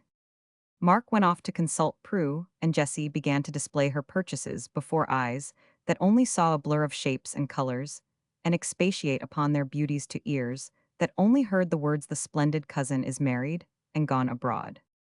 "I should enjoy these pretty things 1,000 times more if you would please us all by being married when we are," sighed Jessie, looking at her pearls. "I will." "What, really, Sylvia, you are a perfect darling." "Mark, Prue, she says she will." Away flew Jessie to proclaim the glad tidings, and Sylvia, with a curious expression of relief, regret, and resolve, repeated to herself that decided, "I will." Everyone took care that Miss Caprice should not have time to change her mind. The whole house was soon in a bustle, for Prue ruled supreme. Mr. Yule fled from the din of women's tongues. The bridegrooms were kept on a very short allowance of bride, and Sylvia and Jessie were almost invisible, for milliners and mantua-makers swarmed about them, till they felt like animated pincushions. The last evening came at length, and Sylvia was just planning an escape into the garden when Prue, whose tongue wagged as rapidly as her hands worked, exclaimed, "How can you stand staring out of window when there is so much to do here? Are all these trunks to pack?" Maria, in her bed with every tooth in a frightful state of inflammation, and that capable Jane, what's her name, gone 152 off while I was putting a chamomile poultice on her face. "If you are tired, sit down and try on all your shoes, for though Mr. Peggott has your measure, those absurd clerks seem to think it a compliment to send children's sizes to grown women. I am sure my rubbers were a perfect insult." Sylvia sat down, tugged on one boot, and fell into a reverie with the other in her hand, while Prue clacked on like a word mill in full operation. "How I'm ever to get all these gowns into that trunk passes my comprehension. There's a tray for each, of course. But a ball dress is such a fractious thing. I could shake that Aunt Net Roch for disappointing you at the last minute. And what you are to do for a maid, I don't know. Y'all have so much dressing to do, you will be quite worn out, and I want you to look your best on all occasions, for you will meet everybody. This collar won't wear well. Clara hast a particle of judgment, though her taste is sweet. These hose now are a good firm article. I chose them myself.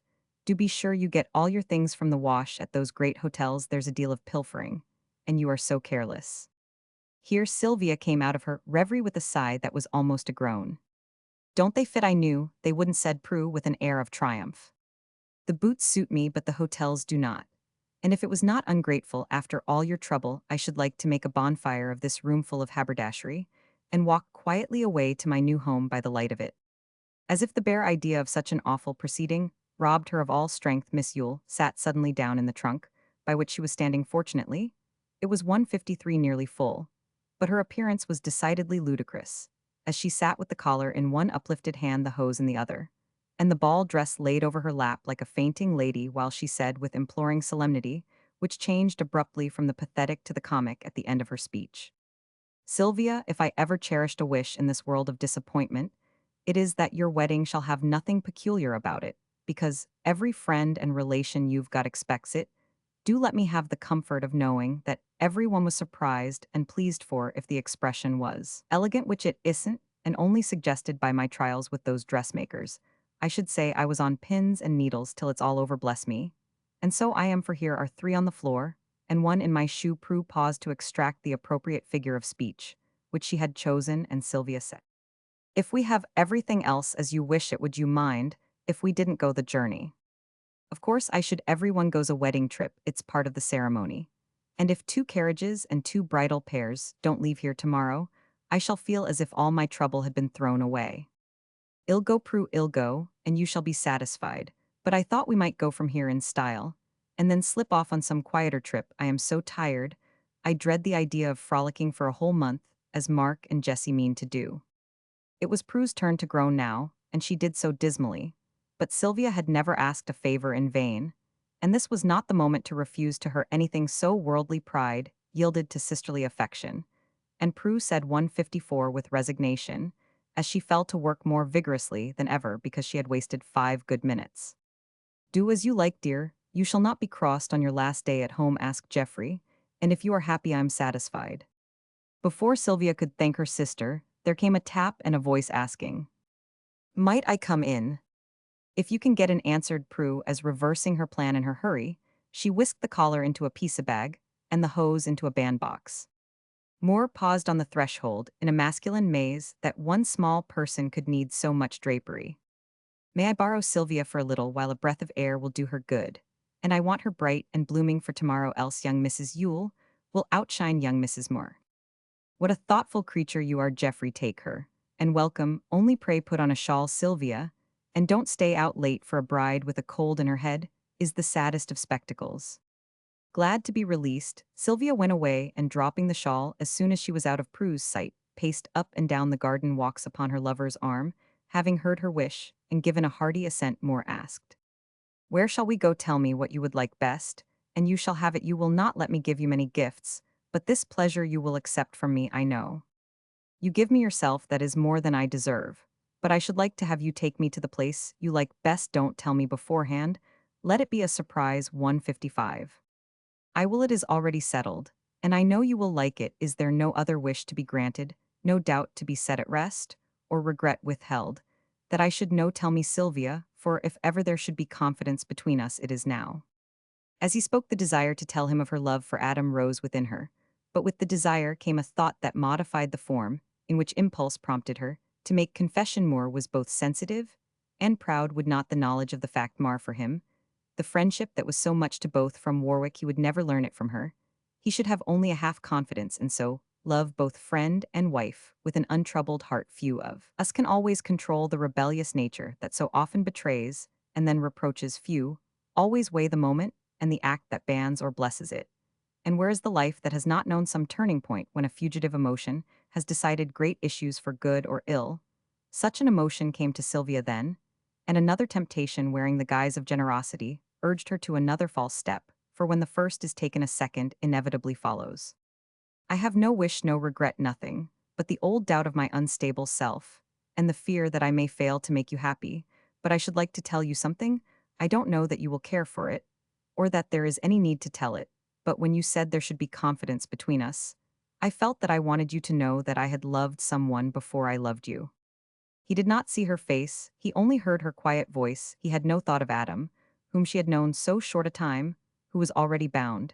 He only fancied that she 156 spoke of some young lover who had touched her heart, and while he smiled at the nice sense of honor that prompted the innocent confession, he said, with no coldness, no curiosity in voice or face, no need to tell it, dear. I have no jealousy of anyone who has gone before me. Rest assured of this, for if I could not share so large a heart with one who will never claim my share, I should not deserve it. That is so like you. Now I am quite at ease. He looked down at her as she went beside him, thinking that of all the brides he had ever seen, his own looked least like one. I always thought that you would make a very ardent lover, Sylvia, that you would be excited, gay, and brilliant at a time like this. But you are so quiet, so absorbed, and so unlike your former self that I begin to think I do not know you yet. You will in time. I am passionate and restless by nature, but I am also very sensitive to all influences, personal or otherwise.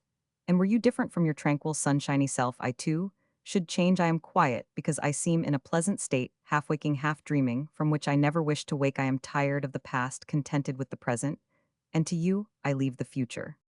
It shall be a happy one if I can make it so, and tomorrow you will give me the dear right to try. Yes, she said, and thinking of the solemn promises to be then made, she added thoughtfully, I think I love, I know, I honor, I will try to obey, can I do more? Well for them both if they could have known that friendship is love's twin, and the gentle sisters are too often mistaken 157 for each other, that Sylvia was innocently deceiving both her lover and herself. By wrapping her friendship in the garb her lost love had worn, forgetting that the wanderer might return and claim its own, leaving the other to suffer for the borrowed warmth. They did not know it and walked tranquilly together in the summer night, planning the new life as they went. And when they parted, Moore pointed to a young moon hanging in the sky.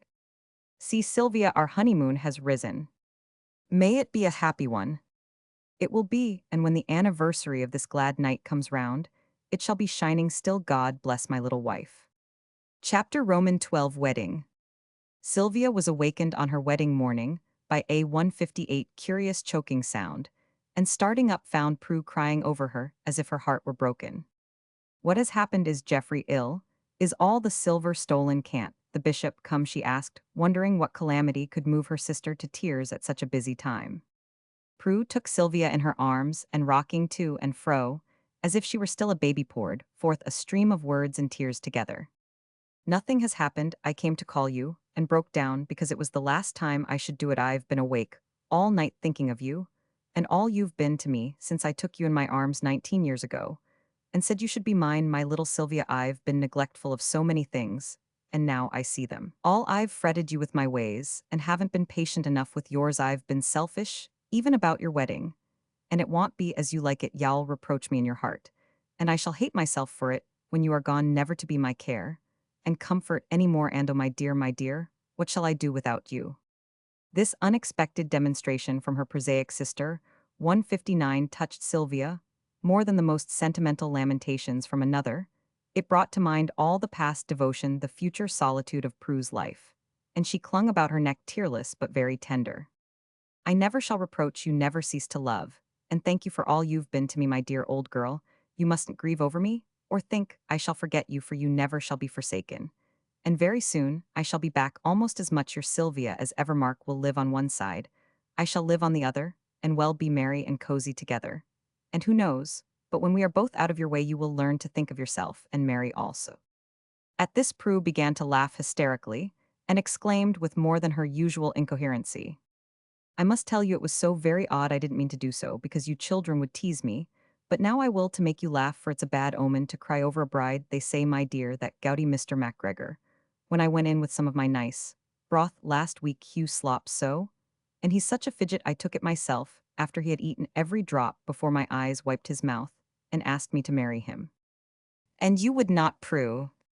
Bless me, child, how could I? I must take care of my poor dear father, and he isn't pleasant in the least, you know, but would wear my life out in a week. I really pitied him, however, when I refused him with a napkin round his neck, and he tapped his waistcoat with a spoon so comically, when he offered me his heart as if it were something good to eat. How very funny! What made him do it? Prue 160. He said he'd watched the preparations from his window, and got so interested in weddings that he wanted one himself, and felt drawn to me.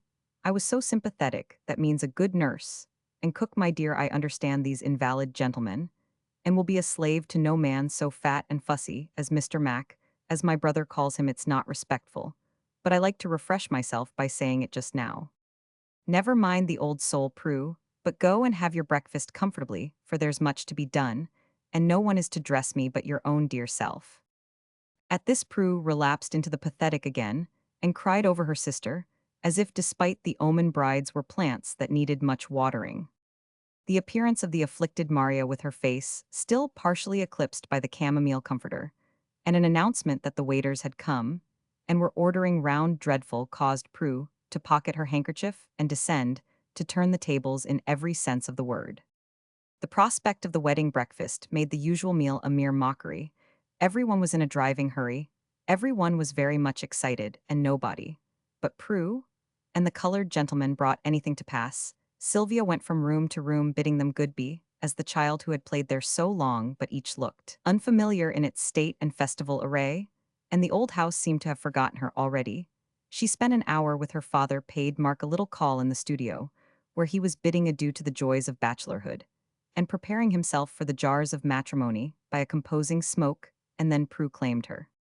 The agonies she suffered during that long toilet are beyond the powers of language to portray, for Prue surpassed 161 herself, and was the very essence of fussiness, but Sylvia bore it patiently as a last sacrifice, because her sister was very tender-hearted still and laughed, and cried over her work till all was done, when she surveyed the effect with pensive satisfaction.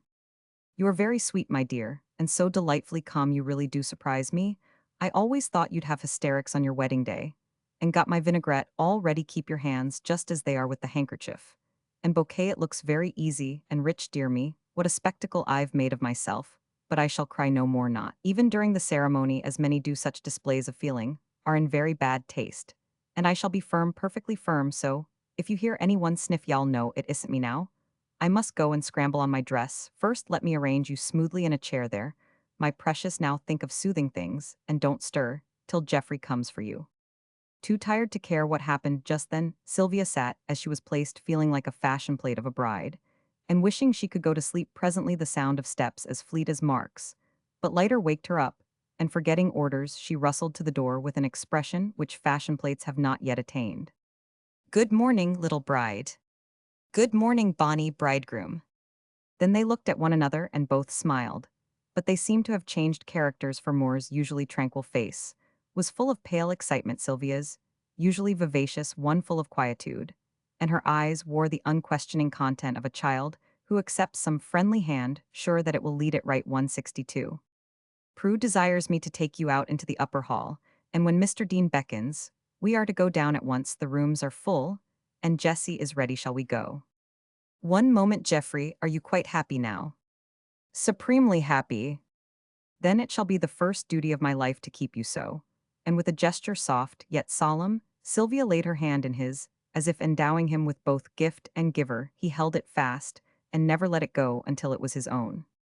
In the upper hall they found Mark hovering about Jessie like an agitated bee, about a very full-blown flower, and Clara Dean flapping him away, lest he should damage the effect of this beautiful white rose for 10 minutes ages. They seemed, the five stood together, listening to the stir below, looking at one another, till they were tired of the sight and scent of orange blossoms, and wishing that the whole affair was safely over. But the instant a portentous hem was heard, and a white glove seen to beckon from the stair foot, everyone fell into a flutter. Moore turned paler still, and Sylvia felt his heart beat hard against her hand. She herself was seized with a momentary desire to run away and say no again. Mark looked as if nerving himself for immediate execution, and Jessie feebly whispered, "Oh, Clara, I am going to faint."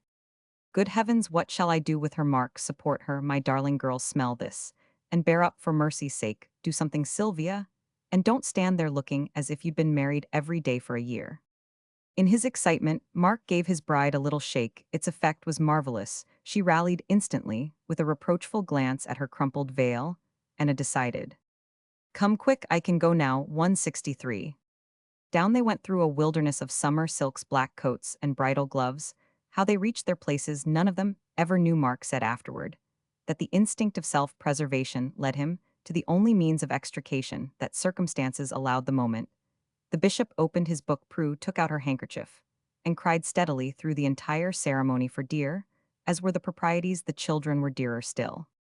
At Sylvia's desire, Mark was married first, and as she stood listening to the sonorous roll of the service falling from the bishop's lips, she tried to feel devout and solemn, but failed to do so. She tried to keep her thoughts from wandering, but continually found herself wondering if that sob came from Prue, if her father felt it very much. And when it would be done, she tried to keep her eyes fixed timidly upon the carpet, as she had been told to do, but they would rise and glance about against her will. One of these derelictions from the path of duty nearly produced a catastrophe. Little Tilly, the gardener's pretty child, had strayed in from among the servants, peeping at a long window in the rear, and established herself near the wedding group, looking like a small ballet girl in her full white frock and wreath, pushed rakishly askew on her curly pate. As she stood regarding the scene with dignified amazement, her eye met Sylvia's in. Spite of the unusual costume, the baby knew her playmate, and running to her thrust her head under the veil with a delighted peep. A beau horror-seized Jessie Mark was on the brink of a laugh and more, looked like one fallen from the clouds, but Sylvia drew the little marplot close to her, with a warning 164 word. And there she stayed quietly amusing herself with purring the silvery dress, smelling the flowers, and staring at the bishop. After this all prospered, the gloves came smoothly off, the rings went smoothly on, no one cried, but Prue no one laughed, but Tilly. The brides were admired, the grooms envied the service pronounced impressive, and when it ended a tumult of congratulations arose. Sylvia always had a very confused idea of what happened during the next hour. She remembered being kissed, till her cheeks burned, and shaken hands with, till her fingers tingled bowing in answer to toasts, and forgetting to reply when addressed by the new name, trying to eat and drink, and discovering that everything tasted of wedding cake, finding herself upstairs hurrying on her traveling dress, then downstairs saying goodbye, and when her father embraced her last of all, suddenly realizing, with a pang, that she was married and going away, never to be little Sylvia anymore. Prue was gratified to her heart's content, for when the two bridal carriages had vanished with handkerchiefs flying from their windows, in answer to the white whirlwind on the lawn, Mrs. Grundy, with an approving smile on her aristocratic countenance, pronounced this the most charming affair of the season. Chapter Roman 13 Sylvia's Honeymoon.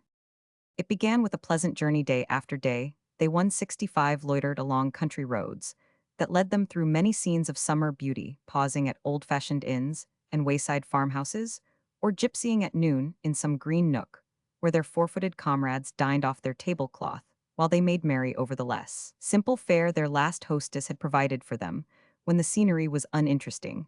As was sometimes the case, for nature will not disturb her domestic arrangements for any bridal pair. One or the other read aloud, or both sang, while conversation was a never-failing pastime, and silence had charms which they could enjoy. Sometimes they walked a mile or two, ran down a hillside, rustled through a grain field, strolled into an orchard, or feasted from fruitful hedges, by the way as carefree as the squirrels on the wall, or the jolly brown bees, lunching at the sign of the clover-top.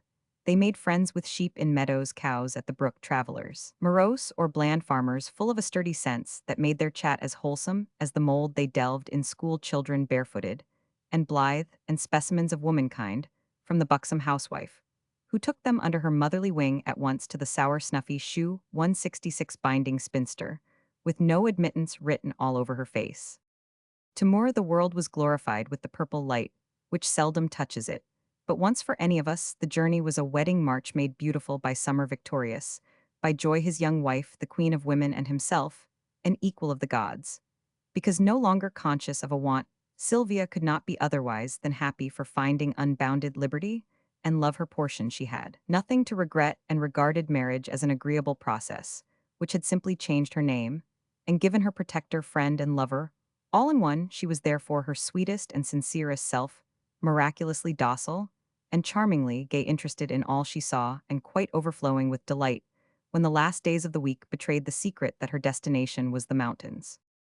Loving the sea so well, her few flights from home had given her only marine experiences, and the flavor of entire novelty was added to the feast her husband had provided for her. It came to her not only when she could enjoy it most, but when she needed it most, soothing the unquiet, stimulating the nobler elements which ruled her life by turns, and fitting her for what lay before her, choosing the quietest roads. More showed her the wonders of a region whose wild grandeur and beauty make its memory a lifelong satisfaction. Day after day, they followed mountain paths, studying the changes of an ever-varying landscape, watching the flush of dawn, red in the granite fronts of these titans scarred, with centuries of storm, the luster of noon brood over them, until they smiled, the evening purple wrapped them in its splendor, or moonlight touched them with its magic, till Sylvia, always looking up at that, which filled 167 her heart with reverence, and awe, was led to look beyond, and through the medium of the friend beside her learned that human love brings us nearer to the divine, and is the surest means to that great end. The last week of the honeymoon came all too soon, for then they had promised to return. The crowning glory of the range was left until the last, and after a day of memorable delights, Sylvia sat in the sunset, feasting her eyes upon the wonders of a scene which is indescribable for words have limits. And that is apparently illimitable, presently more came to her asking. Will you join a party to the great ice palace, and see 3 acres of snow in August worn by a waterfall into a cathedral, as white if not as durable as any marble? I sit so comfortably here. I think I had rather not, but you must go because you like such wonders, and I shall rest till you come back. Then I shall take myself off and leave you to muse over the pleasures of the day, which for a few hours has made you one of the most eminent women. This side the Rocky Mountains. There is a bugle at the house here with which to make the echoes. I shall take it with me. And from time to time, send up a sweet reminder that you are not to stray away and lose yourself. Sylvia sat for half an hour, then wearied by the immensity of the wide landscape. She tried to rest her mind by examining the beauties close at hand. Strolling down the path the sightseers had taken, she found herself in a rocky basin scooped in the mountainside like a cup for a little pool, so clear and bright it looked a diamond set in jet. A fringe of scanty herbage had collected about its brim, russet, mosses, purple heath, and delicate white flowers. 168, like a band of tiny hill people keeping their revels by some fairy well. The spot attracted her, and remembering that she was not to stray away, she sat down beside the path to wait for her husband's return. In the act of bending over the pool to sprinkle the thirsty little company about it, her hand was arrested by the tramp of approaching feet, and looking up to discover who was the disturber of her retreat, she saw a man pausing at the top of the path, opposite to that by which she had come. He seemed scrutinizing the solitary occupant of the dell before descending. But as she turned her face to him, he flung away knapsack, hat, and staff, and then with a great start she saw no stranger but Adam Warwick coming down to her so joyfully, so impetuously. She had only time to recognize him and cry out when she was swept up in an embrace as tender as irresistible, and lay there conscious of nothing. But that happiness, like some strong, swift angel, had wrapped her away into the promised land so long believed and hungered for, and despaired of as forever lost. Soon she heard his voice, breathless, eager, but so fond it seemed another voice than his. My darling, did you think I should never come? I thought you had forgotten me. I knew you were married. Adam put me down. But he only held her closer and laughed such a happy laugh that Sylvia felt the truth before he uttered it. How could I marry loving you? How could I forget you? Even if I had never come to tell you this, Sylvia, I know much that has passed. Geoffrey's failure gave me courage to hope for success, and that the mute betrothal made with a look so long ago had been to you all it has been to me. 169. Adam, you are both right and wrong. You do not know all, let me tell you, begins Sylvia, as these proofs of ignorance brought her to herself with a shock of recollection and dismay. But Warwick was as absolute in his happiness as he had been in his self-denial, and took possession of her mentally as well as physically with a despotism too welcome and entire to be at once resisted. You shall tell me nothing till I have shown the cause of my hard-seeming silence. I must throw off that burden first, then I will listen to you until morning. If you will, I have earned this moment by a year of effort. Let me keep you here and enjoy it without alloy. The old charm had lost none of its power, for absence seemed to have gifted it with redoubled potency. The confirmation of that early hope to grace it with redoubled warmth. Sylvia let him keep her feeling that he had earned that small reward for a year's endeavor, resolving to grant all now left her to bestow a few moments more of blissful ignorance than to show him his loss and comfort him, sure that her husband would find no disloyalty in a compassion scarcely less deep and self-forgetful than his own would have been had he shared their secret. Only pausing to place himself upon the seat she had left, Warwick put off her hat and, turning her face to his, regarded it with such unfeigned and entire content, her wavering purpose was fixed by a single look. Then, as he began to tell the story of the past, she forgot everything. But the rapid words, she listened to the countenance she watched so beautifully changed and softened, it seemed as if she had never seen the man before or saw him now, as we sometimes see familiar figures glorified in dreams in the fewest, kindest words. Warwick told her of Attila, the promise, and the parting. Then, as if 170 the dearer theme deserved less brevity, he lingered on it as one lingers at a friend's door, enjoying in anticipation the welcome he is sure awaits him. The night we walked together by the river, such a willful yet winning comrade as I had that day, and how I enjoyed it all that night. I suspected that Geoffrey loved you, Sylvia, and was glad to think it. A month later I was sure of it, and found in that knowledge the great hardship of my life, because I loved you myself. Audacious thing, how dared you steal into my heart and take possession?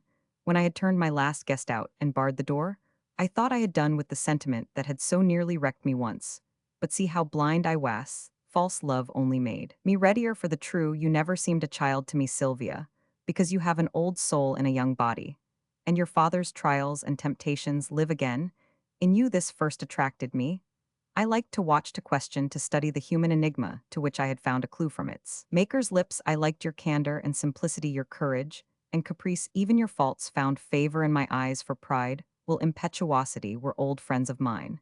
And I liked to see them working in another shape. At first you were a curiosity, then an amusement, then a necessity. I wanted you not occasionally, but constantly. You put salt and savor into life for me, for whether you spoke or were silent, were sweet or sour, friendly or cold, I was satisfied to feel your nearness, and always took away an inward content, which nothing else could give me. This affection was so unlike the other that I deceived myself for a time. Not long, I soon knew what had befallen me, soon felt that this sentiment was good to feel, because I forgot my turbulent and worser self, 171, and felt the nobler regenerated by the innocent companionship you gave me. I wanted you. But it was not the touch of hands or lips, the soft encounter of eyes, the tones of tenderness I wanted most. It was that something beyond my reach, vital and vestal, invisible, yet irresistible, that something, be it heart, soul, or mind, which drew me to you by an attraction genial and genuine as itself, my Sylvia. That was love.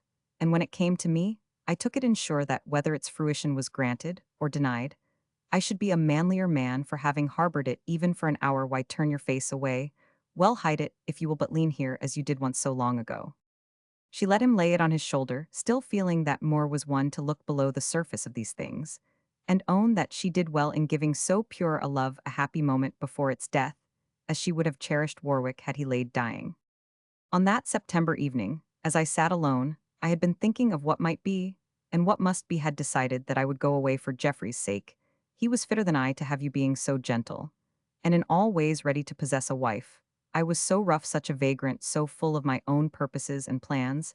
How could I dare to take into my keeping such a tender little creature as yourself? I thought you did not care for me. I knew any knowledge of my love would only mar his own, so it was best to go at once and leave him to the happiness he so well deserved. Just then you came to me, as if the wind had blown my desire to my arms, such a loving touch that was it nearly melted my resolve.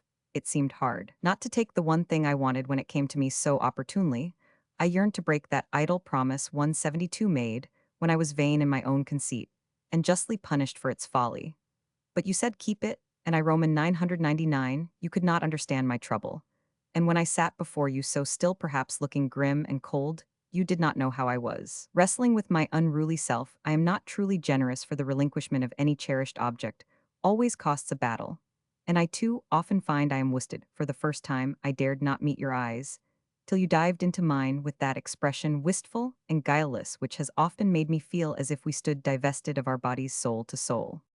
Tongue I could control, heart I could not. Up it sprung stronger than will, swifter than thought, and answered you. Sylvia, had there been one ray of self-consciousness in those steady eyes of yours, one atom of maiden shame or fear or trouble, I should have claimed you as my own. There was not. And though you let me read your face like an open book, you never dreamed what eloquence was in it. Innocent heart that loved and had not learned to know it. I saw this, instantly saw that a few more such encounters would show it to you likewise, and felt more strongly than before that, if ever the just deed to you, the generous one to Geoffrey, were done, it should be then, for that was the one moment when your half-awakened heart could fall painlessly asleep again, if I did not disturb it, and dream on, till Geoffrey woke it to find a gentler master than I could be to it. It could not, Adam, you had wholly roused it, and it cried for you so long, so bitterly. Oh, why did you not come to answer it before? How could I till the year was over? Was I not obeying you in keeping that accursed promise? God knows, I 173 have made many blunders. But I think the most senseless was that promise, the most short-sighted that belief. What right had I to fetter my tongue, or try to govern love? Shall I ever learn to do my own work aright, and not meddle with the Lord's? Sylvia, take this presumptuous and domineering devil out of me, in time, lest I blunder as blindly, after you are mine, as I have before. Now let me finish before Mark comes to find us. I went away, you know, singing the farewell. I dared not speak, and for 9 months kept myself sane and steady with whatever my hands found to do.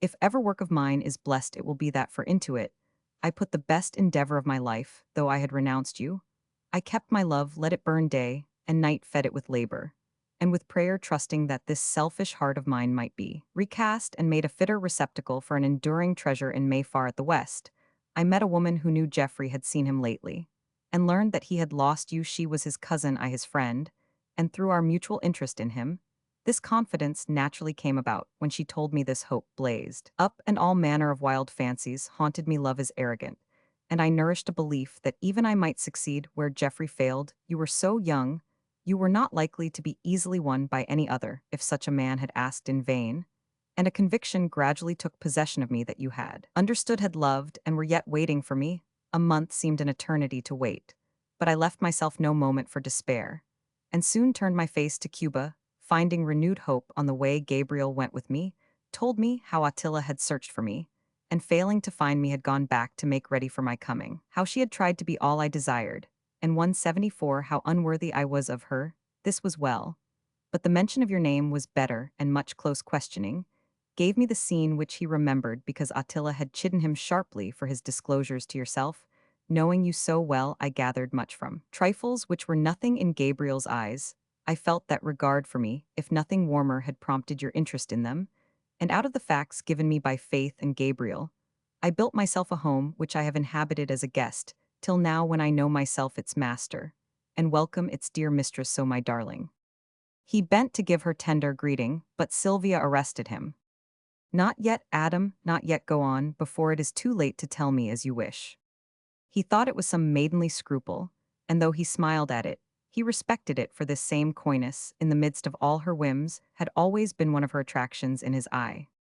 Shy thing, I will tame you yet, and draw you to me as confidingly as I drew the bird to hop into my hand, and eat. You must not fear me, Sylvia, else I shall grow tyrannical, for I hate fear, and like to trample on whatever dares not fill its place, bravely sure that it will receive its due as trustfully as these little mosses sit among the clouds, and find a spring to feed them even in the rock. Now, I will make a speedy end of this, pleasant as it is to sit here feeling myself no longer a solitary waif.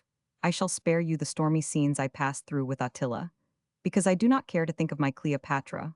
While I hold my fine spirit Ariel in my arms, she had done her best, but had I been still heart-free, I never could have married her. She 175 is one of those tameless natures which only God can govern. I dared, not even when I thought I loved her for much as I love power, I love truth more.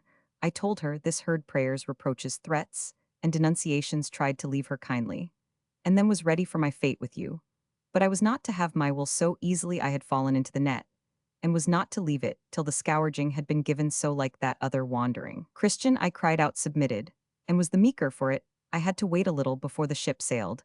I would not stay at El Labyrinto. Gabriel's home, for Attila was there, and though the fever raged at Havana, I felt secure in my hitherto unbroken health. I returned there, and paid the penalty for weeks of suffering. Taught me that I could not trifle with this body of mine, sturdy as it seemed. O Adam, who took care of you, where did you lie and suffer all that time? Never fret yourself concerning that. I was not neglected. A sister of the Sacred Heart took excellent care of me, and a hospital is as good as a palace when one neither knows nor cares where he is. It went hardly with me, I believe, but being resolved to live, I fought it through. Death looked at me, had compassion, and passed by. There is a Haitian proverb which must comfort you. If I am a gaunt ghost of my former self, a lean freeman is better than a fat slave. There comes the first smile I have seen, but my next bit of news will bring a frown, I think. When I was well enough to creep out, I learned that Attila was married. You heard the rumor, doubtless, but not the name, for Gabriel's and mine were curiously blended in many minds by the suddenness of my disappearance. And his appearance as the bridegroom, it was like Hirsch, had 176 prepared for me, as if sure I was to fill the place I had left. Hoping that this confidence of hers would have its due effect upon me, it did try me sorely. But an experience once over is as if it had never been, as far as regret or indecision is concerned. Therefore, wedding gowns and imperious women failed to move me to be left a groomless bride. Stung that fiery pride of hers more than many an actual shame or sin would have done. People would pity her, would see her loss, deride her willful folly. Gabriel loved her as she desired to be loved, blindly and passionately. Few knew of our later bond, many of our betrothal. Why not let the world believe me the rejected party, come back for a last appeal? I had avoided all whom I once knew, for I loathed the place. No one had discovered me at the hospital. She thought me gone. She boldly took the step, married the poor boy, left Cuba before I was myself again, and won herself an empty victory which I never shall disturb. How strange, yet I can believe it of her, She looked a woman who would dare do anything then. You came back, Adam, to find me. What led you here hoping so much and knowing so little? Did you ever know me do anything in the accustomed way? Do I not always aim straight at the thing I want and pursue it by the shortest road? It fails often, and I go back to the slower, surer way. But my own is always tried first as involuntarily, as I hurled myself down that slope, as if storming a fort instead of meeting my sweetheart. That is a pretty old word, beloved of better men. Then I so let me use it once among the first persons I met on landing. Was a friend of your father's. He was just driving away in hot haste. But catching a glimpse of the 177 familiar face, I bethought me that it was the season for summer travel. You might be away, and no one else would satisfy me. He might know, and time be saved. I asked one question, where are the Yules? He answered.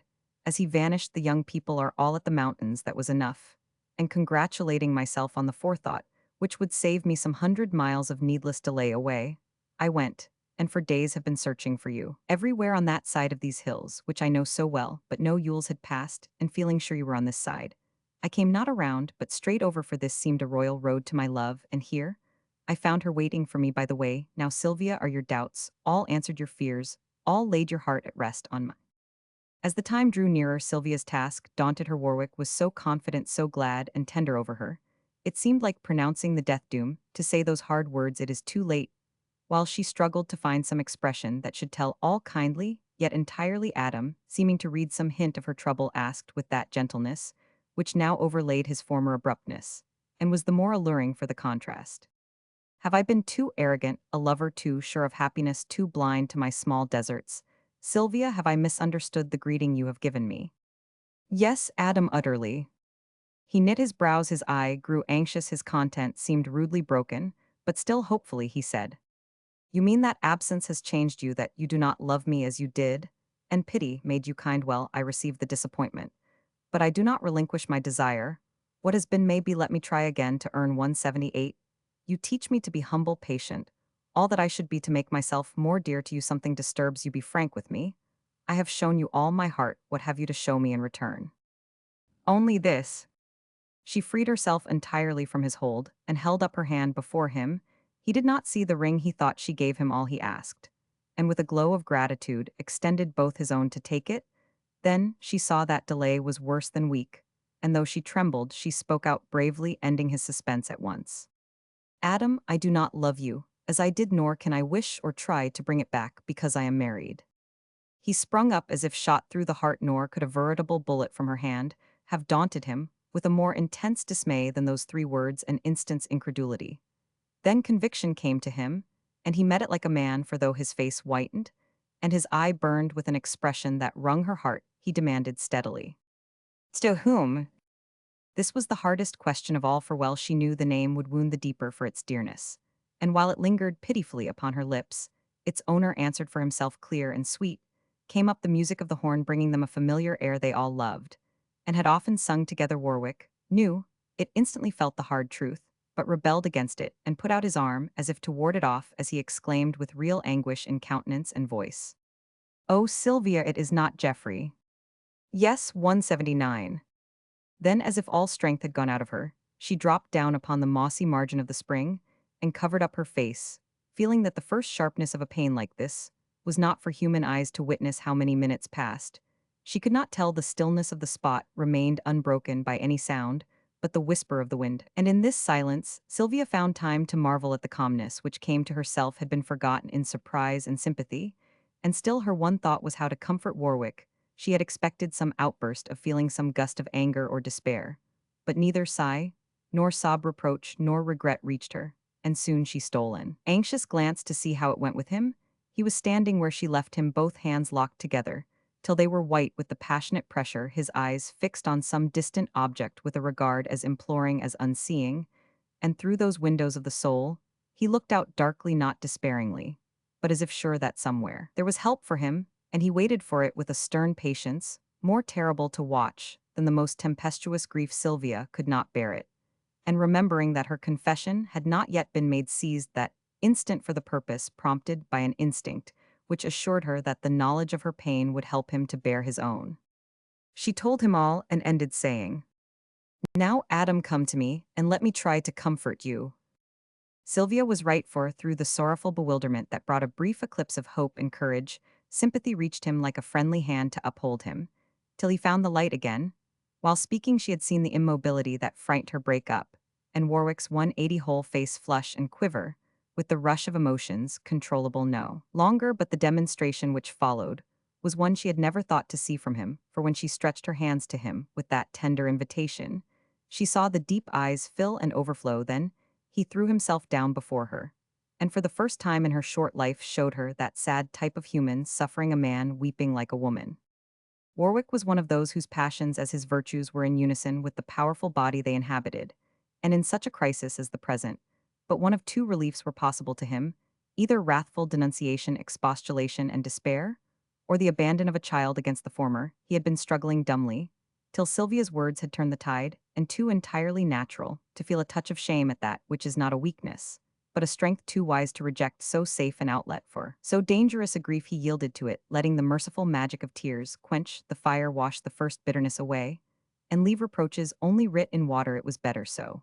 And Sylvia acknowledged it within herself, as she sat mute and motionless, softly touching the brown hair scattered on the moss, her poor consolation, silenced by the pathos of the sight, while through it all rose and fell the fitful echo of the horn, in very truth, a sweet reminder not to stray away and lose herself. An hour ago it would have been a welcome sound, for peak after peak gave back the strain, and airy voices whispered it until the faintest murmur died.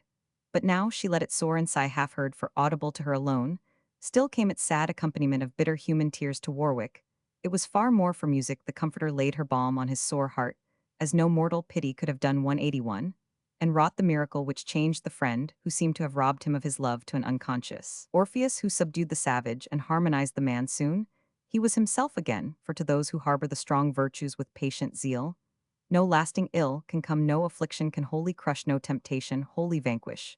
He rose with eyes the clearer for their stormy rain twice, a man for having dared to be a child again, humbler and happier for the knowledge that neither vain resentment nor unjust accusation had defrauded of its dignity, the heavy hour that left him desolate but not degraded.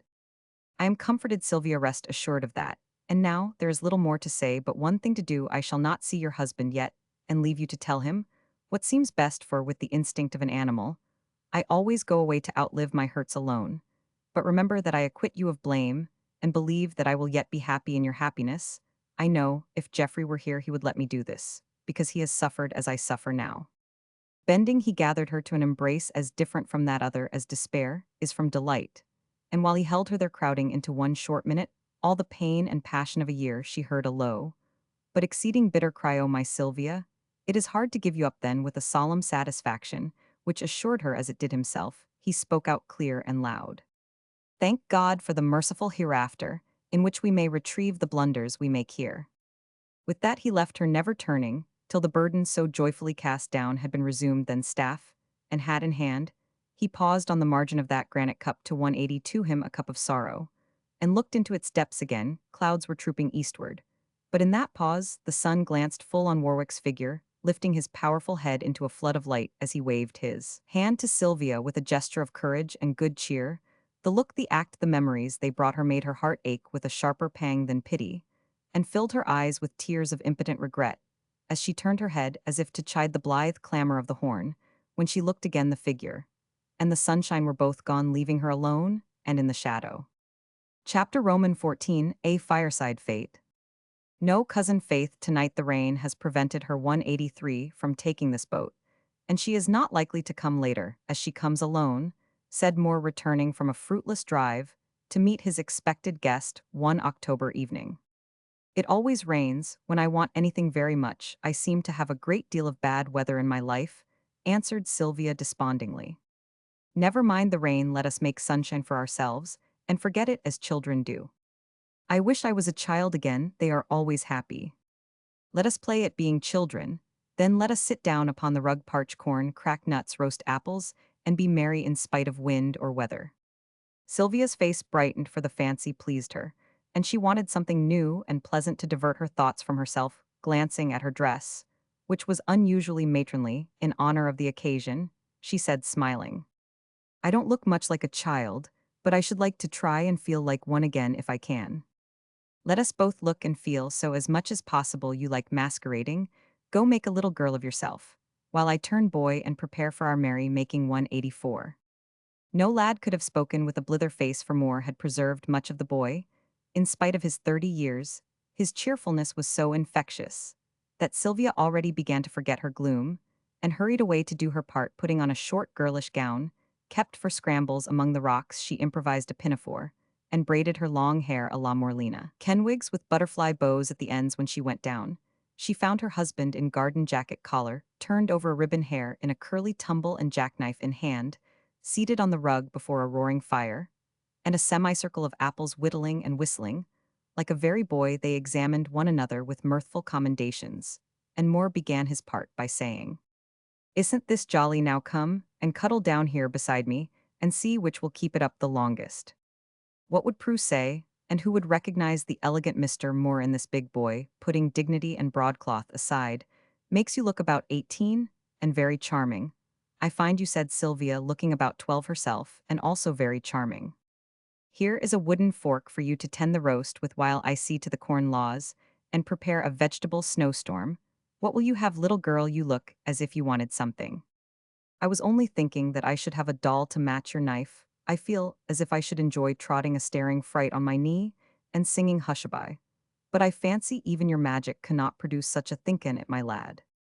In exactly 5 minutes, a lovely doll will appear, though such a thing has not been seen in my bachelor establishment for years. 185.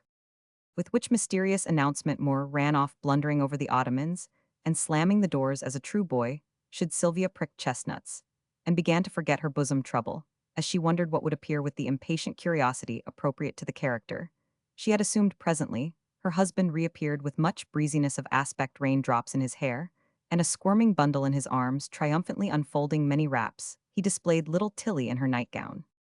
"There is sorcery for you, and a doll worth having, being one of the sort that can shut its eyes." It was going to bed.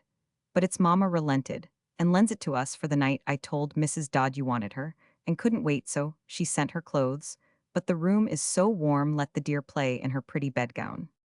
Sylvia received her lovely plaything with enthusiasm, and Tilly felt herself suddenly transported to a baby's paradise, where beds were unknown and fruit and freedom were her welcome portion.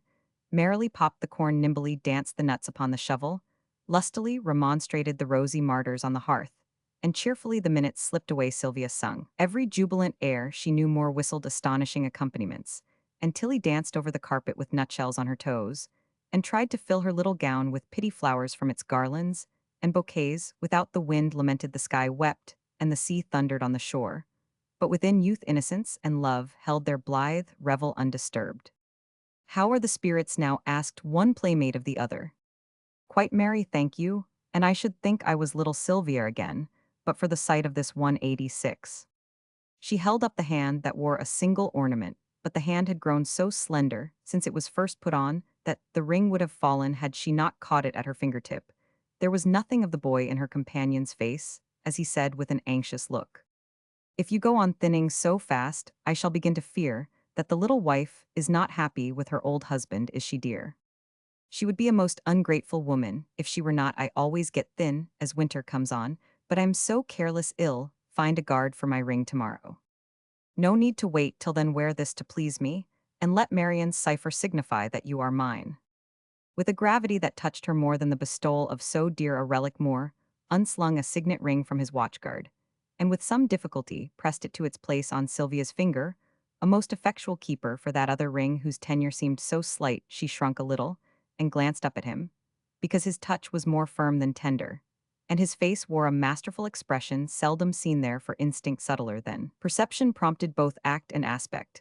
Then her eye fell and fixed upon the dark stone, with the single letter engraved upon its tiny oval. And to her, it took a double significance as her husband held it there, claiming her again with that emphatic mine. She did not speak, but something in her manner caused the fold between his brows to smooth itself away, as he regarded the small hand lying passively in his, and said half playfully, half earnestly, "Forgive me if I hurt you, but you know my wooing is not over yet. Until you love me with a perfect love, I cannot feel that my wife is wholly mine." 187. "I am so young, you know, when I am a woman grown, I can give you a woman's love now. It is a girl's. You say wait for me, Geoffrey, a little longer, for indeed, I do my best to be all you would have me." Something brought tears into her eyes and made her lips tremble, but in a breath the smile came back and she added gaily, "How can I help being grave sometimes, and getting thin with so many housekeeping cares upon my shoulders, and such an exacting tyrannical husband to wear upon my nerves? Don't I look like the most miserable of wives?" She did not certainly, as she shook the popper laughingly, and looked over her shoulder at him, with the bloom of firelight on her cheeks, its cheerfulness in her eyes. "Keep that expression for every day wear, and I am satisfied. I want no tame Griselda. But the little girl who once said she was always happy with me assure me of that. And having won my Lee, I can work and wait still longer for my Rachel. Bless the baby, what has she done to herself now?" Tilly had retired behind the sofa, after she had swarmed over every chair, and couch examined everything within her reach on étagère, and table embraced the Hebe in the corner, played a fantasia on the piano, and choked herself with the stopper of the odor bottle. A doleful wail betrayed her hiding place, and she now emerged with a pair of nutcrackers ditto of pinched fingers, and an expression of great mental and bodily distress. Her woes vanished instantaneously, however, when the feast was announced, and she performed an unsteady pas-seul about the banquet, varied by skirmishes with her long nightgown and darts at any unguarded viand that tempted her 188. No ordinary table service would suit the holders of this fireside fate. The corn was heaped in a bronze urn, the nuts in a graceful basket, the apples lay on a plate of curiously ancient china, and the water turned to wine through the medium of a purple flagon of Bohemian glass. The refection was spread upon the rug, as on a flowery table, and all the lustres were lighted, filling the room with a festal glow. Prue would have held up her hands in dismay like the benighted piece of excellence she was, but Mark would have enjoyed the picturesque group, and sketched a mate to the golden wedding for more armed with the wooden fork. Did the honors. Sylvia, leaning on her arm, dropped corn after corn into a baby mouth that bird-like always gaped for more, and Tilly lay luxuriously between them, warming her little feet as she ate and babbled to the flames. The clock was on the stroke of 8, the revel at its height, when the door opened and a servant announced, "Miss Dane and Mr. Warwick." An impressive pause followed, broken by a crow from Tilly, who seized this propitious moment to bury one hand in the nuts, and with the other capture the big red apple which had been denied her. The sound seemed to dissipate the blank surprise that had fallen on all parties, and brought both host and hostess to their feet, the former exclaiming heartily, "Welcome, friends, to a modern Saturnalia, and the bosom of the happy family." "I fear you did not expect me so late," said Miss Dane. "I was detained at the time fixed upon, and gave it up, but Mr. Warwick came, and we set off together. Pray, don't disturb yourselves, but let us enjoy the game with you. You and Adam are guests who never come too early or 189 too late. We are playing children tonight, so just put yourselves back a dozen years. And let us all be merry together. Sylvia, this our cousin Faith here, is your new kinswoman. Please love one another, as little people are commanded to do." A short stir ensued while hands were shaken, wraps put off, and some degree of order restored to the room. Then they all sat down and began to talk with well-bred oblivion of the short gown and long braids of her bashful-looking hostess. Miss Dane suggested and discussed various subjects of mutual interest, while Sylvia tried to keep her eyes from wandering to the mirror opposite, which reflected the figures of her husband and his friend. Warwick sat erect in the easy-chair, for he never lounged, and more still supporting his character was perched upon the arm, talking with boyish vivacity. Every sense being unwontedly alert, Sylvia found herself listening to both guests at once, and bearing her own part in one conversation, so well that occasional lapses were only attributed to natural embarrassment. What she and Miss Dane said, she never remembered. What the other pair talked of, she never forgot. The first words she caught were her husband's. "You see, I have begun to live for myself, Adam. I also see that it agrees with you excellently. Better than with you, for you are not looking like your old self, though June made you happy, I hope. If freedom is happiness at Roman 999. Are you still alone?" "More so than ever." Sylvia lost the next words, for a look showed her Moore's hand on Adam's shoulder, and that for the first time within her memory Warwick did not meet his friend's glance with 191 as open, but bent his eyes upon the ground while his hand went to and fro across his lips, as if to steady them. It was a gesture she remembered well, for though self-control could keep the eye clear, the voice firm, that half-hidden mouth of his sometimes rebelled and grew tremulous as a woman's. The sight and the answer set her heart beating with the thought, "Why has he come?" The repetition of a question by Miss Dane recalled her from a dangerous memory. And when that friendly lady entered upon another long sentence to relieve her young hostess, she heard Moore say, "You have had too much solitude, Adam. I am sure of it, for no man can live long alone, and not get the uncanny look you have. What have you been at? Fighting the old fight with this unruly self of mine, and getting ready for another tussle with the adversary, in whatever shape he may appear. And now you are come to your friend for the social solace which the haughtiest heart hungers for. When most alone you shall have it, stay with us, Adam, and remember that whatever changes come to me, my home is always yours. I know it, Geoffrey. I wanted to see your happiness before I go away again, and should like to stay with you a day or so, if you are sure that she would like it." Moore laughed and pulled a lock of the brown mane, as if to tease the lion into a display of the spirit he seemed to have lost.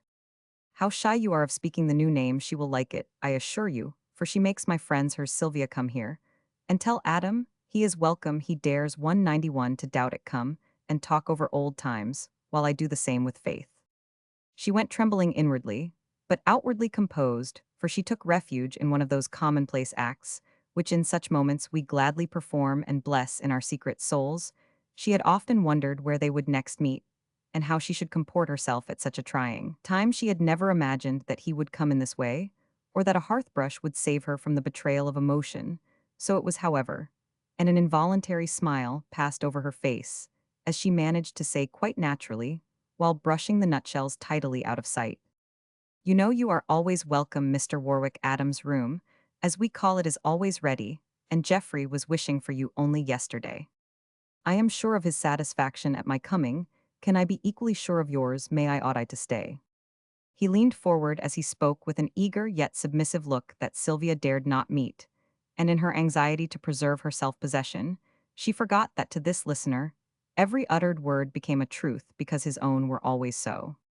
"Why not, if you can bear our quiet life, for we are a Darby and Joan already, though we do not look so tonight, I acknowledge." Men seldom understand the subterfuges women instinctively use to conceal many a natural emotion, which they are not strong enough to control, not brave enough to confess to Warwick. Sylvia seemed almost careless her words, a frivolous answer to the real meaning of his question, her smile one of tranquil welcome, her manner wrought in 192 instant change in him, and when he spoke again, he was the Warwick of a year ago. "I hesitated, Mrs. Moore, because I have sometimes heard young wives complain that their husbands' friends were marplots, and I have no desire to be one." This speech, delivered with frosty gravity, made Sylvia as cool and quiet as itself. She put her ally down, looked full at Warwick, and said with a blending of dignity and cordiality, which even the pinafore could not destroy, "Please to consider yourself a specially invited guest, now and always. Never hesitate, but come and go as freely as you used to do, for nothing need be changed between us three, because two of us have one home to offer you. Thanks, and now that the hearth is scrupulously clean, may I offer you a chair?" The old keenness was in his eye, the old firmness about the mouth, the old satirical smile on his lips. As Warwick presented the seat with an inclination that to her seemed ironical, she sat down, but when she cast about her mind for some safe and easy topic, to introduce every idea had fled, even memory and fancy, turned traitors, not a lively sally, could be found, not a pleasant remembrance returned to help her. And she sat dumb before the dreadful pause grew awkward. However, rescue came in the form of Tilly. Nothing daunted by the severe simplicity of her attire, she planted herself before Warwick, and shaking her hair out of her eyes, stared at him with an inquiring glance and cheeks as red as her apple. She seemed satisfied in a moment, and climbing to his knee established herself there, coolly taking possession of his watch, and examining the brown beard curiously as it parted with the white flash of teeth, when Warwick smiled his warmest smile. 193. "This recalls the night you fed the sparrow in your hand. Do you remember?" Adam and Sylvia looked and spoke like her old self again. "I seldom forget anything, but pleasant as that hour was, this is more to me, for the bird flew away, the baby stays, and gives me what I need." He wrapped the child closer in his arms, leaned his dark head on the bright one, and took the little feet into his hand with a fatherly look that caused Tilly to pat his cheek and begin an animated recital of some nursery legend, which ended in a sudden gape, reminding Sylvia that one of her guests was keeping late hours. "What comes next?" asked Warwick. "Now I lay me and buy a low in the trib," answered Tilly, stretching herself over his arm with a great yawn.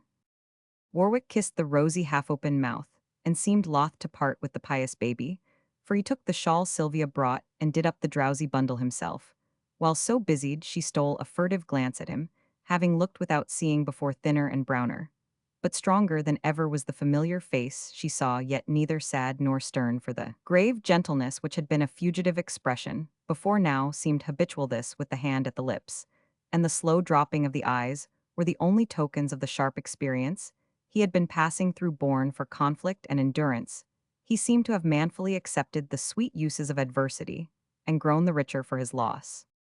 Those who themselves are quick to suffer are also quick to see the marks of suffering in others. That hasty scrutiny assured Sylvia of all she had yearned to know, yet wrung her heart with a pity the deeper for its impotence.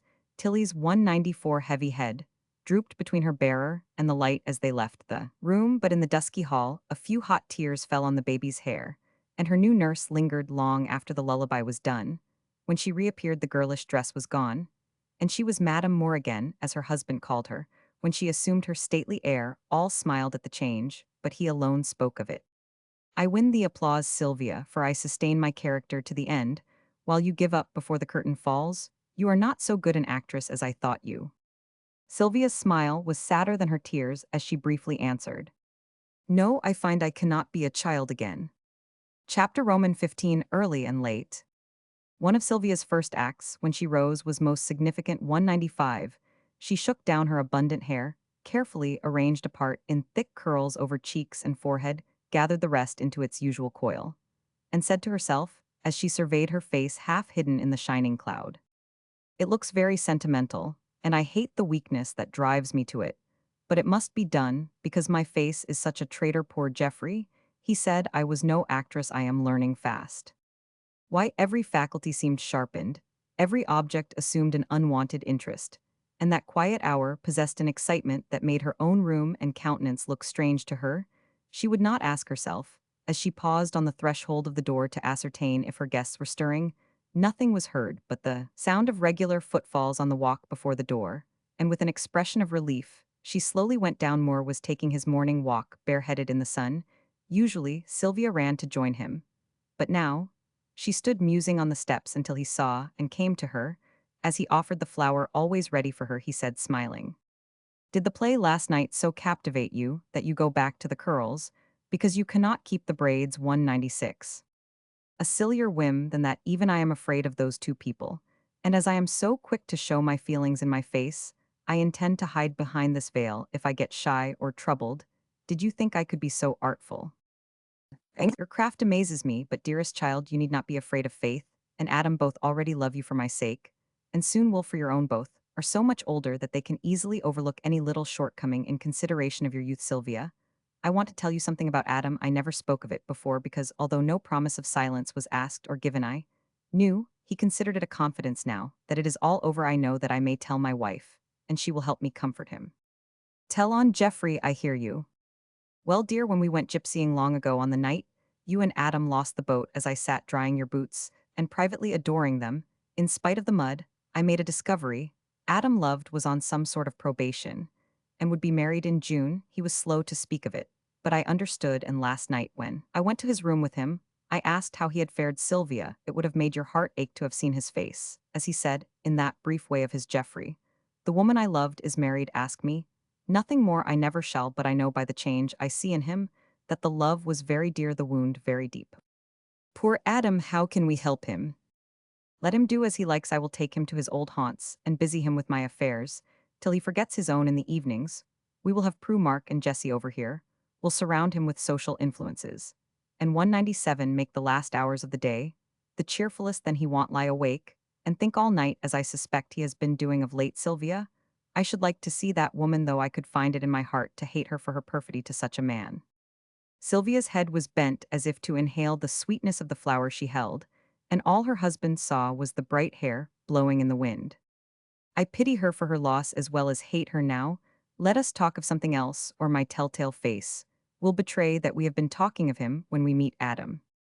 They did so, and when Warwick put up his curtain, the first sight he saw was his friend walking with his young wife under the red-leaved maples. In the sunshine, the look Moore had spoken of came into his eyes, darkening them with the shadow of despair a moment. It gloomed there, then passed. "For honor," said reproachfully, To love they are happy, should not that content you? It shall, answered the master of both, as he dropped the curtain and turned away.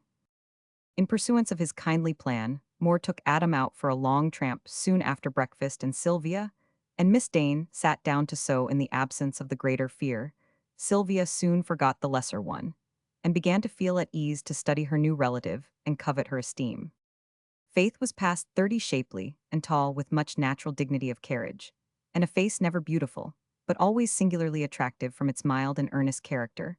Looking at her, one felt assured that here was a right womanly woman, gentle, just, and true, possessed of a well-balanced mind, a self-reliant soul, and that fine gift which is so rare, the power of acting as a touchstone to all 198 who approached, forcing them to rise or fall to their true level unconscious of the test applied. Her presence was comfortable, her voice had motherly tones in it, her eyes a helpful look, even the soft hue of her dress, the brown gloss of her hair, the graceful industry of her hands, had their attractive influence. Sylvia saw and felt these things with the quickness of her susceptible temperament, and found herself so warmed, and one that soon it cost her an effort to withhold anything that tried or troubled her, for Faith was a born consoler, and Sylvia's heart was full. However gloomy her day might have been, she always brightened in the evening, as naturally as moths begin to flutter when candles come on the evening of this day. The friendly atmosphere about her and the excitement of Warwick's presence so affected her that, though the gaiety of girlhood was quite gone, she looked as softly brilliant as some late flower that has gathered the summer to itself, and gives it out again in the bloom and beauty of a single hour.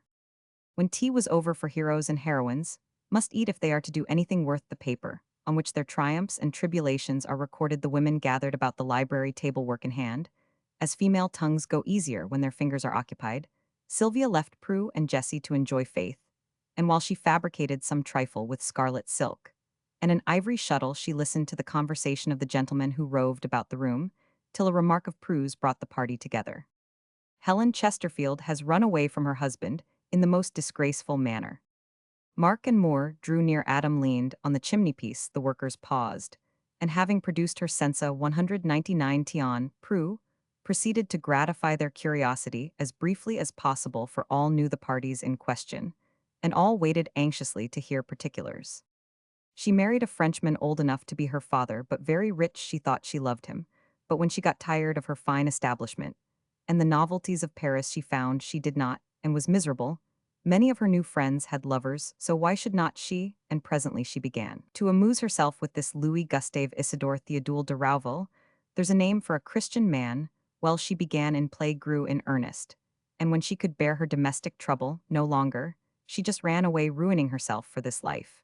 And really, I don't know, but for the next also. Poor soul, I always thought she was a fool, but upon my word, I pity her, said Mark. Remember, she was very young, so far away from her mother, with no real friend to warn and help her, and love is so sweet, no wonder she went.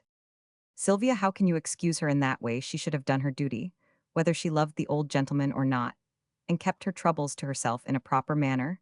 You young girls think so much of love, so little of moral obligations, decorum, and the opinions of the world. You are not fit judges of the case. Mr. Warwick agrees with me, I am sure. Not in the least. Do you mean to say that Helen should have left her husband? Certainly, if she could not love him. Do you also mean to say that she did right to run off with that Gustave Isidore Theodule, creature 200? By no means. It is worse than folly to attempt the righting of one wrong by the commission of another. Then what in the world should she have done? She should have honestly decided which she loved, have frankly told the husband the mistake both had made, and demanded her liberty. If the lover was worthy, have openly married him, and borne the world's censures. If not worthy, have stood alone, an honest woman in God's eyes, whatever the blind world might have thought. Prue was scandalized to the last degree, for with her marriage was more a law than a gospel, a law which ordained that a pair once yoked should abide by their bargain, be it good or ill, and preserve the proprieties in public, no matter how hot a hell their home might be for them and for their children.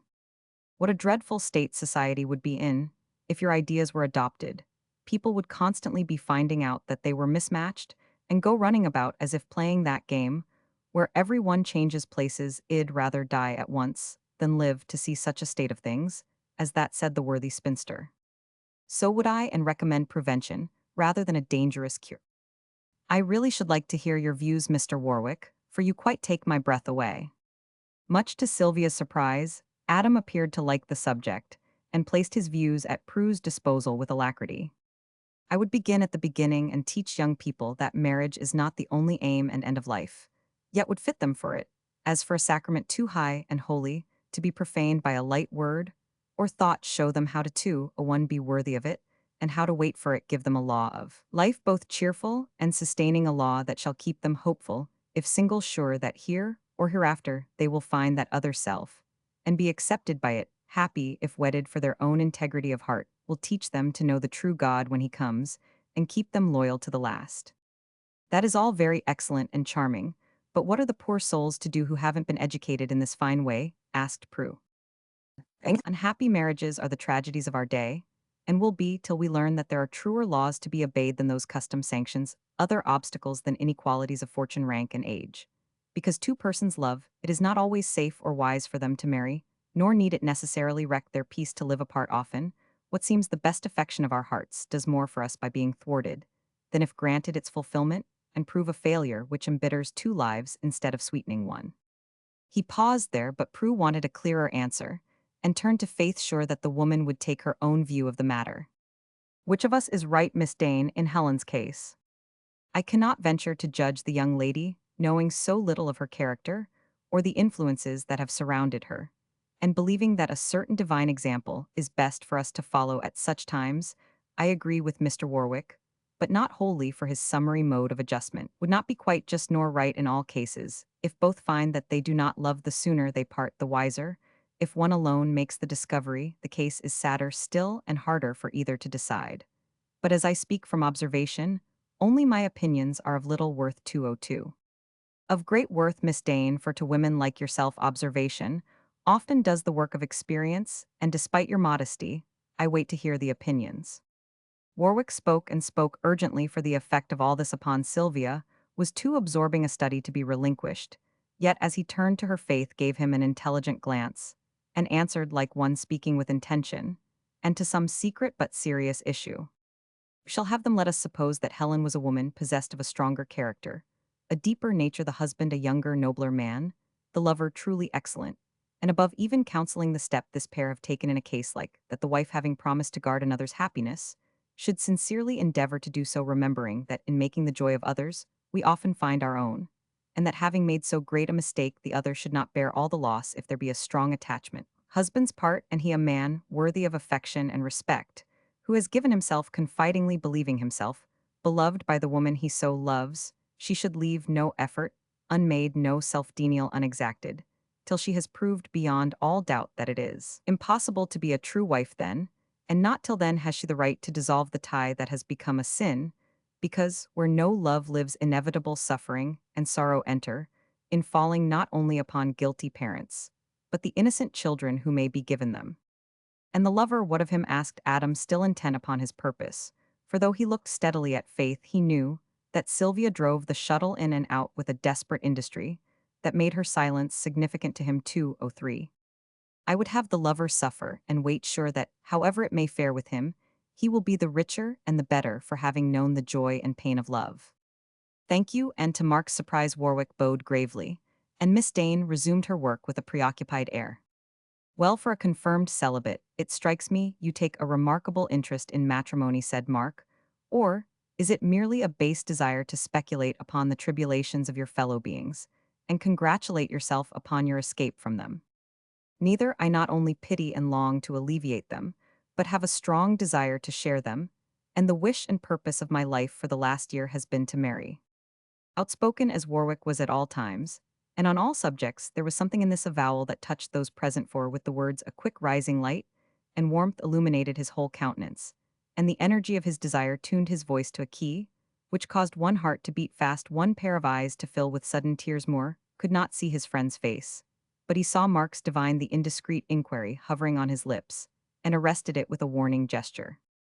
A pause ensued, during which each person made some mental comment on the last speech, and to several of the group that little moment was a memorable one. Remembering the lost love Warwick had confessed to him, Moore thought with friendliest regret, poor Adam, he finds it impossible to forget reading the truth in the keen delight the instant brought her. Sylvia cried out within herself, "Oh, Geoffrey, forgive me, for I love him." And 204 Warwick whispered to that impetuous heart of his, "Be still, we have ventured far enough." Prue spoke first, very much disturbed by having her prejudices and opinions opposed, and very anxious to prove herself in the right. Mark and Geoffrey look as if they agreed with Mr. Warwick in high excuse me if I say dangerous ideas, but I fancy the personal application of them would change their minds. Now Mark, just look at it. Suppose some one of Jessie's lovers should discover an affinity for her, and she for him, what would you do? Shoot him or myself or all three, and make a neat little tragedy of it. There is no getting a serious answer from you, and I wonder I ever tried Geoffrey. I put the case to you, if Sylvia should find she adored Julian Hayes, who fell sick when she was married, and should inform you of that agreeable fact some fine day, should you think it quite reasonable and right to say, "Go, my dear, I'm very sorry, but it can't be helped"? The way in which Prue put the case made it impossible for her hearers not to laugh, but Sylvia held her breath while waiting for her husband's answer. He was standing behind her chair and spoke with the smile still on his lips, too confident to harbor even a passing fancy.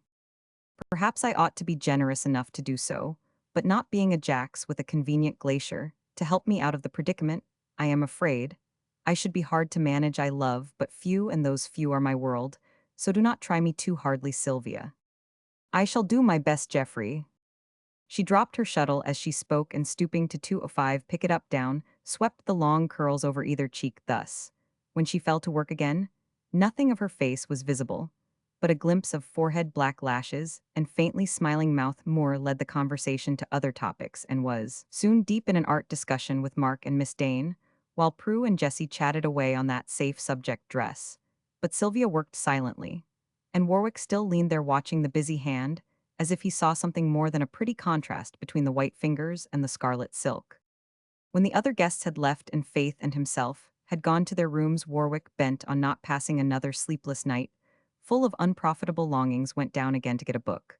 The library was still lighted, and standing there alone, he saw Sylvia wearing an expression that startled him, both hands pushed back and held her hair away as if she scorned concealment from herself. Her eyes seemed fixed with a despairing glance on some invisible disturber of her peace.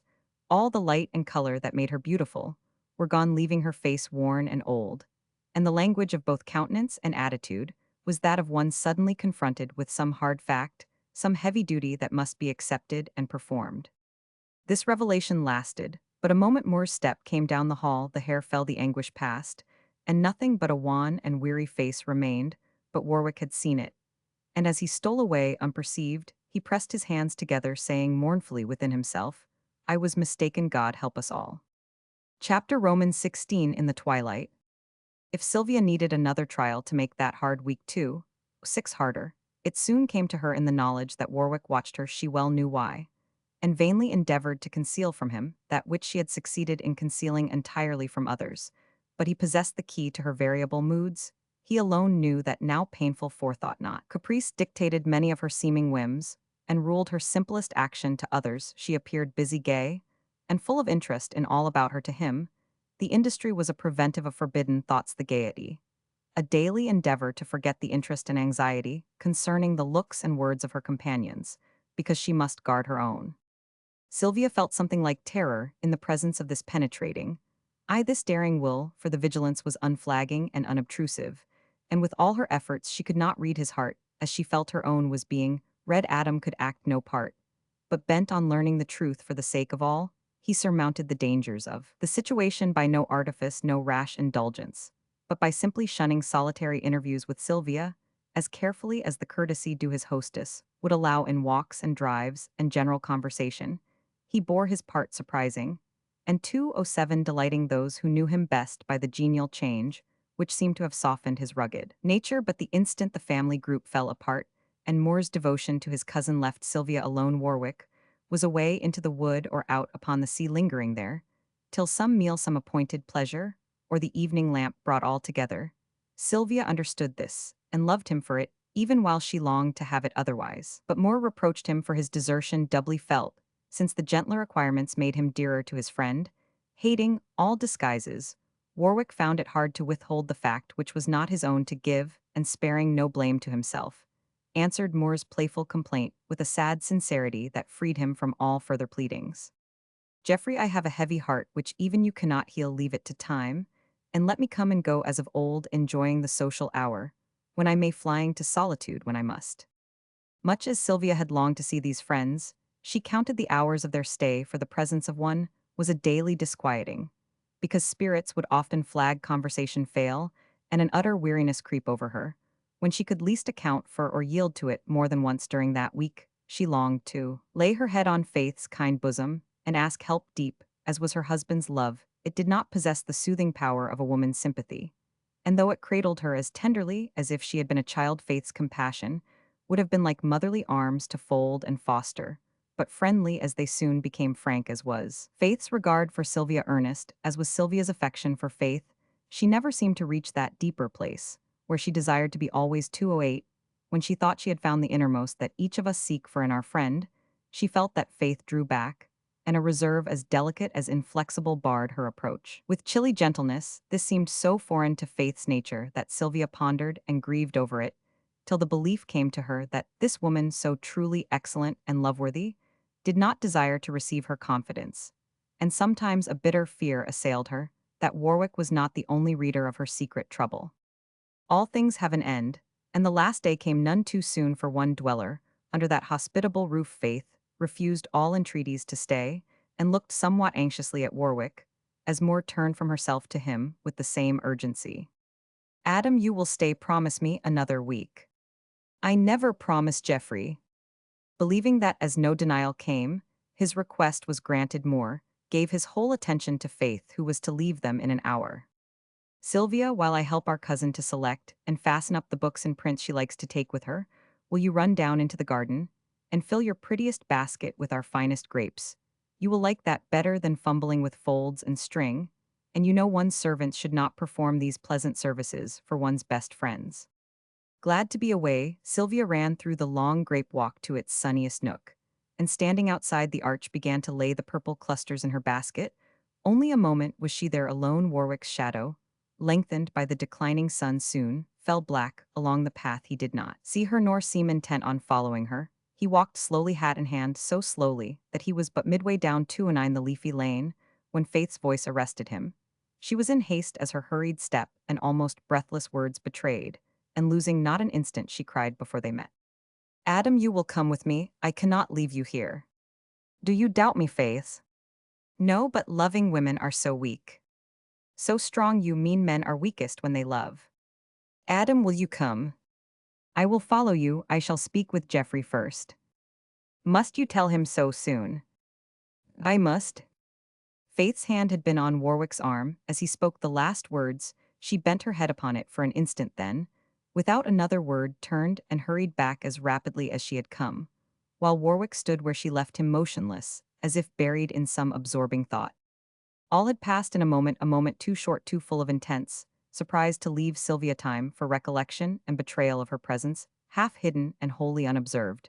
She had seen the unwanted agitation of Faith's countenance and manner, had heard Warwick's softly spoken answers to those eager appeals, and with a great pang had discovered that some tender confidence existed between these two of which she had never dreamed. Sudden as the discovery was its acceptance and belief, for knowing her own weakness, Sylvia found something like relief in the hope that a new happiness for Warwick had ended all temptation, and in time perhaps all pain for herself. Impulsive as ever she leaned upon the seeming truth and making of the fancy 210, a fact passed into a perfect passion of self-abnegation, thinking in the brief pause that followed Faith's departure. This is the change we see in him. This made him watch me, hoping I had forgotten, as I once said, and believed I should be glad. I will be glad, and let him see that even while I suffer I can rejoice in that which helps us both. Full of her generous purpose, yet half doubtful how to execute it, Sylvia stepped from the recess where she had stood and slowly passed toward Warwick, apparently intent on settling her fruity burden.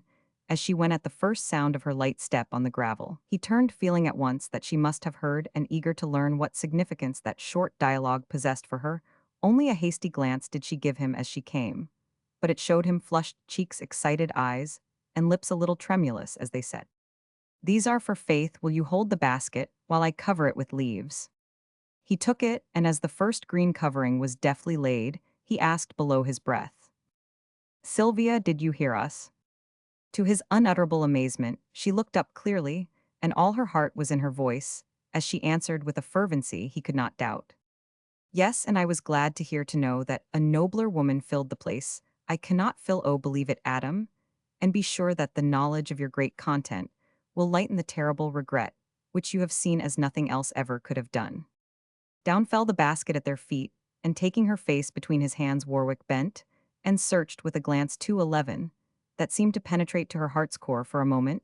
She struggled to escape, but the grasp that held her was immovable. She tried to oppose a steadfast front and baffle that perilous inspection, but quick and deep rushed the traitorous color over cheek and forehead with its mute betrayal. She tried to turn her eyes away, but those other eyes, dark and dilated with intensity of purpose, fixed her own, and the confronting countenance wore an expression which made its familiar features look awfully large and grand to her. Panic-stricken sight, a sense of utter helplessness fell on her courage, deserted her pride, changed to fear, defiance to despair. As the flush faded, the fugitive glance was arrested, and the upturned face became a pale blank, ready to receive the answer that strong scrutiny was slowly bringing to the light as invisible. Characters start out upon a page when fire passes over them, neither spoke, but soon through all opposing barriers, the magnetism of an indomitable will drew forth the truth set free, the captive passion pent so long and wrung from those reluctant lineaments, a full confession of that power which heaven has gifted with eternal youth. The instant this assurance was his own beyond a doubt, Warwick released her, snatched up his hat, and hurrying down the path vanished in the wood, spent as with an hour's excitement, and bewildered by emotions which she could no longer master. Sylvia lingered in the grape walk, till her husband called her, then hastily refilling her basket, she shook her hair about her face, and went to bid Faith good-bye. Moore was to accompany her to the city, and they left early that Faith might pause for adieus to Mark and Prudence. Where is Adam? Has he gone before, or been inveigled into staying 212? Moore spoke to Sylvia, but busied in fastening the basket lid, she seemed not to hear, and Faith replied for her. He will take a later boat, we need not wait for him. When Faith embraced Sylvia, all the coldness had melted from her manner, and her voice was tender as a mother's as she whispered low in her ear. Dear child, if ever you need any help that Geoffrey cannot give, remember cousin Faith. For 2 hours Sylvia sat alone, not idle, for in the first real solitude she had enjoyed for 7 days, she looked deeply into herself, and putting by all disguises on the truth, and resolved to repair the past, if possible, as Faith had counseled in the case, which she had now made her own like so many of us. Sylvia often saw her errors too late to avoid committing them, and failing to do the right thing at the right moment, kept herself forever in arrears with that creditor, who must inevitably be satisfied. She had been coming to this decision all that weary week, and these quiet hours left her both resolute and resigned. As she sat there while the early twilight began to gather, her eye often turned to Warwick's traveling bag, which Faith, having espied it ready in his chamber, had brought down and laid in the library. As a reminder of her wish, as she looked at it, Sylvia's heart yearned toward it in the fond, foolish way which women have of endowing the possessions of those they love with the attractions of sentient things, and a portion of their owner's character, or claim upon themselves.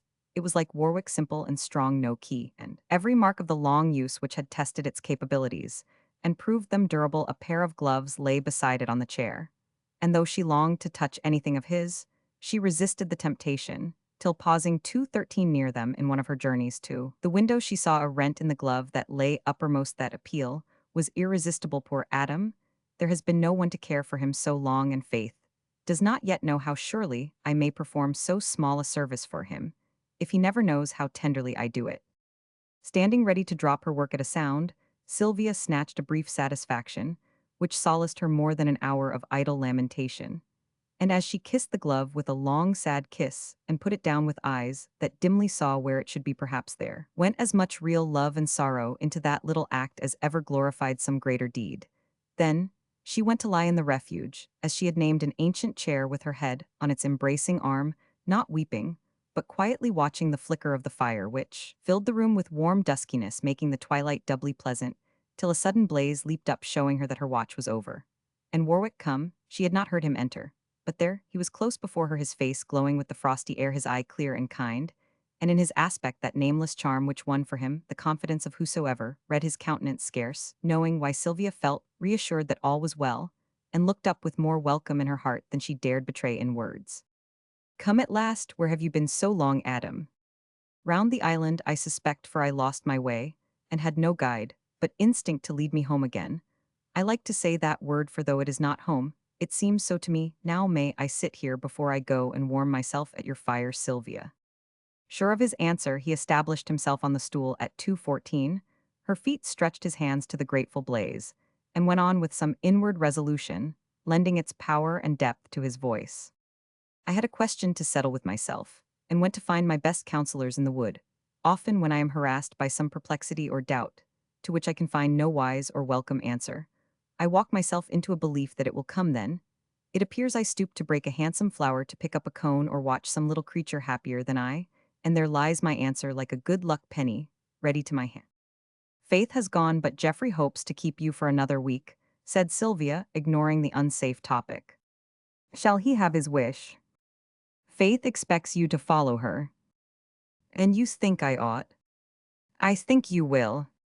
When does the next boat leave? An hour hence. Ill wait for it here, did I wake you coming in? I was not asleep, only lazy, warm, and quiet. And deadly tired your soul, how can it be otherwise leading the life you lead? There was such compassion in his voice, such affection in his eye, such fostering kindliness, in the touch of the hand he laid upon her own, that Sylvia cried within herself, oh, if Geoffrey would only come, and hoping for that help to save her from herself, she hastily replied, You are mistaken, Adamy life is easier than I deserve. Me husband makes me very miserable. The truth to me, Sylvia. Warwick rose as he spoke, closed the door, and came back 2:15, wearing an expression which caused her to start up with a gesture of entreaty. No, no, I will not hear you, Adam, you must not speak. He paused opposite her, leaving a little space between them, which he did not cross through all that followed, and with that look, inflexible yet pitiful, he answered steadily. I must speak and you will hear me, but understand me, Sylvia, I desire and design no French sentiment, nor sin like that we heard of. And what I say now I would say if Geoffrey stood between us. I have settled this point after long thought and the heartiest prayers I ever prayed, and much as I have at stake I speak more for your sake than my own, therefore do not entreat nor delay, but listen, and let me show you the wrong you are doing yourself, your husband, and your friend. Does Faith know all the past? Does she desire you to do this, that her happiness may be secure? Demanded Sylvia. Faith is no more to me, nor I to Faith, than the friendliest regard can make us. She suspected that I loved you long ago, she now believes that you love me, she pities her cousin tenderly, but will not meddle with the tangle we have made of our 3 lives. Forget that folly, and let me speak to you, as I should when we parted. I thought that you loved Geoffrey, so did you when I came. Here I was sure of it for a day, but on that second night I saw your face as you stood here alone, and then I knew what I have since assured myself of. God knows, I think my gain dearly purchased by his loss. I see your double trial. I know the tribulations in store for all of us. Yet as an honest man, I must speak out, because you ought not to delude yourself, or Geoffrey. Another day. 2:16. What right have you to come between us, and decide my duty? Adam. Sylvia spoke, passionately roused to resistance by his manner, and the turmoil of emotions warring within her. The right of a sane man to save the woman he loves from destroying her own peace forever, and undermining the confidence of the friend dearest to them.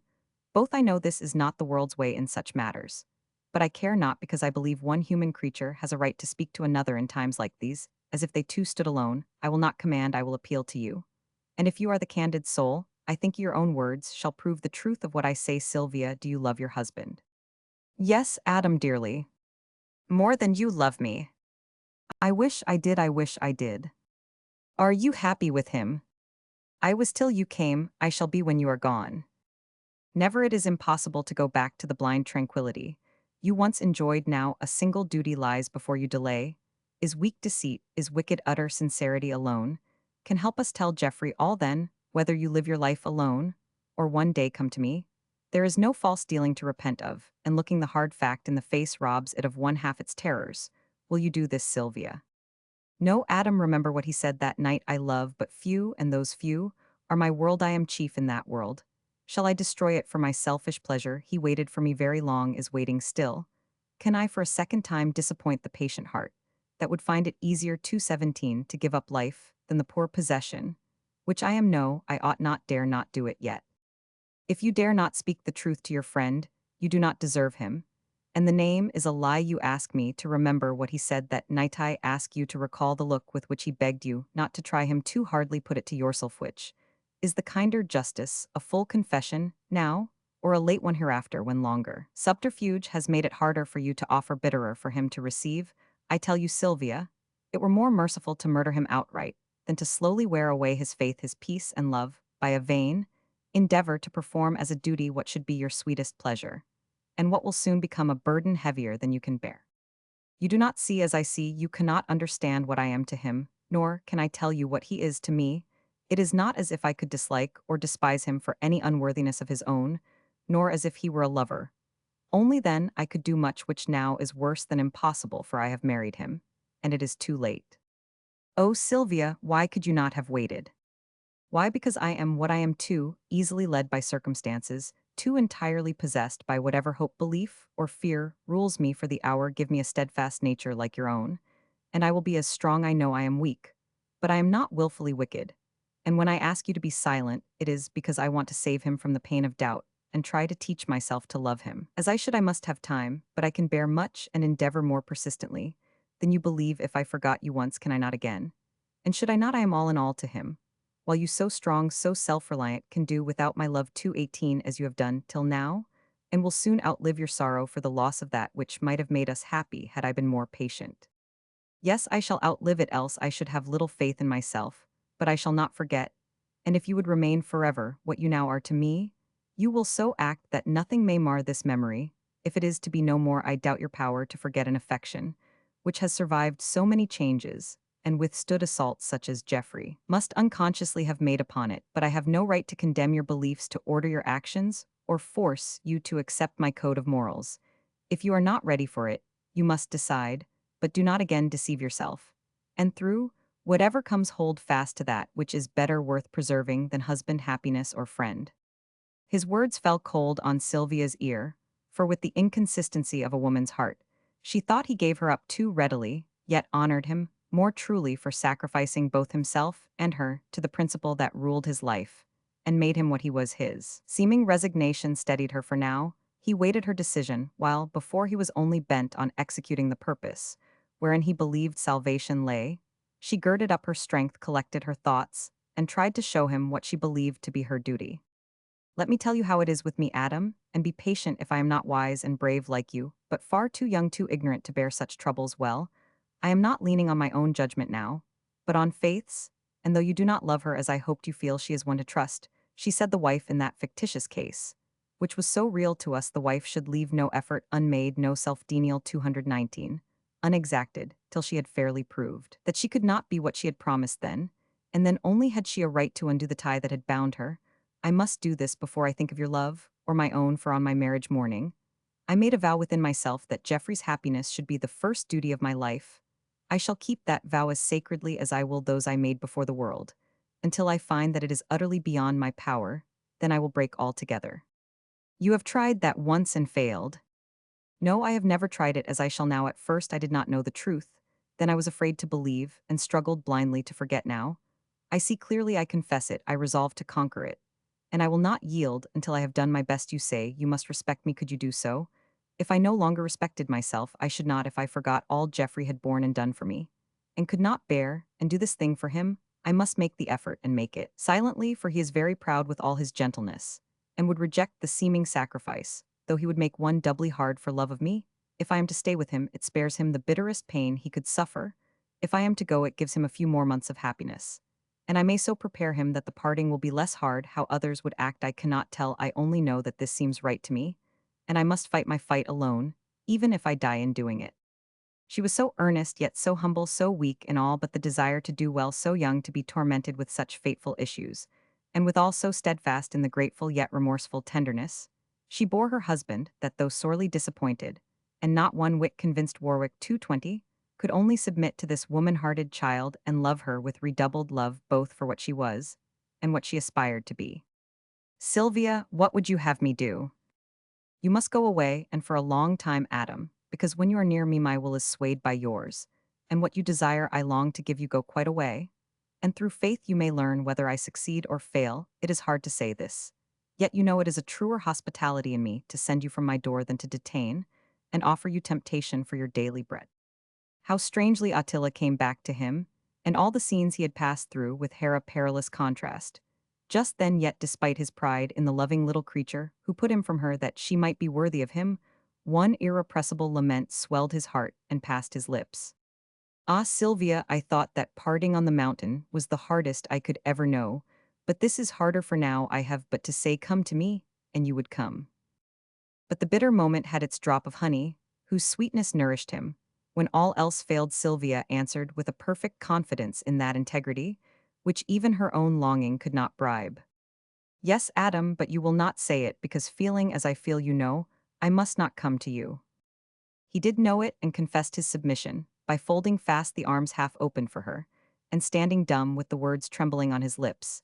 It was the bravest action of a life full of real valor, for the sacrifice was not made with more than human fortitude. The man's heart clamored for its right, patience was weary, hope despaired, and all 221 natural instincts mutinied against the command that bound them, but no grain of virtue ever falls wasted to the ground. It drops back upon its giver a regathered strength, and cannot fail of its reward in some kindred soul's approval, imitation, or delight. It was so then as Sylvia went to him, for though she did not touch nor smile upon him, he felt her nearness, and the parting assured him that its power bound them closer than the happiest union. In her face there shone a look half fervent, half devout, and her voice had no falter in it now. You show me what I should be all my life. I have desired strength of heart and stability of soul. May I not hope to earn for myself a little of the integrity I love in you? If courage, self-denial, and self-help make you what you are, can I have a more effectual guide? You say you shall outlive this passion. Why should not I imitate your brave example, and find the consolations you shall find? Oh, Adam, let me try. You shall. Then go now, while I can say it as I should. The good Lord bless and help you, Sylvia. She gave him both her hands, but though he only pressed them silently, that pressure nearly destroyed the victory. She had won, for the strong grasp snapped the slender guarding Moore had given her a week ago.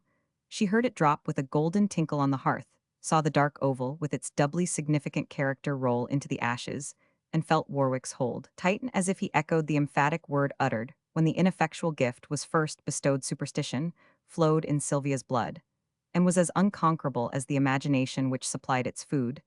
This omen startled her. It seemed a forewarning. 222 that endeavor would be vain, that submission was wisdom, and that the husband's charm had lost its virtue when the stronger power claimed her. The desire to resist began to waver, as the old passionate longing sprang up more eloquent than ever. She felt the rush of a coming impulse, knew that it would sweep her into Warwick's arms there, to forget her duty, to forfeit his respect. With the last effort of a sorely tried spirit, she tore her hands away, fled up to the room which had never needed lock or key till now, and stifling the sound of those departing steps among the cushions of the little couch, where she had wept away childish woes and dreamed girlish dreams, she struggled with the great sorrow of her too early womanhood, uttering with broken voice that petition oftenest quoted from the one prayer which expresses all our needs. Lead me not into temptation, but deliver me from evil. Chapter Romans 17. Asleep and awake. March winds were howling round the house. The clock 2:23 was striking 2. The library lamp still burned, and Moore sat writing with an anxious face. Occasionally he paused to look backward through the leaves of the book in which he wrote. Sometimes he sat with suspended pen, thinking deeply, and once or twice he laid it down to press his hand over eyes more weary than the mind that compelled them to this late service. Returning to his work after one of these pauses, he was a little startled to see Sylvia standing on the threshold of the door. Rising hastily to ask if she were ill, he stopped halfway across the room, for, with a thrill of apprehension and surprise, he saw that she was asleep. Her eyes were open, fixed, and vacant, her face reposeful, her breathing regular, and every sense apparently wrapped in the profoundest unconsciousness. Fearful of awakening her too suddenly, Moore stood motionless, yet full of interest, for this was his first experience of somnambulism, and it was a strange, almost an awful sight to witness the blind obedience of the body to the soul that ruled it. For several minutes she remained where she first appeared, then, as if the dream demanded action, she stooped and seemed to take some object from a chair beside the door. 224 held it an instant, kissed it softly, and laid it down. Slowly and steadily she went across the room, avoiding all obstacles with the unerring instinct that often leads the sleepwalker through dangers that appall his waking eyes, and sat down in the great chair he had left. Leaned her cheek upon its arm, and rested tranquilly for several minutes. Soon the dream disturbed her, and lifting her head she bent forward, as if addressing or caressing someone seated at her feet. Involuntarily, her husband smiled, for often when they were alone, he sat there reading or talking to her, while she played with his hair, likening its brown abundance to young Milton's curling locks in the picture overhead. The smile had hardly risen when it was scared away, for Sylvia suddenly sprung up with both hands out, crying in a voice that rent the silence with its imploring energy. "No, no, you must not speak, I will not hear you." Her own cry woke her consciousness, and memory returned together, and her face whitened with a look of terror as her bewildered eyes showed her not Warwick, but her husband. This look so full of fear, yet so intelligent, startled more than the apparition or the cry had done for her. Conviction flashed into his mind that some unsuspected trouble had been burdening Sylvia, and was now finding vent against her, while anxious to possess himself of the truth, and bent on doing so. He veiled his purpose for a time, letting his unchanged manner reassure and compose her. "Dear child, don't look so lost and wild. You are quite safe, and have only been wandering in your sleep. Why, Mrs. Macbeth, have you murdered someone that you go crying out in this uncanny way, frightening me, as much as I seem to have frightened you 225. I have murdered sleep. What did I do? What did I say?" she asked, trembling and shrinking as she dropped into her chair.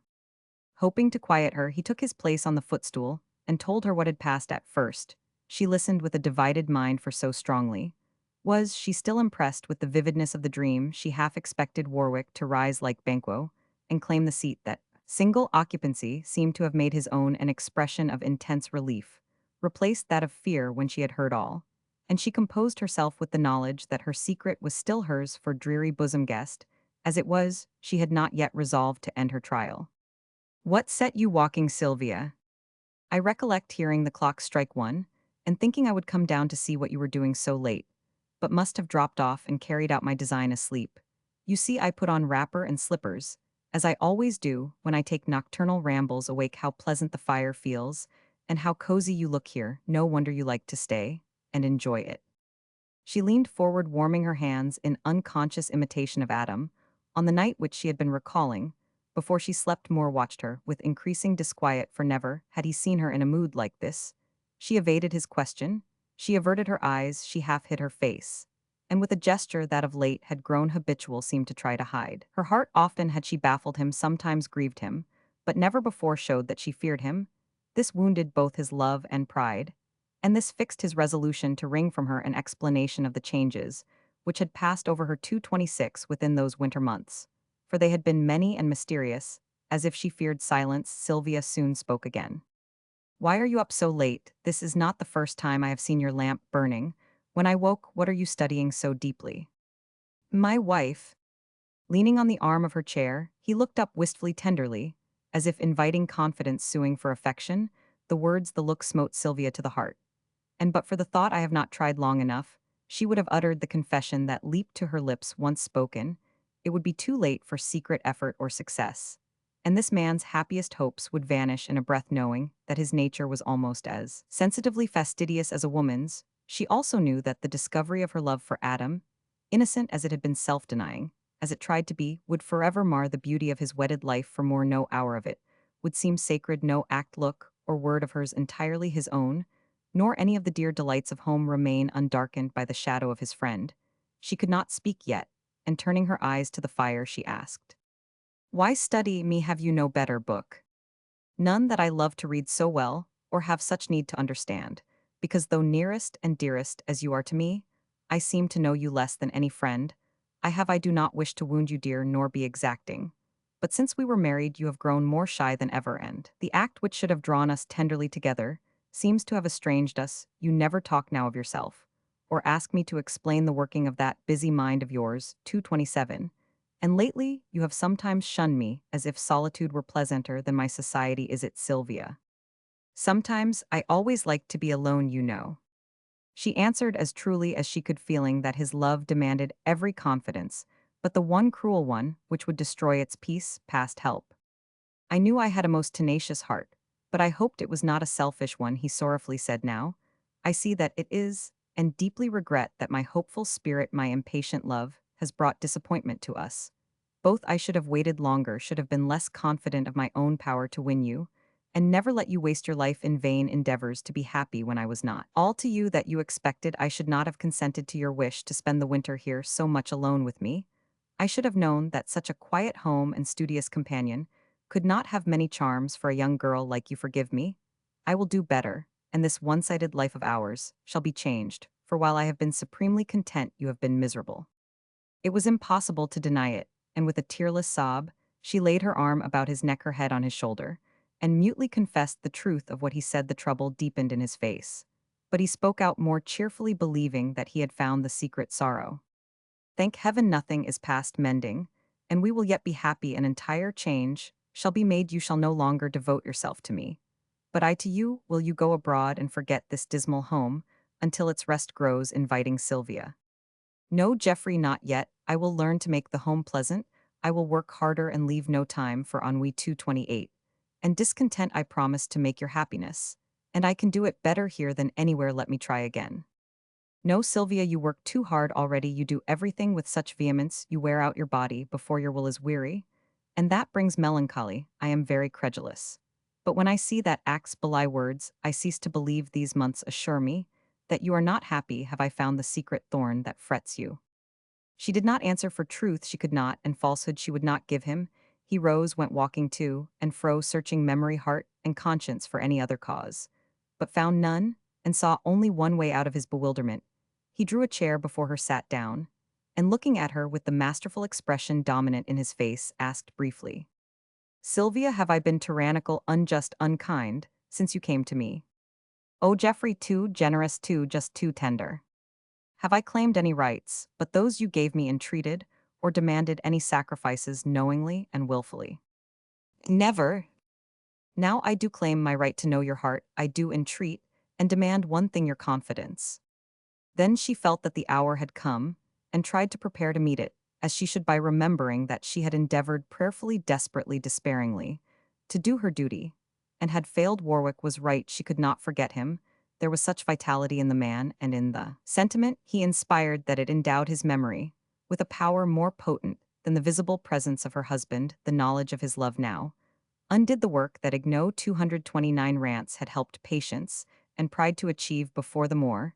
She struggled to forget. The deeper, dearer grew the yearning that must be denied, till months of fruitless effort convinced her that it was impossible to outlive a passion more indomitable than will or penitence or perseverance. Now she saw the wisdom of Adam's warning, and felt that he knew both his friend's heart and her own better than herself. Now she bitterly regretted that she had not spoken out when he was there to help her, and before the least deceit had taken the dignity from sorrow. Nevertheless, though she trembled, she resolved, and while more spoke on, she made ready to atone for past silence by a perfect loyalty to truth.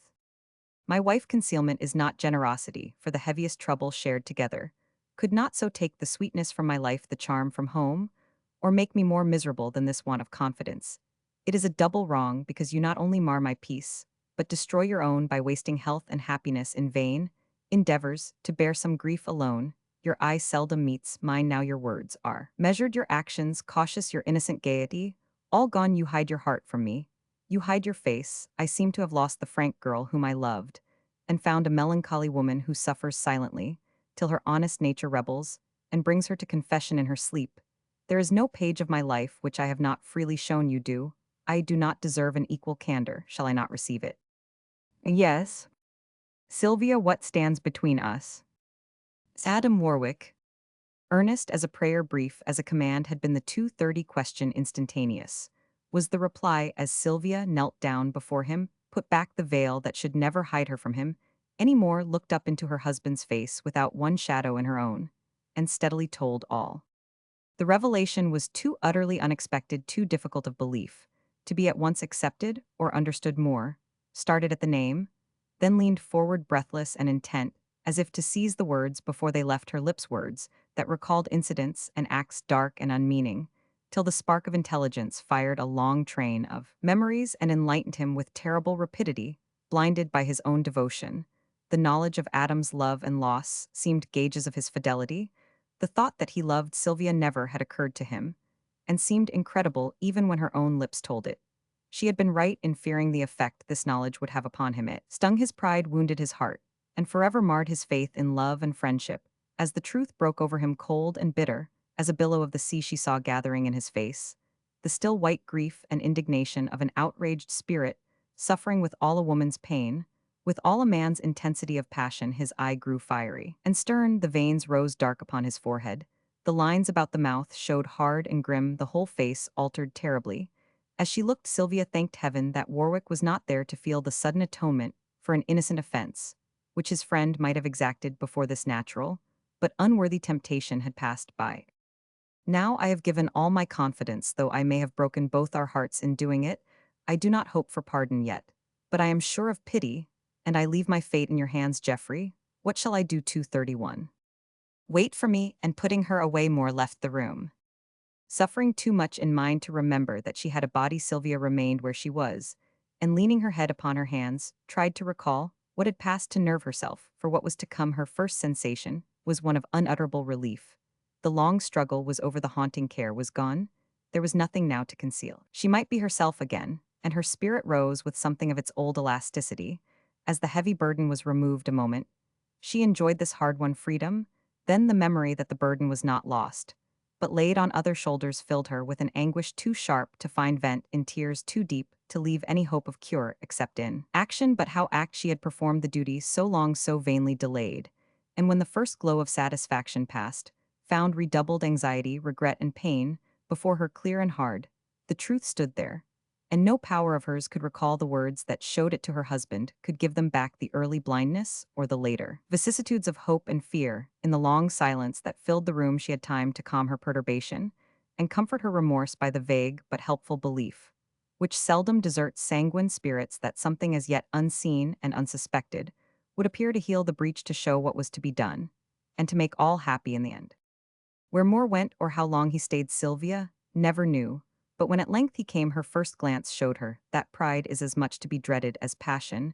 No gold is without alloy, and now she saw the shadow of a nature which had seemed all sunshine. She knew he was very proud, but never thought to be the cause of its saddest 232 manifestation, one which showed her that its presence could make the silent sorrow of a just and gentle man a harder trial to sustain than the hottest anger, the bitterest reproach. Scarcely paler than when he went, there was no sign of violent emotion in his countenance. His eyes shone keen, and dark and anxious fold crossed his forehead, and a melancholy gravity replaced the cheerful serenity his face once wore.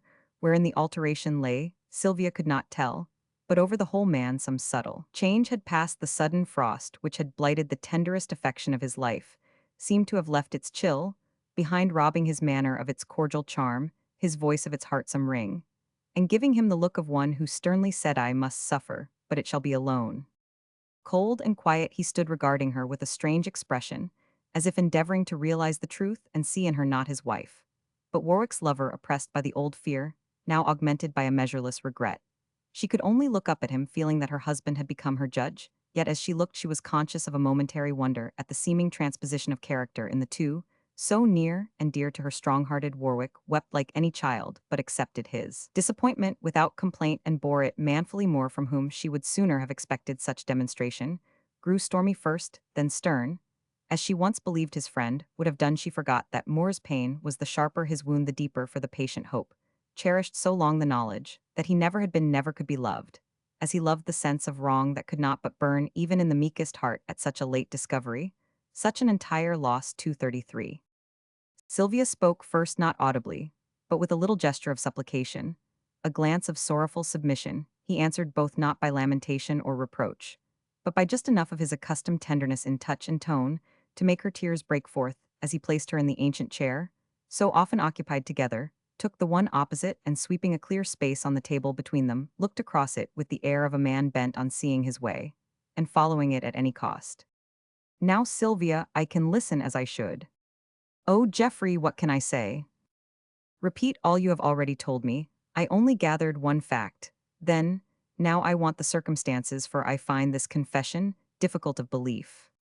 Perhaps no sterner expiation could have been required of her than to sit there face to face, eye to eye, and tell again that little history of thwarted love and fruitless endeavor. Excitement had given her courage for the first confession. Now it was torture to carefully repeat what had poured freely from her lips before, but she did it glad to prove her penitence by any test he might apply. Tears often blinded her uncontrollable emotion, often arrested her. And more than once she turned on him a beseeching look, which asked as plainly as words, "Must I go on?"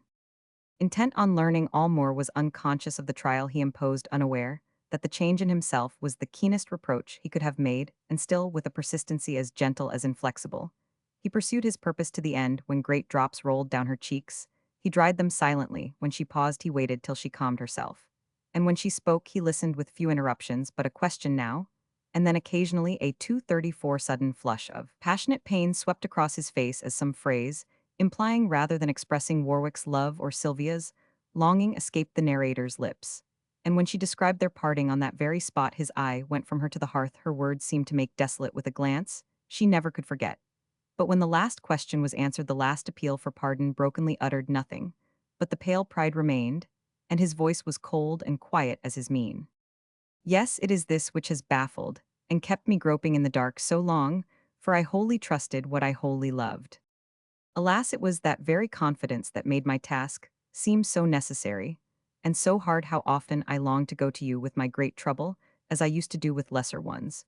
But here you would suffer more than I, and having done the wrong, it was for me to pay the penalty. So, like many another weak, yet willing soul, I tried to keep you happy at all costs. One frank word before I married you would have spared us. This could you not foresee the end and dare to speak it, Sylvia?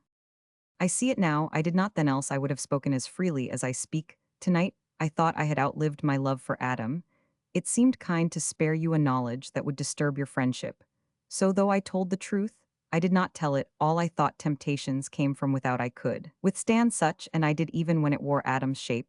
This temptation came so suddenly, seemed so harmless, generous, and just that I yielded to it, unconscious that it was one. Surely I deceived myself as cruelly as I did you, and God knows I have tried to atone for it when time taught me my fatal error. 235. Poor child, it was too soon for you to play the perilous game of hearts. I should have known it, and left you to the safe and simple joys of girlhood. Forgive me that I have kept you a prisoner so long. Take off the fetter I put on and go, Sylvia. No, do not put me from you, yet do not think that I can hurt you so, and then be glad to leave you suffering alone. Look like your kind self, if you can talk to me, as you used to let me show you my heart, and you will see how large a place you fill in it. Let me begin again, for now the secret is told. There is no fear to keep out love, and I can give my whole strength to learning the lesson you have tried so patiently to teach. You cannot, Sylvia, we are as much divorced as if judge and jury had decided the righteous, but hard separation for us. You can never be a wife to me with an unconquerable affection in your heart. I can never be your husband, while the shadow of a fear remains. I will have all or nothing. Adam foretold this. He knew you best, and I should have followed the brave counsel he gave me long ago. Oh, if he were only here to help us now. The desire broke from Sylvia's lips involuntarily, as she turned for strength to the strong soul that loved her. But it was like wind to smoldering fire. A pang of jealousy wrung Moore's heart, and he spoke out with a flash of the eye that startled Sylvia more than the rapid change of voice and manner. Hush, say anything of yourself or me, and I can bear it, but spare me the sound of Adam's name tonight. A man's nature is not forgiving like a woman's, and the best of us harbor impulses. You know nothing of. If I am 236, to lose wife, friend, and home, for God's sake leave me my self-respect. All the coldness and pride passed from Moore's face, as the climax of his sorrow came with an impetuous gesture. He threw his arms across the table, and laid down his head in a paroxysm of tearless suffering, such as men only know. How Sylvia longed to speak, but what consolation could the tenderest words supply? She searched for some alleviating suggestion, some happier hope. None came. Her eye turned imploringly to the pictured fates above her, as if imploring them to aid her, but they looked back at her inexorably dumb, and instinctively her thought passed beyond them to the ruler of all fates, asking the help which never is refused. No words embodied her appeal, no sound expressed it, only a voiceless cry from the depths of a contrite spirit, owning its weakness, making known its want. She prayed for submission, but her deeper need was seen.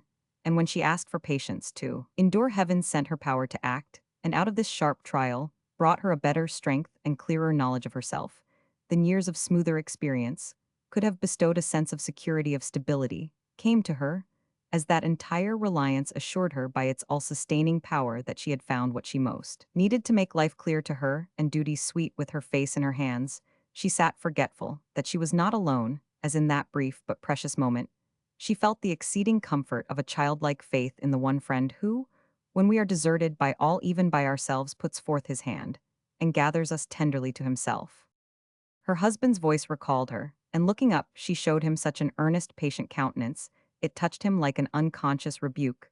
The first tears, she had 237 seen rose to his eyes, and all the old tenderness came back into his voice, softening the dismissal which had been more coldly begun. Dear silence and rest are best for both of us. Tonight we cannot treat this trouble as we should, till we are calmer. Then we will take counsel how soonest to end what never should have been begun. Forgive me, pray for me, and in sleep forget me for a little while. He held the door for her, but as she passed, Sylvia lifted her face for the good night caress without which she had never left him. Since she became his wife, she did not speak, but her eye humbly besought this token of forgiveness, nor was it denied. Moore laid his hand upon her lips, saying, "These are Adam's now," and kissed her on the forehead. Such a little thing, but it overcame Sylvia with the sorrowful certainty of the loss which had befallen both, and she crept away feeling herself an exile from the heart and home whose happy mistress she could never be again. Moore watched the little figure going upward and weeping softly as it went, as if he echoed the sad, "Never any more," which those tears expressed, and when it vanished with a backward look, shut himself in alone with his great sorrow. Chapter Roman 18. What next? Sylvia laid her head down on her pillow, believing that 2:38 this night would be the longest, saddest she had ever known. But before she had time to sigh for sleep, it wrapped her in its comfortable arms and held her, till day broke. Sunshine streamed across the room, and early birds piped on the budding boughs that swayed before the window. But no morning smile saluted her, no morning flower awaited her, and nothing but a little note lay on the unpressed pillow at her side. Sylvia, I have gone away to Faith because this proud, resentful spirit of mine must be subdued. Before I meet you, I leave that behind me, which will speak to you more kindly, calmly than I can now, and show you that my effort has been equal to my failure. There is nothing for me to do but submit manfully, if I must, meekly if I can end. This short exile will prepare me for the longer one to come. Take counsel with those nearer and dearer to you than myself, and secure the happiness which I have so ignorantly delayed, but cannot willfully destroy. God be with you, and through all that is and is to come, remember that you remain beloved forever in the heart of Geoffrey Moore. Sylvia had known many sad uprisings, but never a sadder one than this, and the hours that followed aged her more than 239 any year had done all day. She wandered aimlessly to and fro, for the inward conflict would not let her rest. The house seemed home no longer when its presiding genius was gone, and everywhere some token of his former presence touched her with its mute reproach. She asked no counsel of her family, for well she knew the outburst of condemnation, incredulity, and grief that would assail her. There they could not help her, yet they would only augment perplexities, weaken convictions, and distract her mind. When she was sure of herself, she would tell them, endure their indignation, and regret, and steadily execute the new purpose, whatever it should be. To many, it might seem an easy task to break the bond that burdened and assume the tie that blessed, but Sylvia had grown wise in self-knowledge, timorous through self-delusion. Therefore, the greater the freedom given her, the more she hesitated to avail herself of it. The nobler each friend grew as she turned from one to the other, the more impossible seemed the decision, for generous spirit and loving heart contended for the mastery. Yet neither one, she knew that Moore had put her from him, never to be recalled, till some miracle was wrought that should make her truly his. This renunciation showed her how much he had become to her, how entirely she had learned to lean upon him, and how great a boon such perfect love was in itself. Even the prospect of a life with Warwick brought forebodings, with its hope reason, made her listen to many doubts which hitherto passion had suppressed. Would she never tire of his unrest? Could she fill so large a heart and give it power as well as warmth? Might not the two wills clash, the ardent natures inflame one another, the stronger intellect exhaust the weaker, and disappointment come 240 again? And as she asked these questions, conscience, the monitor, whom no bribe can tempt, no threat silence, invariably answered yes. But chief among the cares that beset her was one that grew more burdensome with thought by her own. Well, she had put her liberty into another's. Keeping law confirmed the act, gospel sanctioned the vow, and it could only be redeemed by paying the costly price demanded of those who own that they have drawn a blank in the lottery of marriage. Public opinion is a grim ghost that daunts the bravest, and Sylvia knew that trials lay before her from which she would shrink and suffer, as only a woman sensitive and proud as she could shrink and suffer once apply this remedy, and any tongue would have the power to wound any eye to insult, with pity or contempt any stranger to criticize or condemn. And she would have no means of redress, no place of refuge, even in that stronghold Adam's heart. All that dreary day, she wrestled with these stubborn facts, but could neither mold nor modify them, as she would an evening found her spent, but not decided too excited for sleep, yet too weary for exertion. She turned bedward, hoping that the darkness and the silence of night would bring good counsel if not rest. Till now she had shunned the library as one shuns the spot where one has suffered most. But as she passed the open door, the gloom that reigned within seemed typical of that which had fallen on its absent master. And following the impulse of the moment, Sylvia went in to light it with the little glimmer of her lamp. Nothing had been touched for no hand, but her own preserved the order of this room. And all household duties had been neglected on that day 241. The old chair stood where she had left it, and over its arm was thrown the velvet coat, half dressing gown, half blouse, that Moore liked to wear at this household trysting place. Sylvia bent to fold it smoothly as it hung, and feeling that she must solace herself with some touch of tenderness, laid her cheek against the soft garment, whispering good night. Something glittered on the cushion of the chair, and looking nearer, she found a steel-clasped book upon the cover of which lay a dead heliotrope, a little key. It was Moore's diary, and now she understood that passage of the note which had been obscure before I leave that behind me, which will speak to you more kindly, calmly than I can now, and show you that my effort has been equal to my failure. She had often begged to read it, threatened to pick the lock, and felt the strongest curiosity to learn what was contained in the long entries that he daily made her requests had always been answered with the promise of entire possession of the book when the year was out. Now he gave it, though the year was not gone, and many leaves were yet unfilled. He thought she would come to this room first, would see her morning flower laid ready for her, and sitting in what they called their refuge would draw some comfort for herself, some palliation for his innocent offense from the record so abruptly ended. She took it, went away to her own room, unlocked the short romance of his wedded life, and found her husband's heart laid bare before her. It was a strange and solemn thing to look so deeply into the private experience of a fellow being, to trace the birth and progress of purposes and passions, the motives of action, the secret aspirations, the besetting sins that made up the inner life he had been leading beside her. Moore wrote 242 with an eloquent sincerity, because he had put himself into his book, as if feeling the need of some confidant. He had chosen the only one that pardons egotism. Here too Sylvia saw her chameleon self etched with loving care, endowed with all gifts and graces, studied with unflagging zeal, and made the idol of a life. Often a tuneful spirit seemed to assert itself, and passing from smooth prose to smoother poetry, sonnet, song, or psalm, flowed down the page in cadences stately, sweet, or solemn, filling the reader with delight at the discovery of a gift, so genuine yet so shyly folded up within itself, unconscious, that its modesty was the surest token of its worth. More than once Sylvia laid her face into the book, and added her involuntary comment on some poem or passage, made pathetic by the present, and more than once paused to wonder with exceeding wonder why she could not give such genius and affection its reward had she needed any confirmation of the fact so hard to teach herself. This opening of his innermost would have given it, for while she bitterly grieved over the death blow she had dealt his happy hope, it no longer seemed a possibility to change her stubborn heart, or lessen, by a fraction, the debt which she sadly felt could only be repaid in friendship's silver, not love's gold. All night she lay there like some pictured Magdalene purer, but as penitent as Correggio's Mary, with the book, the lamp, the melancholy eyes, the golden hair that painters love. All night she read, gathering courage, not consolation, from those pages, foreseeing what she was not, showed her what she might become. And when she turned the little key upon that story without an end, Sylvia, the girl, was dead. But Sylvia, the woman, had begun to live. 243. Lying in the rosy hush of dawn, there came to her a sudden memory. If ever you need help that Geoffrey cannot give, remember cousin Faith. This was the hour. Faith foresaw Moore had gone to her with his trouble. Why not follow, and let this woman, wise, discreet, and gentle, show her what should come next? The newly risen sun saw Sylvia away upon her journey to Faith's home among the hills. She lived alone, a cheerful, busy, solitary soul, demanding little of others, yet giving freely to whomsoever asked an alms of her. Sylvia found the gray cottage nestled in a hollow of the mountainside, a pleasant hermitage, secure, and still mistress and maid composed the household, but none of the gloom of isolation darkened the sunshine that pervaded it. Peace seemed to sit upon its threshold, content to brood beneath its eaves, and the atmosphere of home to make it beautiful.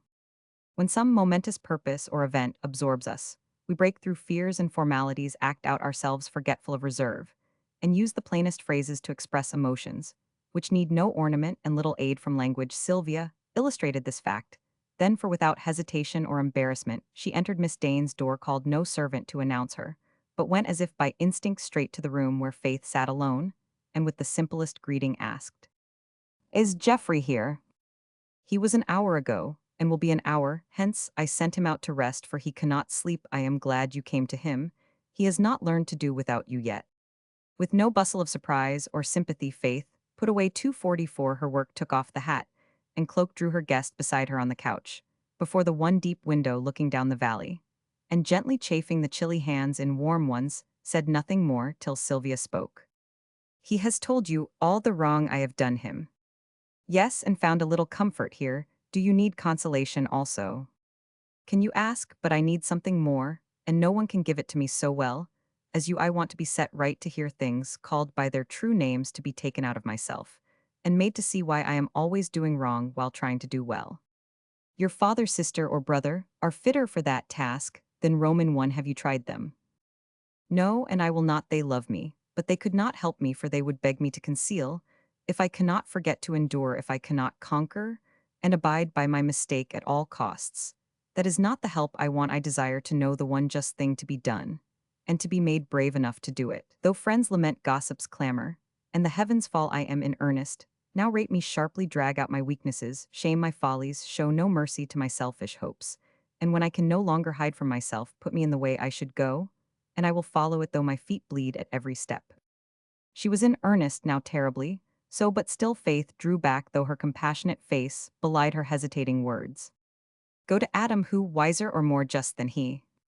I cannot. He, as well as Geoffrey, loves me too well to decide for me. You stand between them, wise as the one, gentle as the other. And you do not care for me enough, 245, to let affection hoodwink reason. Faith, you bade me come, do not cast me off, for, if you shut your heart against me, I know not where to go."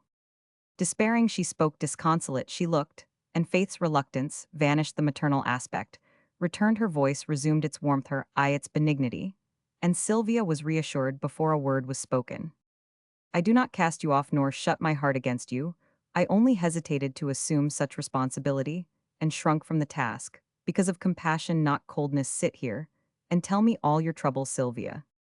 That is so kind, it seems quite natural to turn to you, as if I had a claim upon you. Let me have. And if you can love me a little, because I have no mother and need one very much." "My child, you shall not need one any more. I feel that, and am comforted already, Faith, if you were me, and stood where I stand, beloved by two men, either of whom any woman might be proud to call husband, putting self away, to which should you cleave?" "To neither." Sylvia paled and trembled, as if the oracle she had invoked was an unanswerable voice. Pronouncing the inevitable, she watched Faith's countenance a moment, groping for her meaning, failed to find it, and whispered below her breath, "Can I know why?" "Because your husband is your lover, should be your friend, and nothing more. You have been hardly taught the lesson.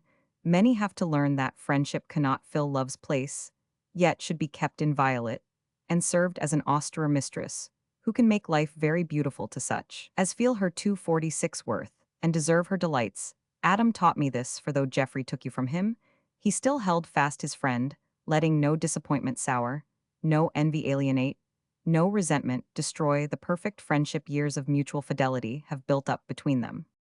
"Yes," cried Sylvia, "how I have honored Adam for that steadfastness, and how I have despised myself because I could not be as wise and faithful in the earlier, safer sentiment I felt for Geoffrey. Be wise and faithful now, cease to be the wife, but remain the friend. Freely give all you can with honesty, not one jot more. Never did man possess a truer friend than I will be to him if he will let me. But Faith, if I may be that to Geoffrey, may I not be something nearer and dearer to Adam? Would not you dare to hope it, were you me?" "No, Sylvia, never." "Why not? If you were blind, a cripple, or cursed with some incurable infirmity of body, would not you hesitate to bind yourself and your affliction to another? You know I should not only hesitate but utterly refuse. I do know it, therefore I venture to show you why, according to my belief, you should not marry Adam.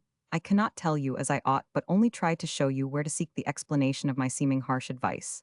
There are diseases more subtle and dangerous than any that vex our flesh, diseases that should be as carefully cured if curable as inexorably prevented from spreading. As any malady we dread a paralyzed, will a morbid, mind a mad temper, a tainted heart a blind. Soul are afflictions to be, as 247 much regarded as bodily infirmities, nay more inasmuch as souls are of greater value than perishable flesh. Where this is religiously taught, believed, and practiced, marriage becomes in truth a sacrament blessed of God. Children, thank parents for the gift of life. Parents see in children living satisfactions, and rewards not reproaches or retributions doubly heavy to be borne for the knowledge that where two sinned many must inevitably suffer.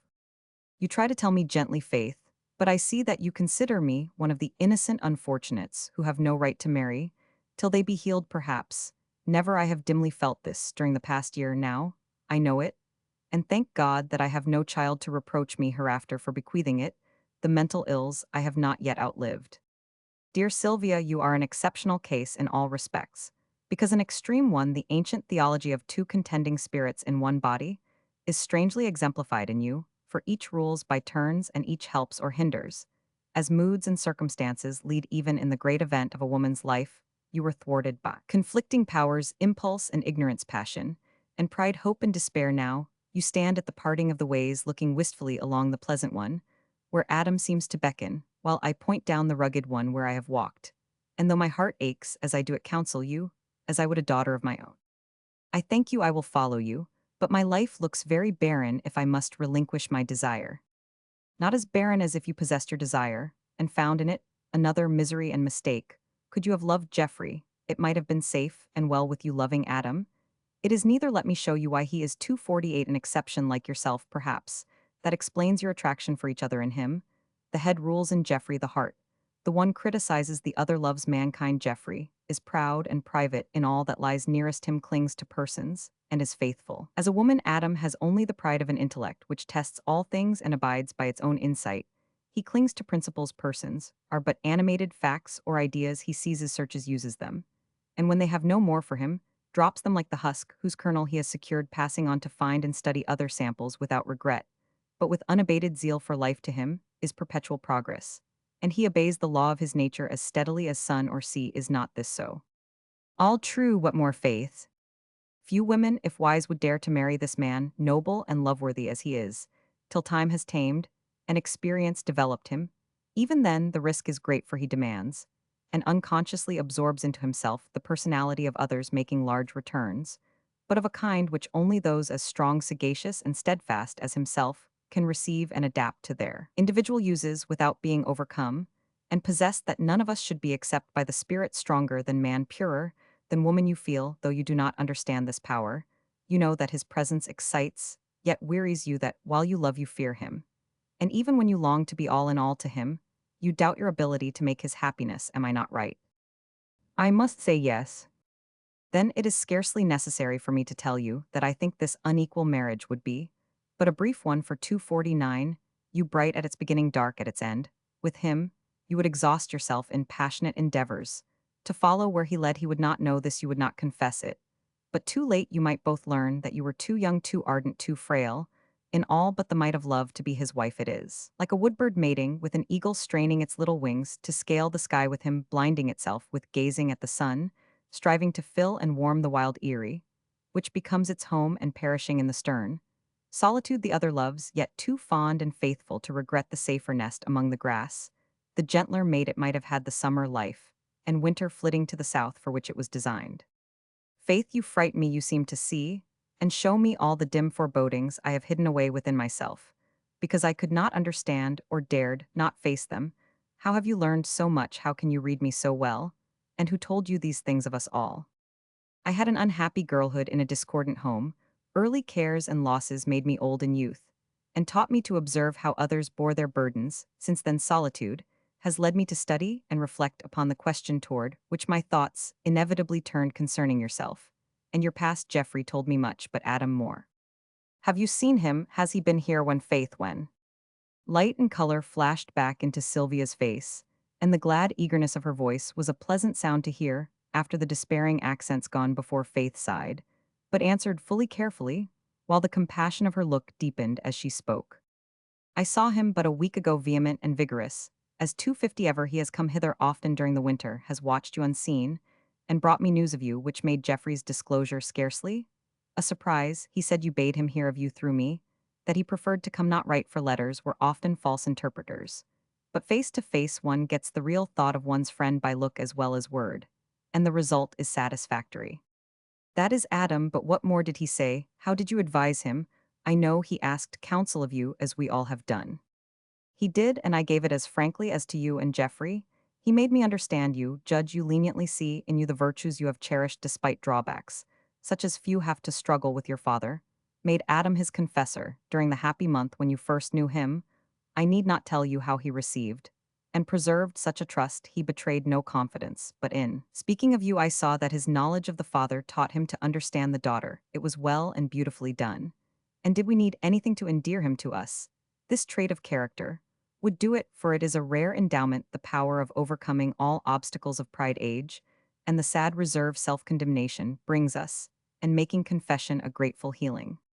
I know what we tell our sorrows to such as Geoffrey, our sins to such as Adam, but Faith, when you spoke of me, did you say to him what you have been saying to me about my unfitness, to be his wife because of inequality and my unhappy inheritance?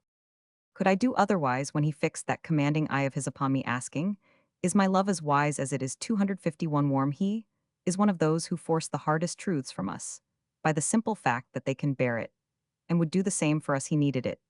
Then for though instinct was right, hence his anxious question, his heart, never so entirely roused as now, made it difficult for him to judge of your relations to one another, and there my woman's insight helped him. What did he do when you told him? I see that you will yet hesitate to tell me. I think you have been preparing me to hear it. Speak out, though my cheeks whiten and my hands tremble. I can bear it, for you shall be the law by which I will abide. You shall be a law to yourself, my brave Sylvia. Put your hands in mine, and hold fast to the friend who loves and honors you. For this I will tell you what Adam did, and said. He sat in deep thought many minutes, but with him to see is to do, and soon he turned to me with the courageous expression, which in him signifies that the fight is fought, the victory won. It is necessary to be just, it is not necessary to be happy. I shall never marry Sylvia, even if I mind. With that paraphrase of words, whose meaning seemed to fit his need, he went away. I think he will not come again either to me or you. How still the room grew as Faith's reluctant lips uttered the last words. Sylvia sat motionless, looking out into the sunny valley, with eyes that saw nothing but the image of that beloved friend, leaving her perhaps forever. Well, she knew that with this man to see was to do, and with a woeful sense of desolation falling cold upon her heart, she felt that there was nothing more to hope for but a brave submission like his own. Yet in that pause, there came a feeling of relief after the first despair. The power of choice was no longer left her, and the help she needed was bestowed by 252, one who could decide against himself, inspired by a sentiment which curbed a strong man's love of power, and made it subject to a just man's love of right. Great examples never lose their virtue. What Pompey was to Warwick, that Warwick became to Sylvia, and in the moment of supremest sorrow, she felt the fire of a noble emulation kindling within her from the spark he left behind. Faith, what comes next? This, and she was gathered close, while Faith confessed how hard her task had been by letting tears fall fast upon the head, which seemed to have found its proper resting place, as if despite her courage and her wisdom, the woman's heart was half broken. With its pity better than any words was the motherly embrace, the silent shower, the blessed balm of sympathy, which soothed the wounds it could not heal. Leaning against each other, the two hearts talked together, in the silence feeling the beauty of the tie kind nature weaves between the hearts that should be knit. Faith often turned her lips to Sylvia's forehead, brushed back her hair with a lingering touch, and drew her nearer, as if it was very pleasant to see and feel the little creature in her arms. Sylvia lay there tearless and tranquil, thinking thoughts for which she had no words, and trying to prepare herself for the life to come, a life that now looked very desolate. Her eyes still rested on the valley where the river flowed. The elms waved their budding boughs in the bland air, and the meadows wore their earliest tinge of green. But she was not conscious of these things till the sight of a solitary figure coming slowly up the hill recalled her to the present, and the duties it still held for her. Here is Geoffrey, how wearily he walks, so changed, and old he looks so. Why was I born to be a curse to all who love me? Hush, Sylvia, say anything, but that because it casts reproach upon your father. Your life is but just begun. Make it a blessing, not a curse, as all of us have power to do, and remember that for every affliction there are two helpers who can heal or end the heaviest. We know time and death. The first we may invoke and wait for, the last God alone can send when it is better not to live. I will try to be patient. Will you meet and tell Geoffrey what has passed? I have no strength left, but for passive endurance. Faith went. Sylvia heard the murmur of earnest conversation. Then steps came rapidly along the hall, and Moore was in the room. She rose involuntarily. But for a moment, neither spoke, for never had they met as now each regarded the other, as if a year had rolled between them. Since they parted and each saw in the other the changes that one day had wrought, neither the fire of resentment, nor the frost of pride now, rendered Moore's face stormy or stern anxious. And worn it was with newly graven lines upon the forehead, and melancholy curves about the mouth, but the peace of a conquered spirit touched it with a pale serenity, and some perennial hope shone in the glance he bent upon his wife. For the first time in her life, Sylvia was truly beautiful, not physically, for never had she looked more weak and wan, but spiritually, as the inward change made itself manifest in an indescribable expression of meekness, and of strength with suffering came submission with repentance, came regeneration, and the power of the woman yet to be touched with beauty, the pathos of the woman now passing through the fire. 254. Faith has told you what has passed between us, and you know that my loss is a double one, she said. Let me add that I deserve it, that I clearly see my mistakes will amend, such as I can bear the consequences of, such as our past help try to profit by all, and make no new ones. I cannot be your wife, I ought not to be Adam's, but I may be myself, may live my life alone, and being friends with both wrong neither. This is my decision in it, I believe by it I will abide, and if it be a just one, God will not let me fail. I submit, Sylvia, I can still hope and wait. So humbly he said it, so heartily, he meant it. She felt that his love was as indomitable as Warwick's will, and the wish that it were right and possible to accept and reward it woke with all its old intensity. It was not possible. And though her heart grew heavier within her, Sylvia answered steadily. No, Geoffrey, do not hope, do not wait, forgive me, and forget me. Go abroad, as you propose, travel far and stay long away, change your life, and learn to see in me only the friend I once was and still desire to be. I will go, will stay till you recall me, but while you live your life alone, I shall still hope and wait. This invincible fidelity, so patient, so persistent, impressed the listener like a prophecy, disturbed her conviction, arrested the words upon her lips, and softened them. It is not for one so unstable as myself to say, I shall never change. I do not say it, though I heartily believe it, but will leave all to time. Surely, I may do this, may let separation gently, gradually convince you or alter me. And as the one return which I can make for all you have given me, let this tie between us remain unbroken for a little. 255 longer. Take this poor consolation with you. It is the best that I can offer now. Mine is the knowledge that, however I may thwart your life in this world, there is a beautiful eternity in which you will forget me and be happy. She gave him comfort, but he robbed her of her own, as he drew her to him, answering with a glance brighter than any smile. Love is immortal, dear, and even in the beautiful eternity I shall still hope and wait. How soon it was all over, the return to separate homes, the disclosures, and the storms, the preparations for the solitary voyage, the last charges and farewells. Mark would not, and Prue could not go to see the traveler off, the former being too angry to lend his countenance to what he termed a barbarous banishment, the latter being half blind with crying, stayed to nurse Jessie, whose soft heart was nearly broken at what seemed to her the most direful affliction under heaven. But Sylvia and her father followed Moore till his foot left the soil, and still lingered on the wharf to watch the steamer out of port, an uncongenial place, in which to part carriages rolled up and down. A clamor of voices filled the air, the little steam tug snorted with impatience, and the waves flowed seaward with the ebbing of the tide.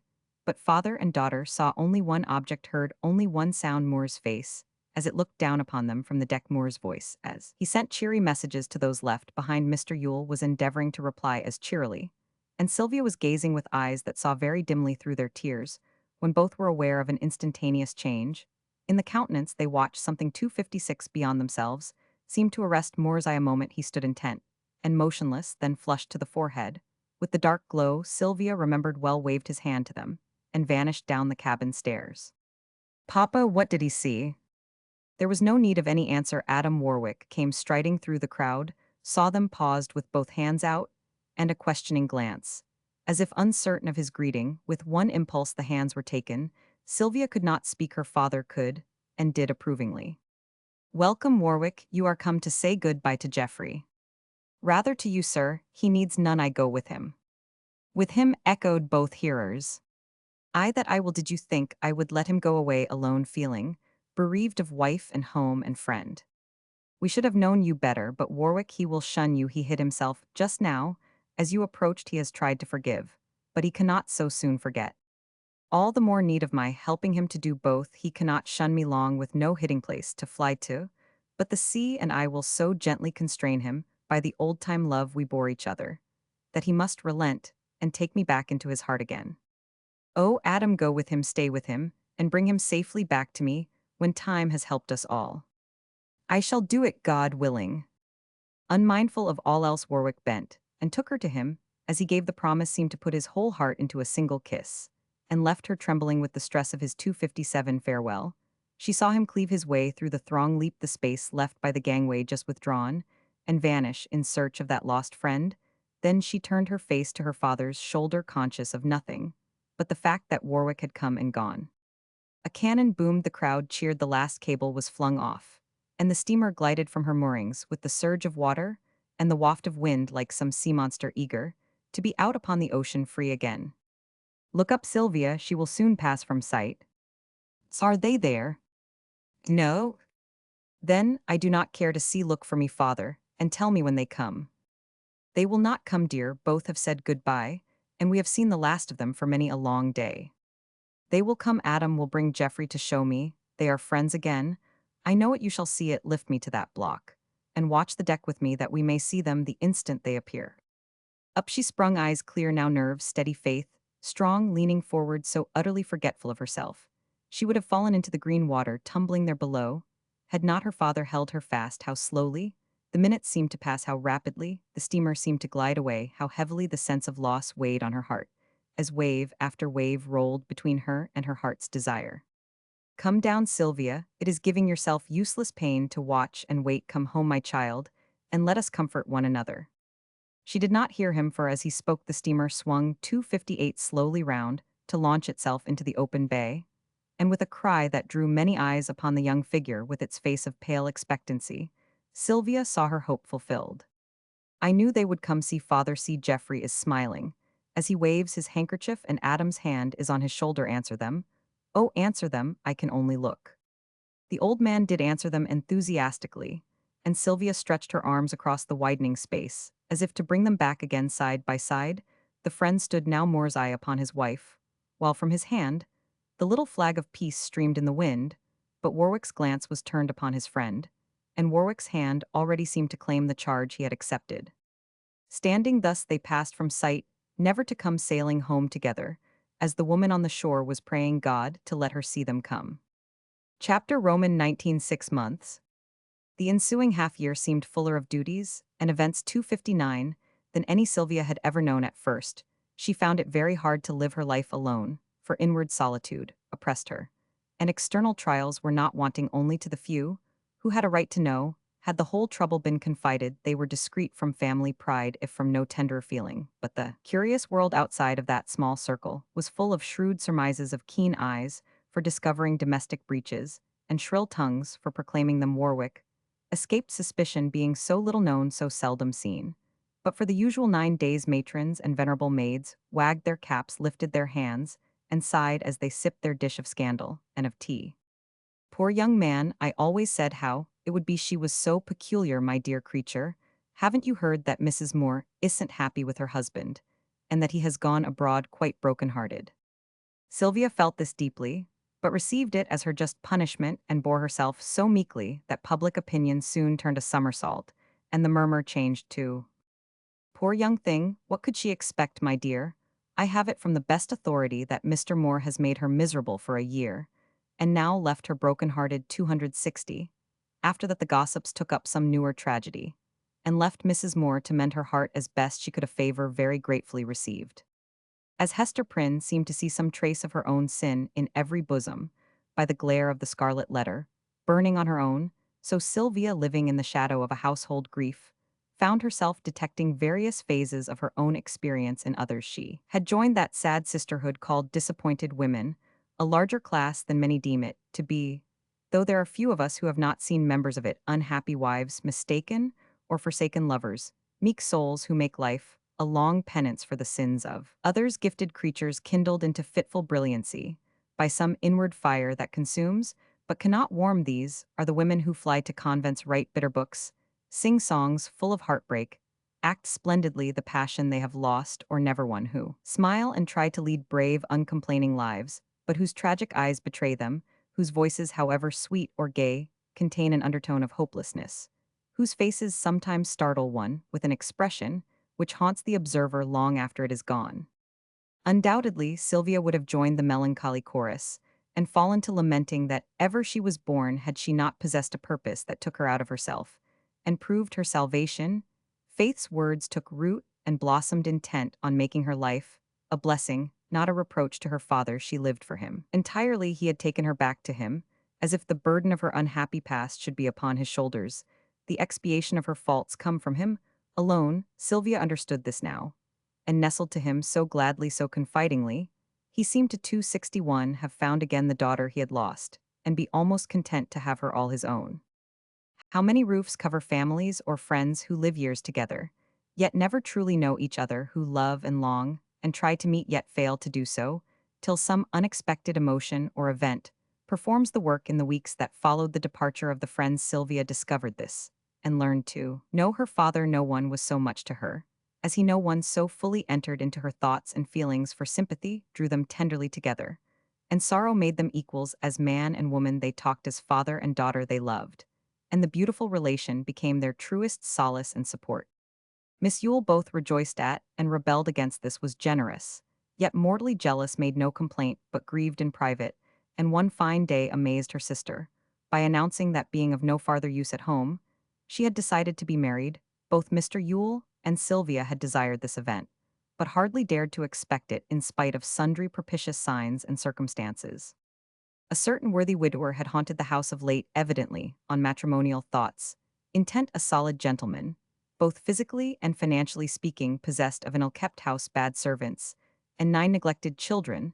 This prospect, however alarming to others, had great charms for Prue, nor was the Reverend Gamaliel Bliss repugnant to her, being a rubicund, bland personage much given to fine linen, long dinners, and short sermons. His third spouse had been suddenly translated, and though the years of mourning had not yet expired, things went so hardly with Gamaliel that he could no longer delay casting his pastoral eyes over the flock, which had already given 262 lambs to his fold. In search of a fourth, none appeared whose meek graces were sufficiently attractive, or whose dowries were sufficiently large. Meantime, the 9 olive branches grew wild, the servants reveled the ministerial digestion, suffered the sacred shirts went buttonless, and their wearer was well-nigh distraught at this crisis.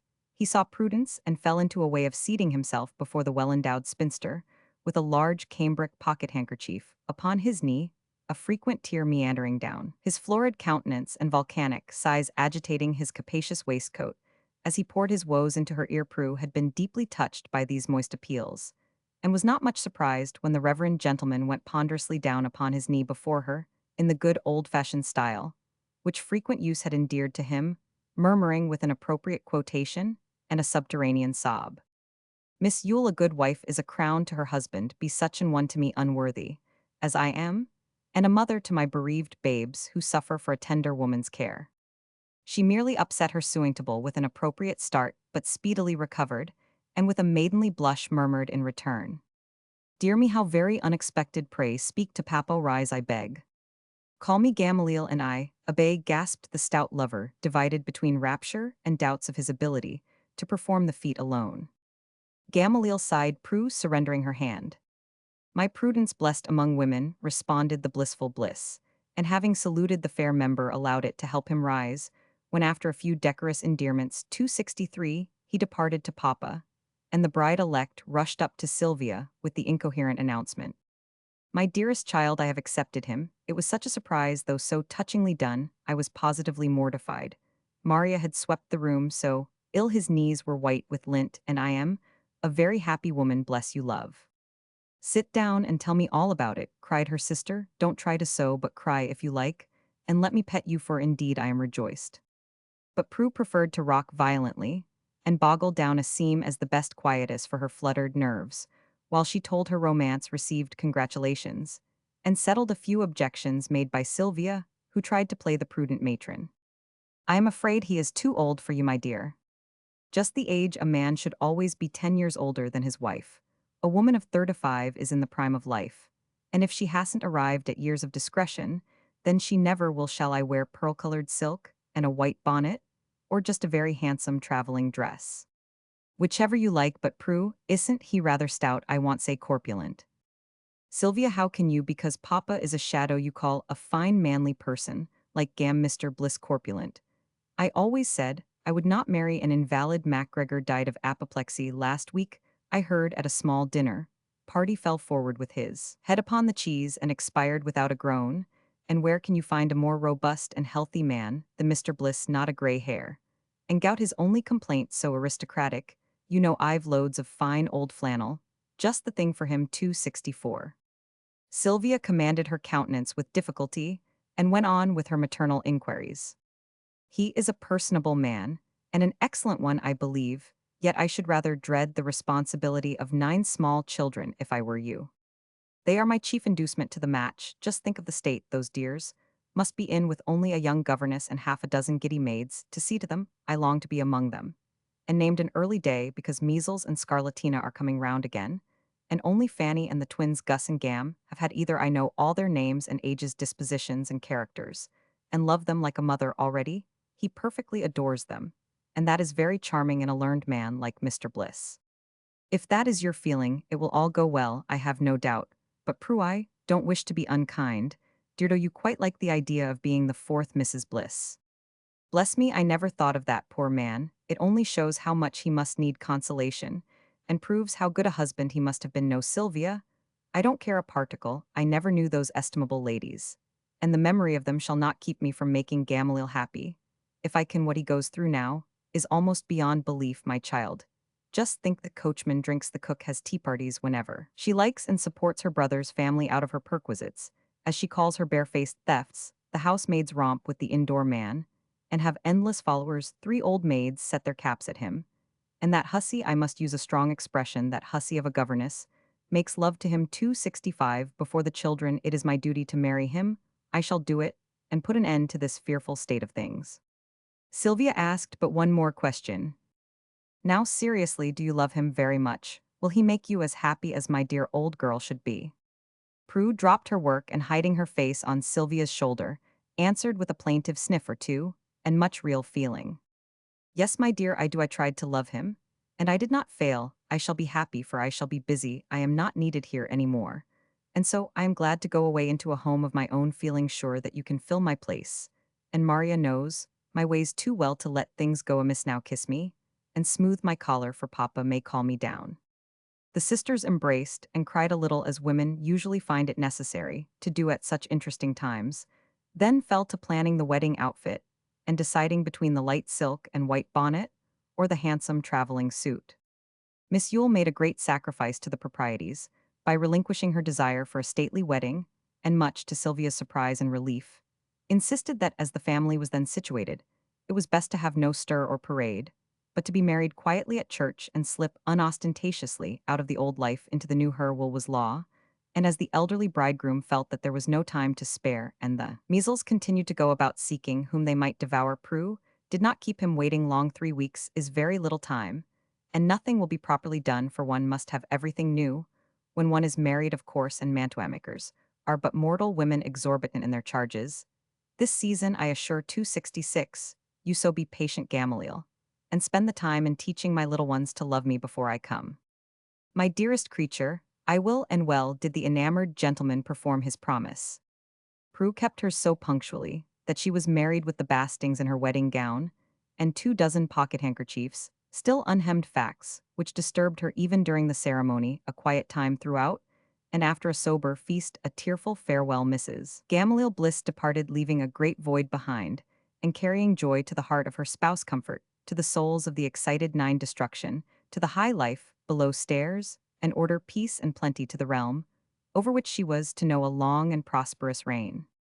Hardly had the excitement of this event subsided when another occurred to keep Sylvia from melancholy and bring an added satisfaction to her lonely days across the sea. There came to her a little book bearing her name upon its title page, quaintly printed and bound in some foreign style, plain and unassuming without but very rich within. For there, she found Warwick's essays, and between each of these one of the poems from Moore's diary, far away there in Switzerland.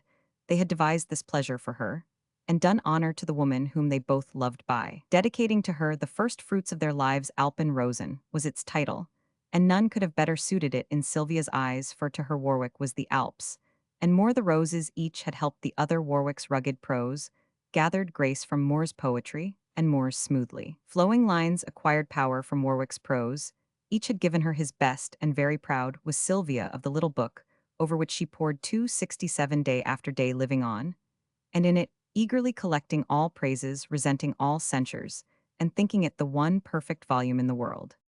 Others felt and acknowledged its worth, as well, for though fashionable libraries were not besieged by inquiries for it, and no short-lived enthusiasm welcomed it, a place was found for it on many study tables, where real work was done. Innocent girls sang the songs and loved the poet, while thoughtful women looking deeper honored the man. Young men received the essays as brave protests against the evils of the times, and old men felt their faith in honor and honesty revive. The wise saw great promise in it, and the most critical could not deny its beauty and its power. Early in autumn arrived a fresh delight, and Jesse's little daughter became peacemaker, as well as idle. Mark forgave his enemies and swore eternal friendship with all mankind the first day of his baby's life. And when his sister brought it to him, he took both in his arms, making atonement for many hasty words and hard thoughts by the broken whisper. I have two little Sylvias now. This wonderful being absorbed both households, from grandpapa to the deposed sovereign Tilly, whom Sylvia called her own, and kept much with her, while Prue threatened to cause a rise in the price of stationery by the daily and copious letters full of warning and advice which she sent, feeling herself a mother in Israel among her tribe of 9, now safely carried through the Red Sea of scarlatina. Happy faces made perpetual sunshine round the little Sylvia, but to none was she so dear a boon as to her young godmother. Jessie became a trifle jealous of old Sylvia, as she now called herself, for she almost lived in baby's 268 nursery, hurrying over in time to assist at its morning ablutions, hovering about its crib, when it slept daily, discovering beauties invisible even to its mother's eyes, and working early and late on dainty garments rich in the embroidery, which she now thanked Prue for teaching her. Against her will the touch of the baby hands seem to heal her sore heart. The sound of the baby voice, even when most unmusical, had a soothing effect upon her nerves. The tender cares its helplessness demanded absorbed her thoughts, and kept her happy in a new world, whose delights she had never known till now. From this time, a restful expression replaced the patient hopelessness her face had worn before, and in the lullabies she sang the listeners caught echoes of the cheerful voice they had never thought to hear again. Gay she was not, but serene quiet was all she asked, and shunning society seemed happiest to sit at home with baby and its gentle mother, with Mark, now painting as if inspired, or with her father, who relinquished business and devoted himself to her. A pleasant pause seemed to have come after troublous days, a tranquil hush in which she sat waiting for what time should bring her. But as she waited, the woman seemed to bloom more beautifully than the girl had done. Light and color revisited her countenance, clearer and deeper than of old. Fine lines ennobled features faulty in themselves, and the indescribable refinement of a deep inward life made itself manifest in look, speech, and gesture, giving promise of a gracious womanhood. Mr. Yule augured well from this repose, and believed the dawning loveliness to be a herald of returning love. He was thinking hopeful thoughts one day, as he sat writing to Moore, whose faithful correspondent he had become, when 269 Sylvia came in, with one of the few notes she sent her husband while away. Just in time. God bless me, child, what is it? Well might he exclaim, for in his daughter's face he saw an expression which caused his hope to suddenly become a glad belief. Her lips smiled, though in her eyes there lay a shadow which he could not comprehend, and her answer did not enlighten him, as she put her arm about his neck and laid her slip of paper in his hand. Enclose my note and send the letter, then, Father, we will talk. Chapter Roman 20. Come. In a small Italian town, not far from Rome, a traveler 270 stood listening to an account of a battle lately fought nearby, in which the town had suffered much, yet been forever honored in the eyes of its inhabitants, by having been the headquarters of the hero of Italy. An inquiry of the travelers concerning a countryman of whom he was in search created a sensation at the little inn, and elicited the story of the battle, one incident of which was still the all-absorbing topic with the excited villagers, This was the incident which one of the group related with the dramatic effects of a language, composed almost as much of gesture as of words, and an audience as picturesque as could well be conceived. While the fight was raging on the distant plain, a troop of marauding Croats dashed into the town, whose defenders, although outnumbered, contested every inch of ground while slowly driven back. Toward the convent, the despoiling of which was the object of the attack, this convent was both hospital and refuge, for there were gathered women, and children, the sick, the wounded, and the old, to secure the safety of these rather than of the sacred relics. The Italians were bent on holding the town till the reinforcement for which they had sent could come up.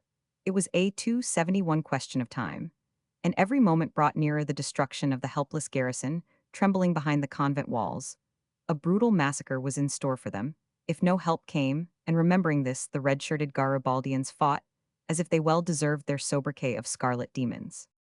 Help did come not from below, but from above. Suddenly, a cannon thundered royally, and down the narrow street rushed a deathful defiance, carrying disorder and dismay to the assailants' joy, and wonder to the nearly exhausted defenders. Wonder, for well they knew the gun had stood silent and unmanned since the retreat of the enemy 2 days before. And this unexpected answer to their prayers seemed heaven-sent. Those below looked up. As they fought, those above looked down as they feared, and midway between all saw that a single man held the gun, a stalwart figure, bareheaded, stern-faced, sinewy, armed, fitfully seen through clouds of smoke and flashes of fire, working with a silent energy that seemed almost superhuman to the eyes of the superstitious souls who believed they saw, and heard the convent's patron saint proclaiming their salvation with a mighty voice. This belief inspired the Italians, caused a panic among the Croats, and saved the town. A few rounds turned the scale, the pursued became the pursuers, and when the reinforcement arrived, there was little for it to do but join in the rejoicing and salute the brave cannoneer, who proved to be no saint, but a stranger come to watch the battle, and thus opportunely lend his aid.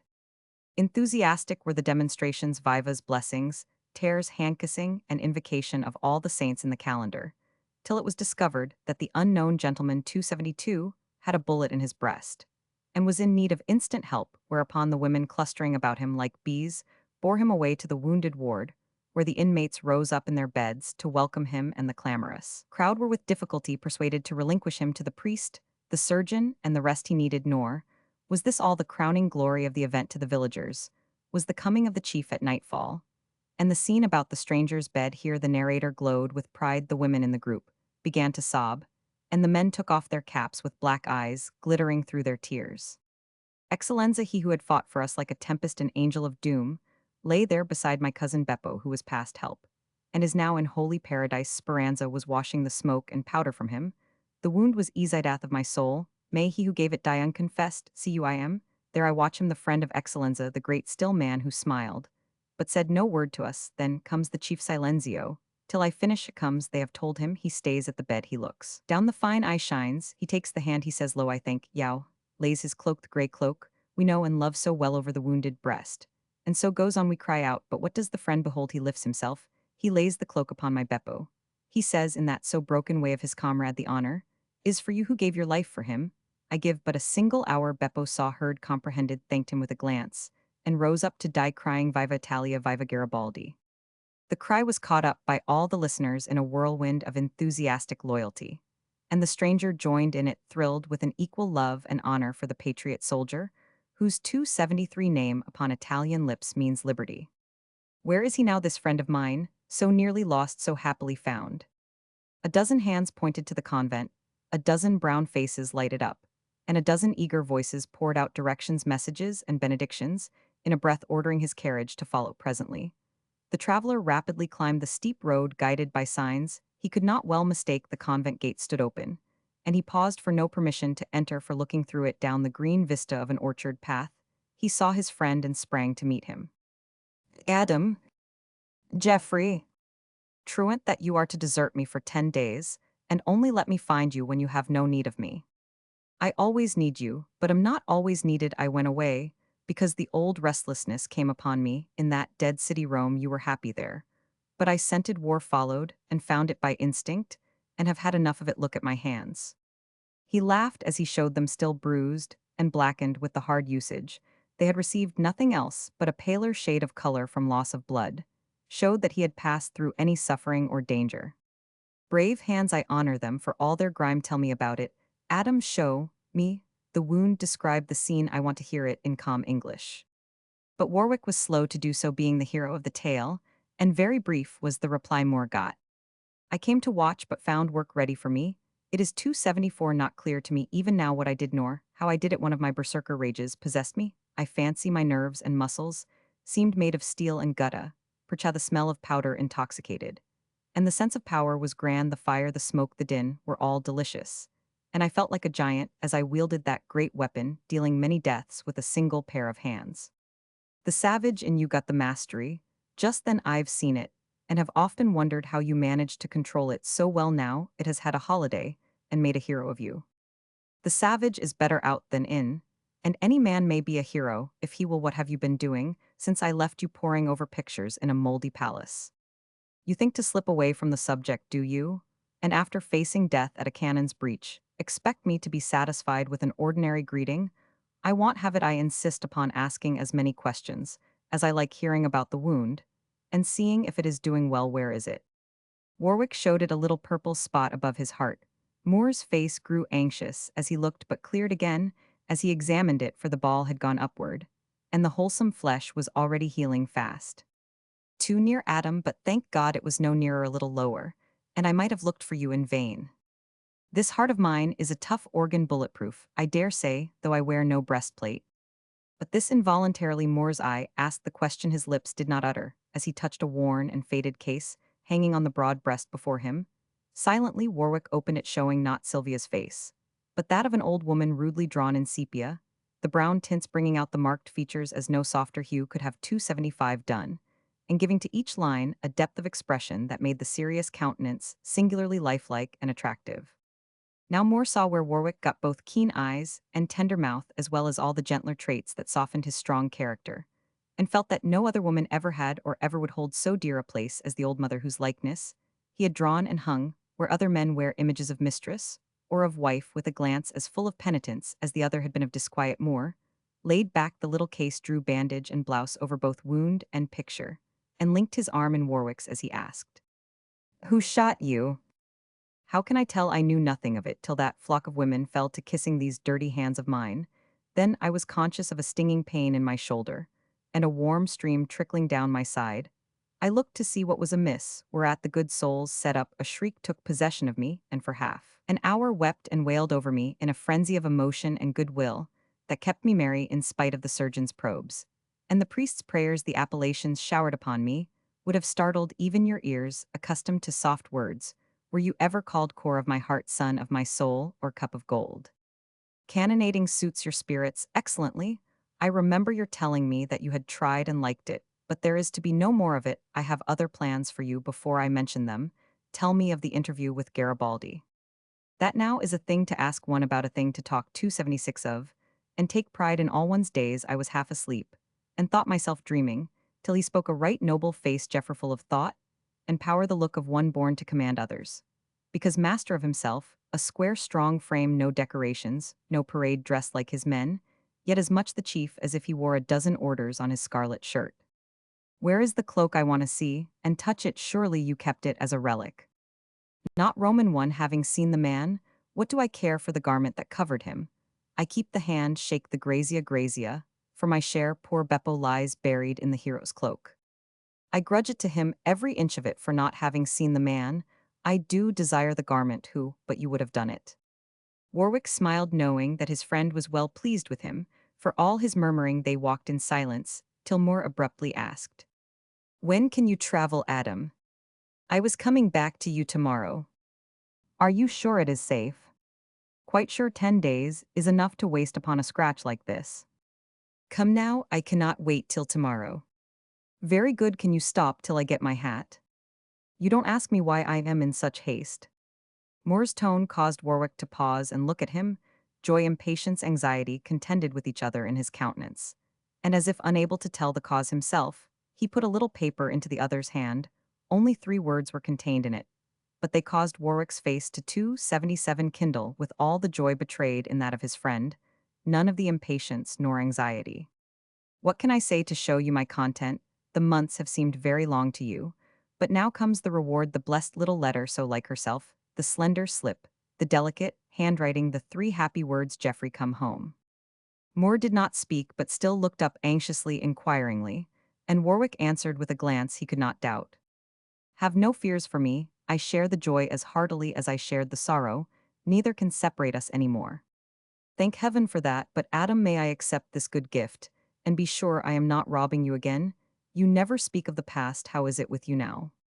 Quite well and happy, the pain is gone, the peace remains. I would not have it otherwise. 6 months have cured the selfishness of love, and left the satisfaction which nothing can change or take away. But Sylvia, what of her Adam? Henceforth Sylvia and Attila are only fair illustrations of the two extremes of love I am glad to have known. Both each has helped me, and each will be remembered while I live, but having gained the experience, I can relinquish the unconscious bestowers of it, if it is not best to keep them believe that I do this without regret and freely enjoy the happiness that comes to you. I will, but not as I once should, for though I feel that you need neither sympathy nor pity still, I seem to take so much and leave you nothing. You leave me myself better and humbler than before in the fierce half hour. I lived not long ago, I think a great 278, and needful change was wrought in me. All lives are full of such coming, when least looked for, working out the end, through unexpected means. The restless domineering devil that haunted me was cast out then, and during the quiet time that followed a new spirit entered in and took possession. What is it, Adam? I cannot tell, yet I welcome it. This peaceful mood may not last perhaps, but it brings me that rare momentity that it is so rare.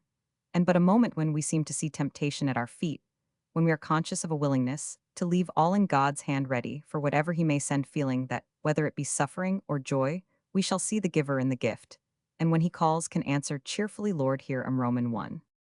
It was a rare moment, and in it Moore for the first time clearly saw the desire and design of his friend's life, saw it because it was accomplished. And for the instant Adam Warwick was what he aspired to be, a goodly man whose stalwart body seemed a fit home for a strong soul, wise, with the wisdom of a deep experience, genial, with the virtues of an upright life, devout with that humble yet valiant piety which comes through hard-won victories over the world, the flesh, and the devil. Despite the hope that warmed his heart, Moore felt poor beside him, as a new reverence warmed the old affection. His face showed it, though he did not speak, and Warwick laid an arm about his shoulders, as he had often done of late when they were alone, drawing him gently on again, as he said with a touch of playfulness to set both at ease. Tell me your plans, my cup of gold, and let me lend a hand toward filling you brimful of happiness. You are going home, 279. At once, you also. Is it best? Yes, you came for me, I stay for you, and Sylvia waits for both. She says nothing of me in this short, sweet note of hers, and Warwick smoothed it carefully in his large hand, eyeing it as if he wished there were some little word for him. True, but in the few letters she has written there always comes a message to you, though you never write a line, nor would you go to her now. Had she sent for you alone, she knew that, and sends for me sure that you will follow. Being a woman, she cannot quite forgive me for loving her too well to make her miserable, dear soul. She will never know how much it cost me. But I knew that my only safety lay in flight, tell her so a long while hence. You shall do it yourself, for you are coming home with me. What to do there? All you ever did, walk up and down the face of the earth, waxing in power and virtue, and coming often to us when we get fairly back into our former ways, for you are still the house friend. I was wondering as I walked here what my next summons would be, when lo you came, go on, ill follow, you one could hardly have a better guide. You are sure you are able, Adam? Shall I uproot a tree, or fling you over the wall to convince you, you motherly body? I am nearly whole again, and a breath of sea air will complete the cure. Let me cover my head, say farewell to the good sisters, and I shall be 280 glad to slip away, without further demonstrations from the volcanoes below there. Laying one hand on the low wall, Warwick vaulted over with a backward glance at Moore, who followed to the gateway there to wait, till the adieus were over. Very brief they were. And presently Warwick reappeared, evidently touched, yet ill-pleased at something, for he both smiled and frowned as he paused on the threshold, as if loth to go. Little White Goat came skipping from the orchard, and seeing the stranger took refuge at Warwick's knee. The act of the creature seemed to suggest a thought to the man, pulling off the gay handkerchief some grateful woman had knotted round his neck. He fastened it about the goat's, having secured something in one end, then rose as if content. What are you doing? Called Moore, wondering at this arrangement. Widening the narrow entrance into heaven set apart for rich men, unless they leave their substance behind, as I am trying to do the kind creatures cannot refuse, it now so trot away to your mistress little Nana, and tell no tales as you go. As the goat went tapping up the steps a stir within announced the dreaded demonstration, Warwick did not seem to hear it. He stood looking far across the trampled plain and ruined town, toward the mountains shining white against the deep Italian sky, a rapt fairy-ching look, as if he saw beyond the purple wall, and seeing forgot the present in some vision of the future. Come, Adam, I am waiting. His eye came back the lost look past, and cheerily he answered 281. I am ready. A fortnight later, in that dark hour before the dawn, with a murky sky above them, a hungry sea below them, the two stood together, the last to leave a sinking ship. Room for one more, choose quick, shouted a hoarse voice, from the boat tossing underneath, freighted to the water's edge with trembling lives. Go, Geoffrey, Sylvia is waiting. Not without you, Adam. But you are exhausted. I can bear a rough hour better than yourself, and morning will bring help. It may not go, I am the lesser loss. What folly, I will force you to it, steady there, he is coming. Push off, I am not coming. In times like that, few pause for pity or persuasion. The instinct of self-preservation rules supreme, and each is for himself, except those in whom love of another is stronger than love of life, even while the friends generously contended the boat was swept away, and they were left alone in the deserted ship swiftly making its last voyage downward, spent with a day of intense excitement, and sick with hope deferred, more leaned on Warwick, feeling that it was adding bitterness to death to die in sight of shore. But Warwick never knew despair. Passive submission was not in his power, while anything remained to do or dare, and even then he did not cease to hope it was certain death to linger. Their other boats, less heavily laden, had put off before, and might drift across their track. Wreckers, waiting on the shore, might hear and help. At least, it were better to die bravely, and not strike sail. To a fear about his waist still hung a fragment of the rope which had, low 282, aired more than one baby to its mother's arms before them. The shattered taffrail rose and fell as the waves beat over it, wrenching a spar away. He lashed more to it, explaining his purpose. As he worked, there was only rope enough for one.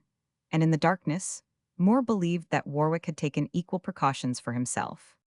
Now, Geoffrey, your hand, and when the next wave ebbs, let us follow it if we are parted, and you see her first, tell her I remembered and give her this. In the black night, with only heaven to see them, the men kissed tenderly, as women then, hand in hand, sprang out into the sea. Drenched and blinded, they struggled up after the first plunge, and struck out for the shore, guided by the thunder of the surf they had listened to for 12 long hours as it broke against the beach, and brought no help on its receding billows. Soon Warwick was the only one who struggled, for Moore's strength was gone, and he clung half-conscious to the spar, tossing from wave to wave, a piteous plaything for the sea. I see a light, thee must take you and hold fast, ill save you for the little wife at home.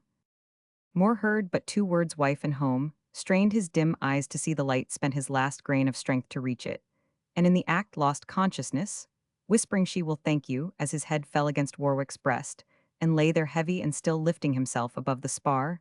Adam lent the full power of his voice to the shout he sent, ringing through the storm. He did not call in vain.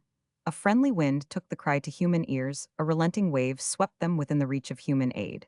And the boat's crew, pausing involuntarily, saw a hand clutch the suspended or a face flash up from the 283 black water, and heard a breathless voice issue the command. Take in this man, he saved you for your wives, save him for his. One resolute will can sway a panic-stricken multitude. It did so then. The boat was rocking in the long swell of the sea a moment, and the coming wave would sweep them far apart. A woman sobbed, and as if moved by one impulse, 4 sturdy arms clutched and drew Moore in, while loosening his friend Warwick had forgot himself, and the spar was gone. He knew it, but the rest believed that they left the strong man a chance of life equal to their own in that overladen boat. Yet in the memories of all who caught that last glimpse of him, there long remained the recollection of a dauntless face, floating out into the night, a steady voice calling through the gale, a good voyage, comrades, as he turned away to enter port before them. Wide was the sea and pitiless the storm, but neither could dismay the unconquerable spirit of the man who fought against the elements as bravely as if they were adversaries of mortal mold and might be vanquished in the end. But it was not to be. Soon he felt it, accepted it, turned his face upward toward the sky where one star shone, and when death whispered, come, answered as cheerily as to that other friend, I am ready then, With a parting thought for the man he had saved, the woman he had loved, the promise he had kept, a great and tender heart went down into the sea. Sometimes the sculptor whose workshop is the world fuses many metals and casts a noble statue, leaves it for humanity to criticize, and when time has mellowed both 284 beauties and blemishes, removes it to that inner studio there to be carved in enduring marble. Adam Warwick was such an one with much alloy and many flaws, but beneath all defects the master's eye saw the grand lines that were to serve as models for the perfect man. And when the design had passed through all necessary processed mold of clay, the furnace fire, the test of time, he washed the dust away, and pronounced it ready for the marble. Chapter Roman 21 Out of the Shad.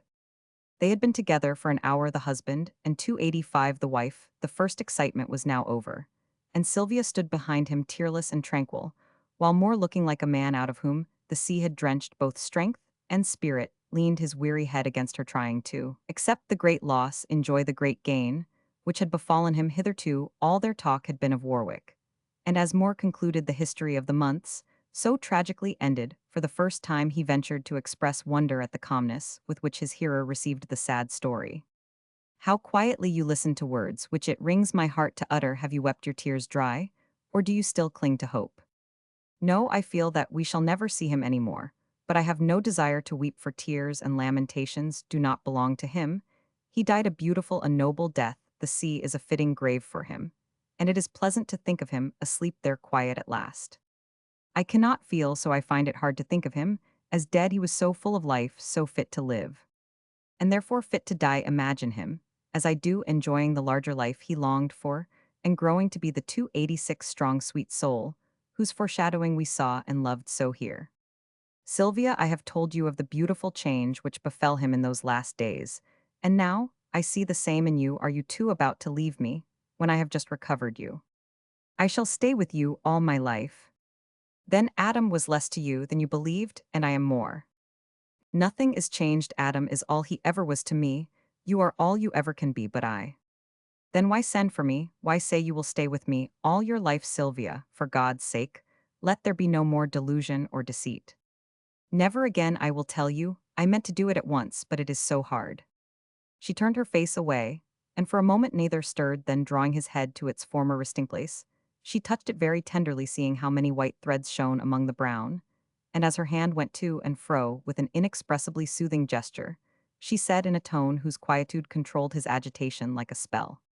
Long ago in my great trouble, faith told me that for every human effort or affliction there were two friendly helpers, time and death. The first has taught me more gently than I deserved, has made me humble, and given me hope that through my errors I may draw virtue from repentance. But while I have been learning the lessons time can teach, that other helper has told me to be ready for its coming. Geoffrey, I sent for you because I knew you would love to see me again, before we must say the long good by 287. Oh, Sylvia, not that, anything but that. I cannot bear it now.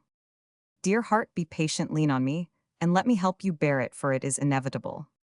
It shall not be, there must be some help, some hope. God would not be so pitiless as to take both. I shall not leave you, yet he does not take me. It is I who, by wasting life, have lost the right to live. But is it so? I cannot make it true. You look so beautiful, so blooming, and the future seemed so sure. Sylvia, show it to me if it must be. She only turned her face to him, only held up her transparent hand, and let him read the heavy truth. He did so, for now he saw that the beauty and the bloom were transitory as the glow of leaves that frost makes fairest as they fall, and felt the full significance of the great change which had come. He clung to her with a desperate yet despairing hold, and she could only let the first passion of his grief have way, soothing and sustaining, while her heart bled, and the draught was very bitter to her lips. Hush, love, be quiet for a little, and when you can bear it better, I will tell you how it is with me.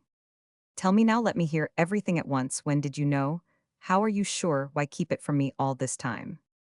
I have only known it for a little while, but I am very sure, and I kept it from you that you might come happily home, for knowledge of it would have lengthened every mile, and made the journey one long anxiety.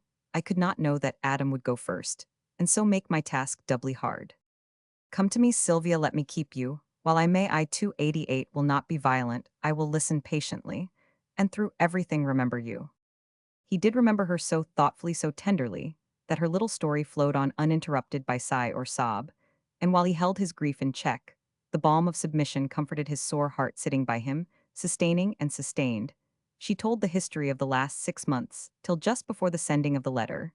She paused there a moment, then hurried on gradually, losing the consciousness of present emotion in the vivid memory of the past. You have no faith in dreams I have, and to a dream I owe my sudden awakening to the truth. Thank and respect it, for without its warning, I might have remained in ignorance of my state, until it was too late to find and bring you home.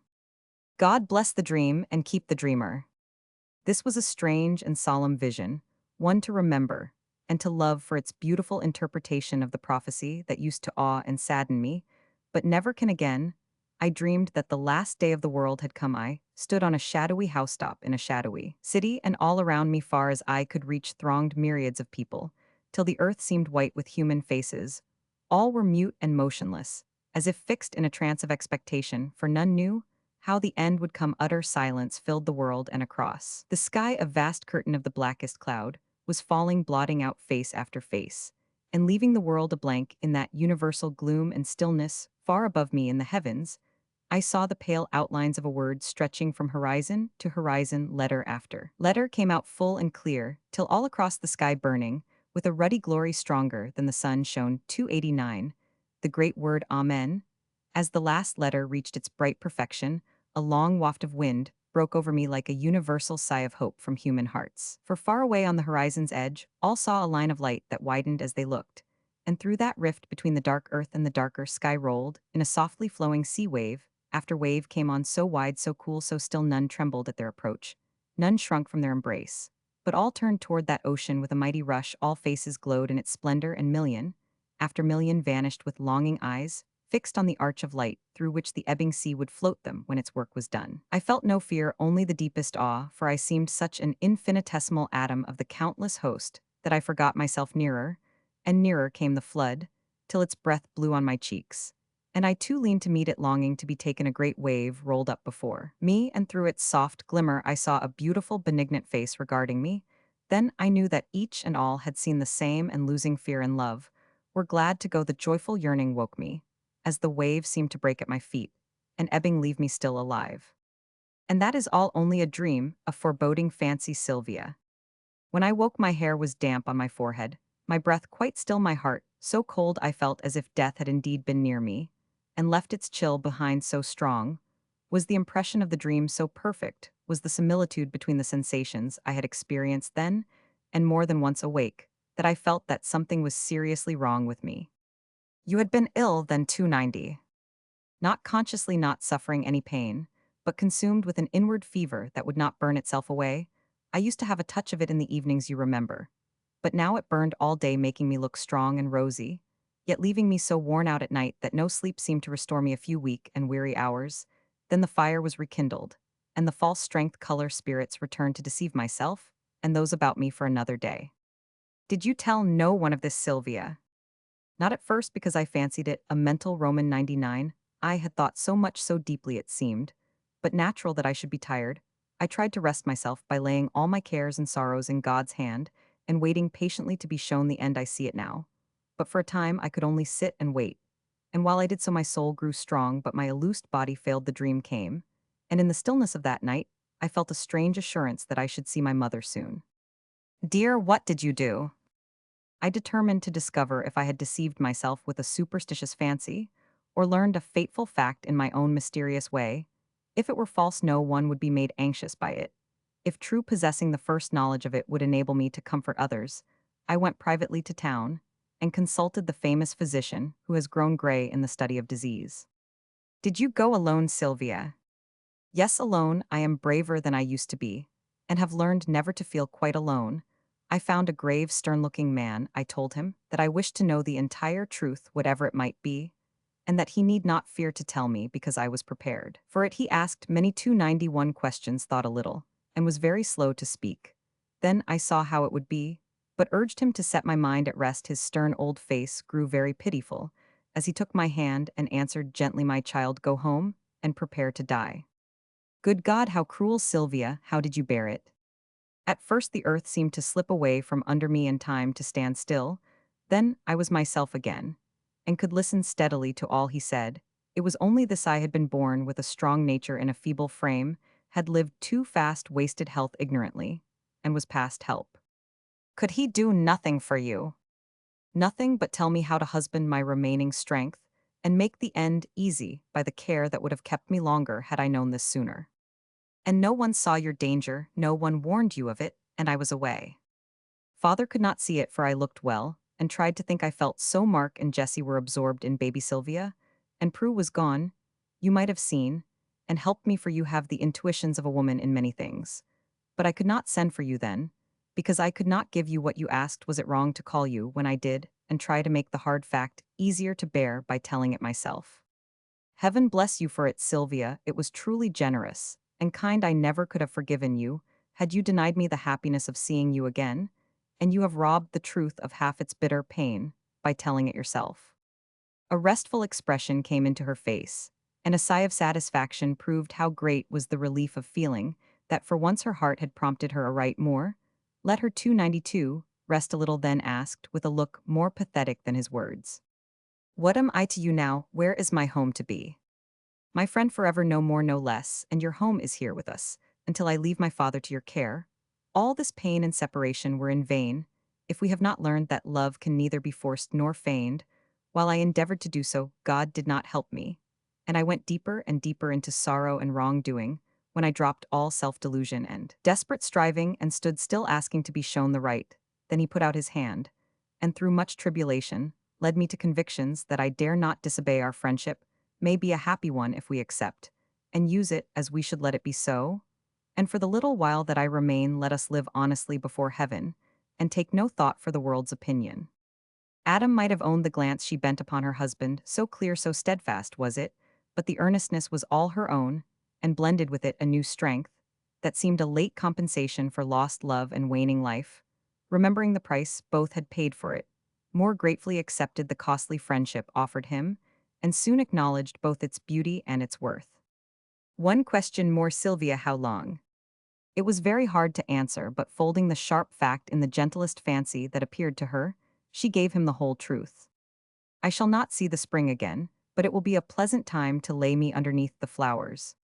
Sylvia had not known how to live, but now she proved that she did know how to die so beautifully. Were the two made one, the winning girl, the defarted woman, that 293? She seemed the same beloved Sylvia. Yet Sylvia, strengthened, purified, and perfected by the hard past, the solemn present those about her felt, and owned the unconscious power which we call the influence of character, and which is the noblest that gives sovereignty to man or woman. So cheerfully did she speak of it, so tranquilly did she prepare to meet it, that death soon ceased to be an image of grief or fear to those about her, and became a benignant friend, who, when the mortal wearies, blesses it with a brief sleep that it may wake immortal. She would have no sad sick chamber, no mournful faces, no cessation of the wholesome household cares and joys that do so much to make hearts strong and spirits happy. While strength remained, she went her round of daily duties, doing each so lovingly that the most trivial became a delight, and taking unsuspected thought for the comfort or the pleasure of those soon to be left behind so tenderly that she could not seem lost to them even when she was gone. Faith came to her, and as her hands became too weak for anything but patient folding, every care slipped so quietly into Faith's that few perceived how fast she was laying down the things of this world, and making ready to take up those of the world to come. Her father was her faithful shadow, bent and white-haired now, but growing young at heart, in spite of sorrow, for his daughter had, in truth, become the blessing of his life. Mark and Jessie brought their offering of love in little Sylvia's shape, and the innocent consoler did her sweet work by making sunshine in a shady place. But more was all in all to Sylvia, and their friendship proved an abiding strength for sorrow, made it very tender, sincerity ennobled it, and the coming change sanctified it to them both. 294. April came, and on her birthday, with a grateful heart, Moore gathered the first snowdrops of the year. All day they stood beside her couch, as fragile and as pale as she, and many eyes had filled, as loving fancies likened her to the slender transparent vase, the very spirit of a shape, and the white flowers that had blossomed beautifully through the snow when the evening lamp was lighted.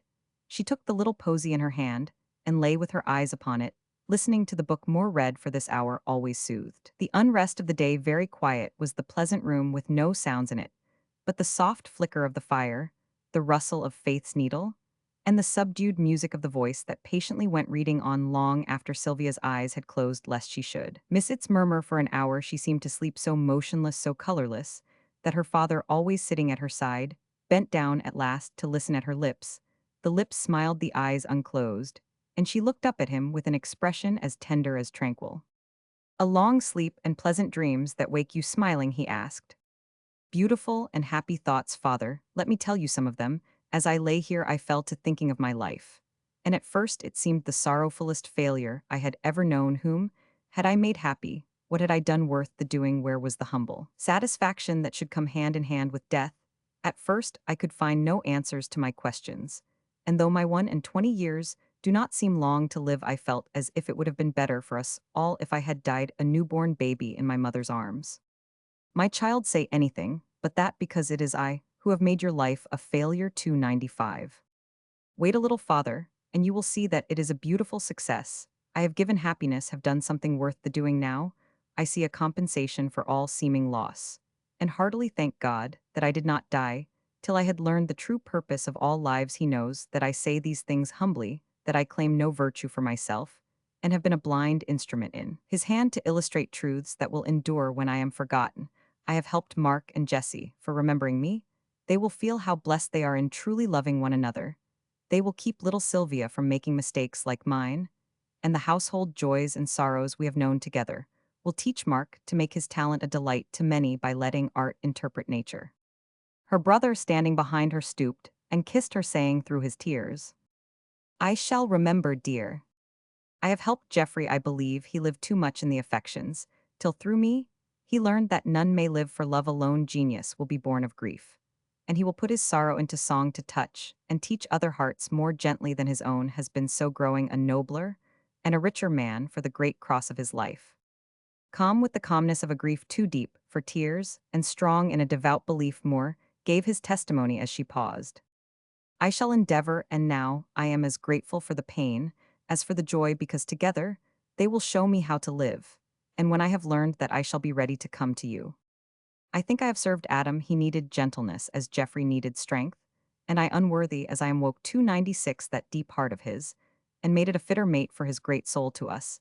It seems as if he had left his work unfinished, but God knew best. And when he was needed for a better work, he went to find it, yet I am sure that he was worthier of eternal life for having known the discipline of love." There was no voice to answer now, but Sylvia felt that she would receive it very soon and was content. "Have you no lesson for your father? The old man needs it most." She laid her thin hand tenderly on his, that if her words should bring reproach, she might seem to share it with him. "Yes, father, this, that if the chief desire of the heart is for the right, it is possible for any human being through all trials, temptations, and mistakes to bring good out of evil, hope from despair, success from defeat, and come at last to know an hour as beautiful and blessed as this." Who could doubt that she had learned the lesson, when from the ruins of the perishable body, the imperishable soul rose steadfast and serene, proving that after the long bewilderment of life and love, it had attained the eternal peace. The room grew very still, and while those about her pondered her words with natural tears, Sylvia lay, looking up at a lovely picture that seemed leaning down to offer her again the happiest memory of her youth. It was a painting of the moonlight voyage down the river Mark had given it that day, and now, when the longer, sadder voyage was nearly over, she regarded it with a tender pleasure. The moon shone full on Warwick, looking out straight and strong before him, with the vigilant expression native to his face. Fit helmsman to guide the boat along that rapid 297 stream. Mark seemed pausing to watch the oars silvered by the light, and their reflections, wavy with the current more seen in shadow, leaned upon his hand, as if watching Sylvia, a quiet figure full of grace and color, couched under the green arch on either hand. The summer woods made vernal gloom behind the cliffs, rose sharply up against the blue, and all before wound a shining road, along which the boat seemed floating like a bird on slender wings between two skies. So long she lay forgetful of herself, and all about her that Moore saw. She needed rest, for the breath fluttered on her lips, the flowers had fallen one by one, and her face wore the weary yet happy look of some patient child waiting for its lullaby. "Dear, you have talked enough, let me take you up now, lest the pleasant day be spoiled by a sleepless night. I am ready, yet I love to stay among you all, for in my sleep I seem to drift so far away, I never quite come back. Good night, good night, I shall see you in the morning." With a smile, a kiss for all, they saw her fold her arms about her husband's neck and lay down her head, as if she never cared to lift it up again. The little journey was both a pleasure and pain to them, for each night the way seemed longer to Sylvia, and though the burden lightened, the bearer grew more heavy-hearted. It was a silent passage now, for neither spoke, except when one asked tenderly, "Are you easy, love?" And the other answered with a breath that chilled his cheek, quite happy, quite content. So cradled on the heart that loved her best, Sylvia was gently carried to the end of her short pilgrimage, and when her husband laid her down the morning had already dawned.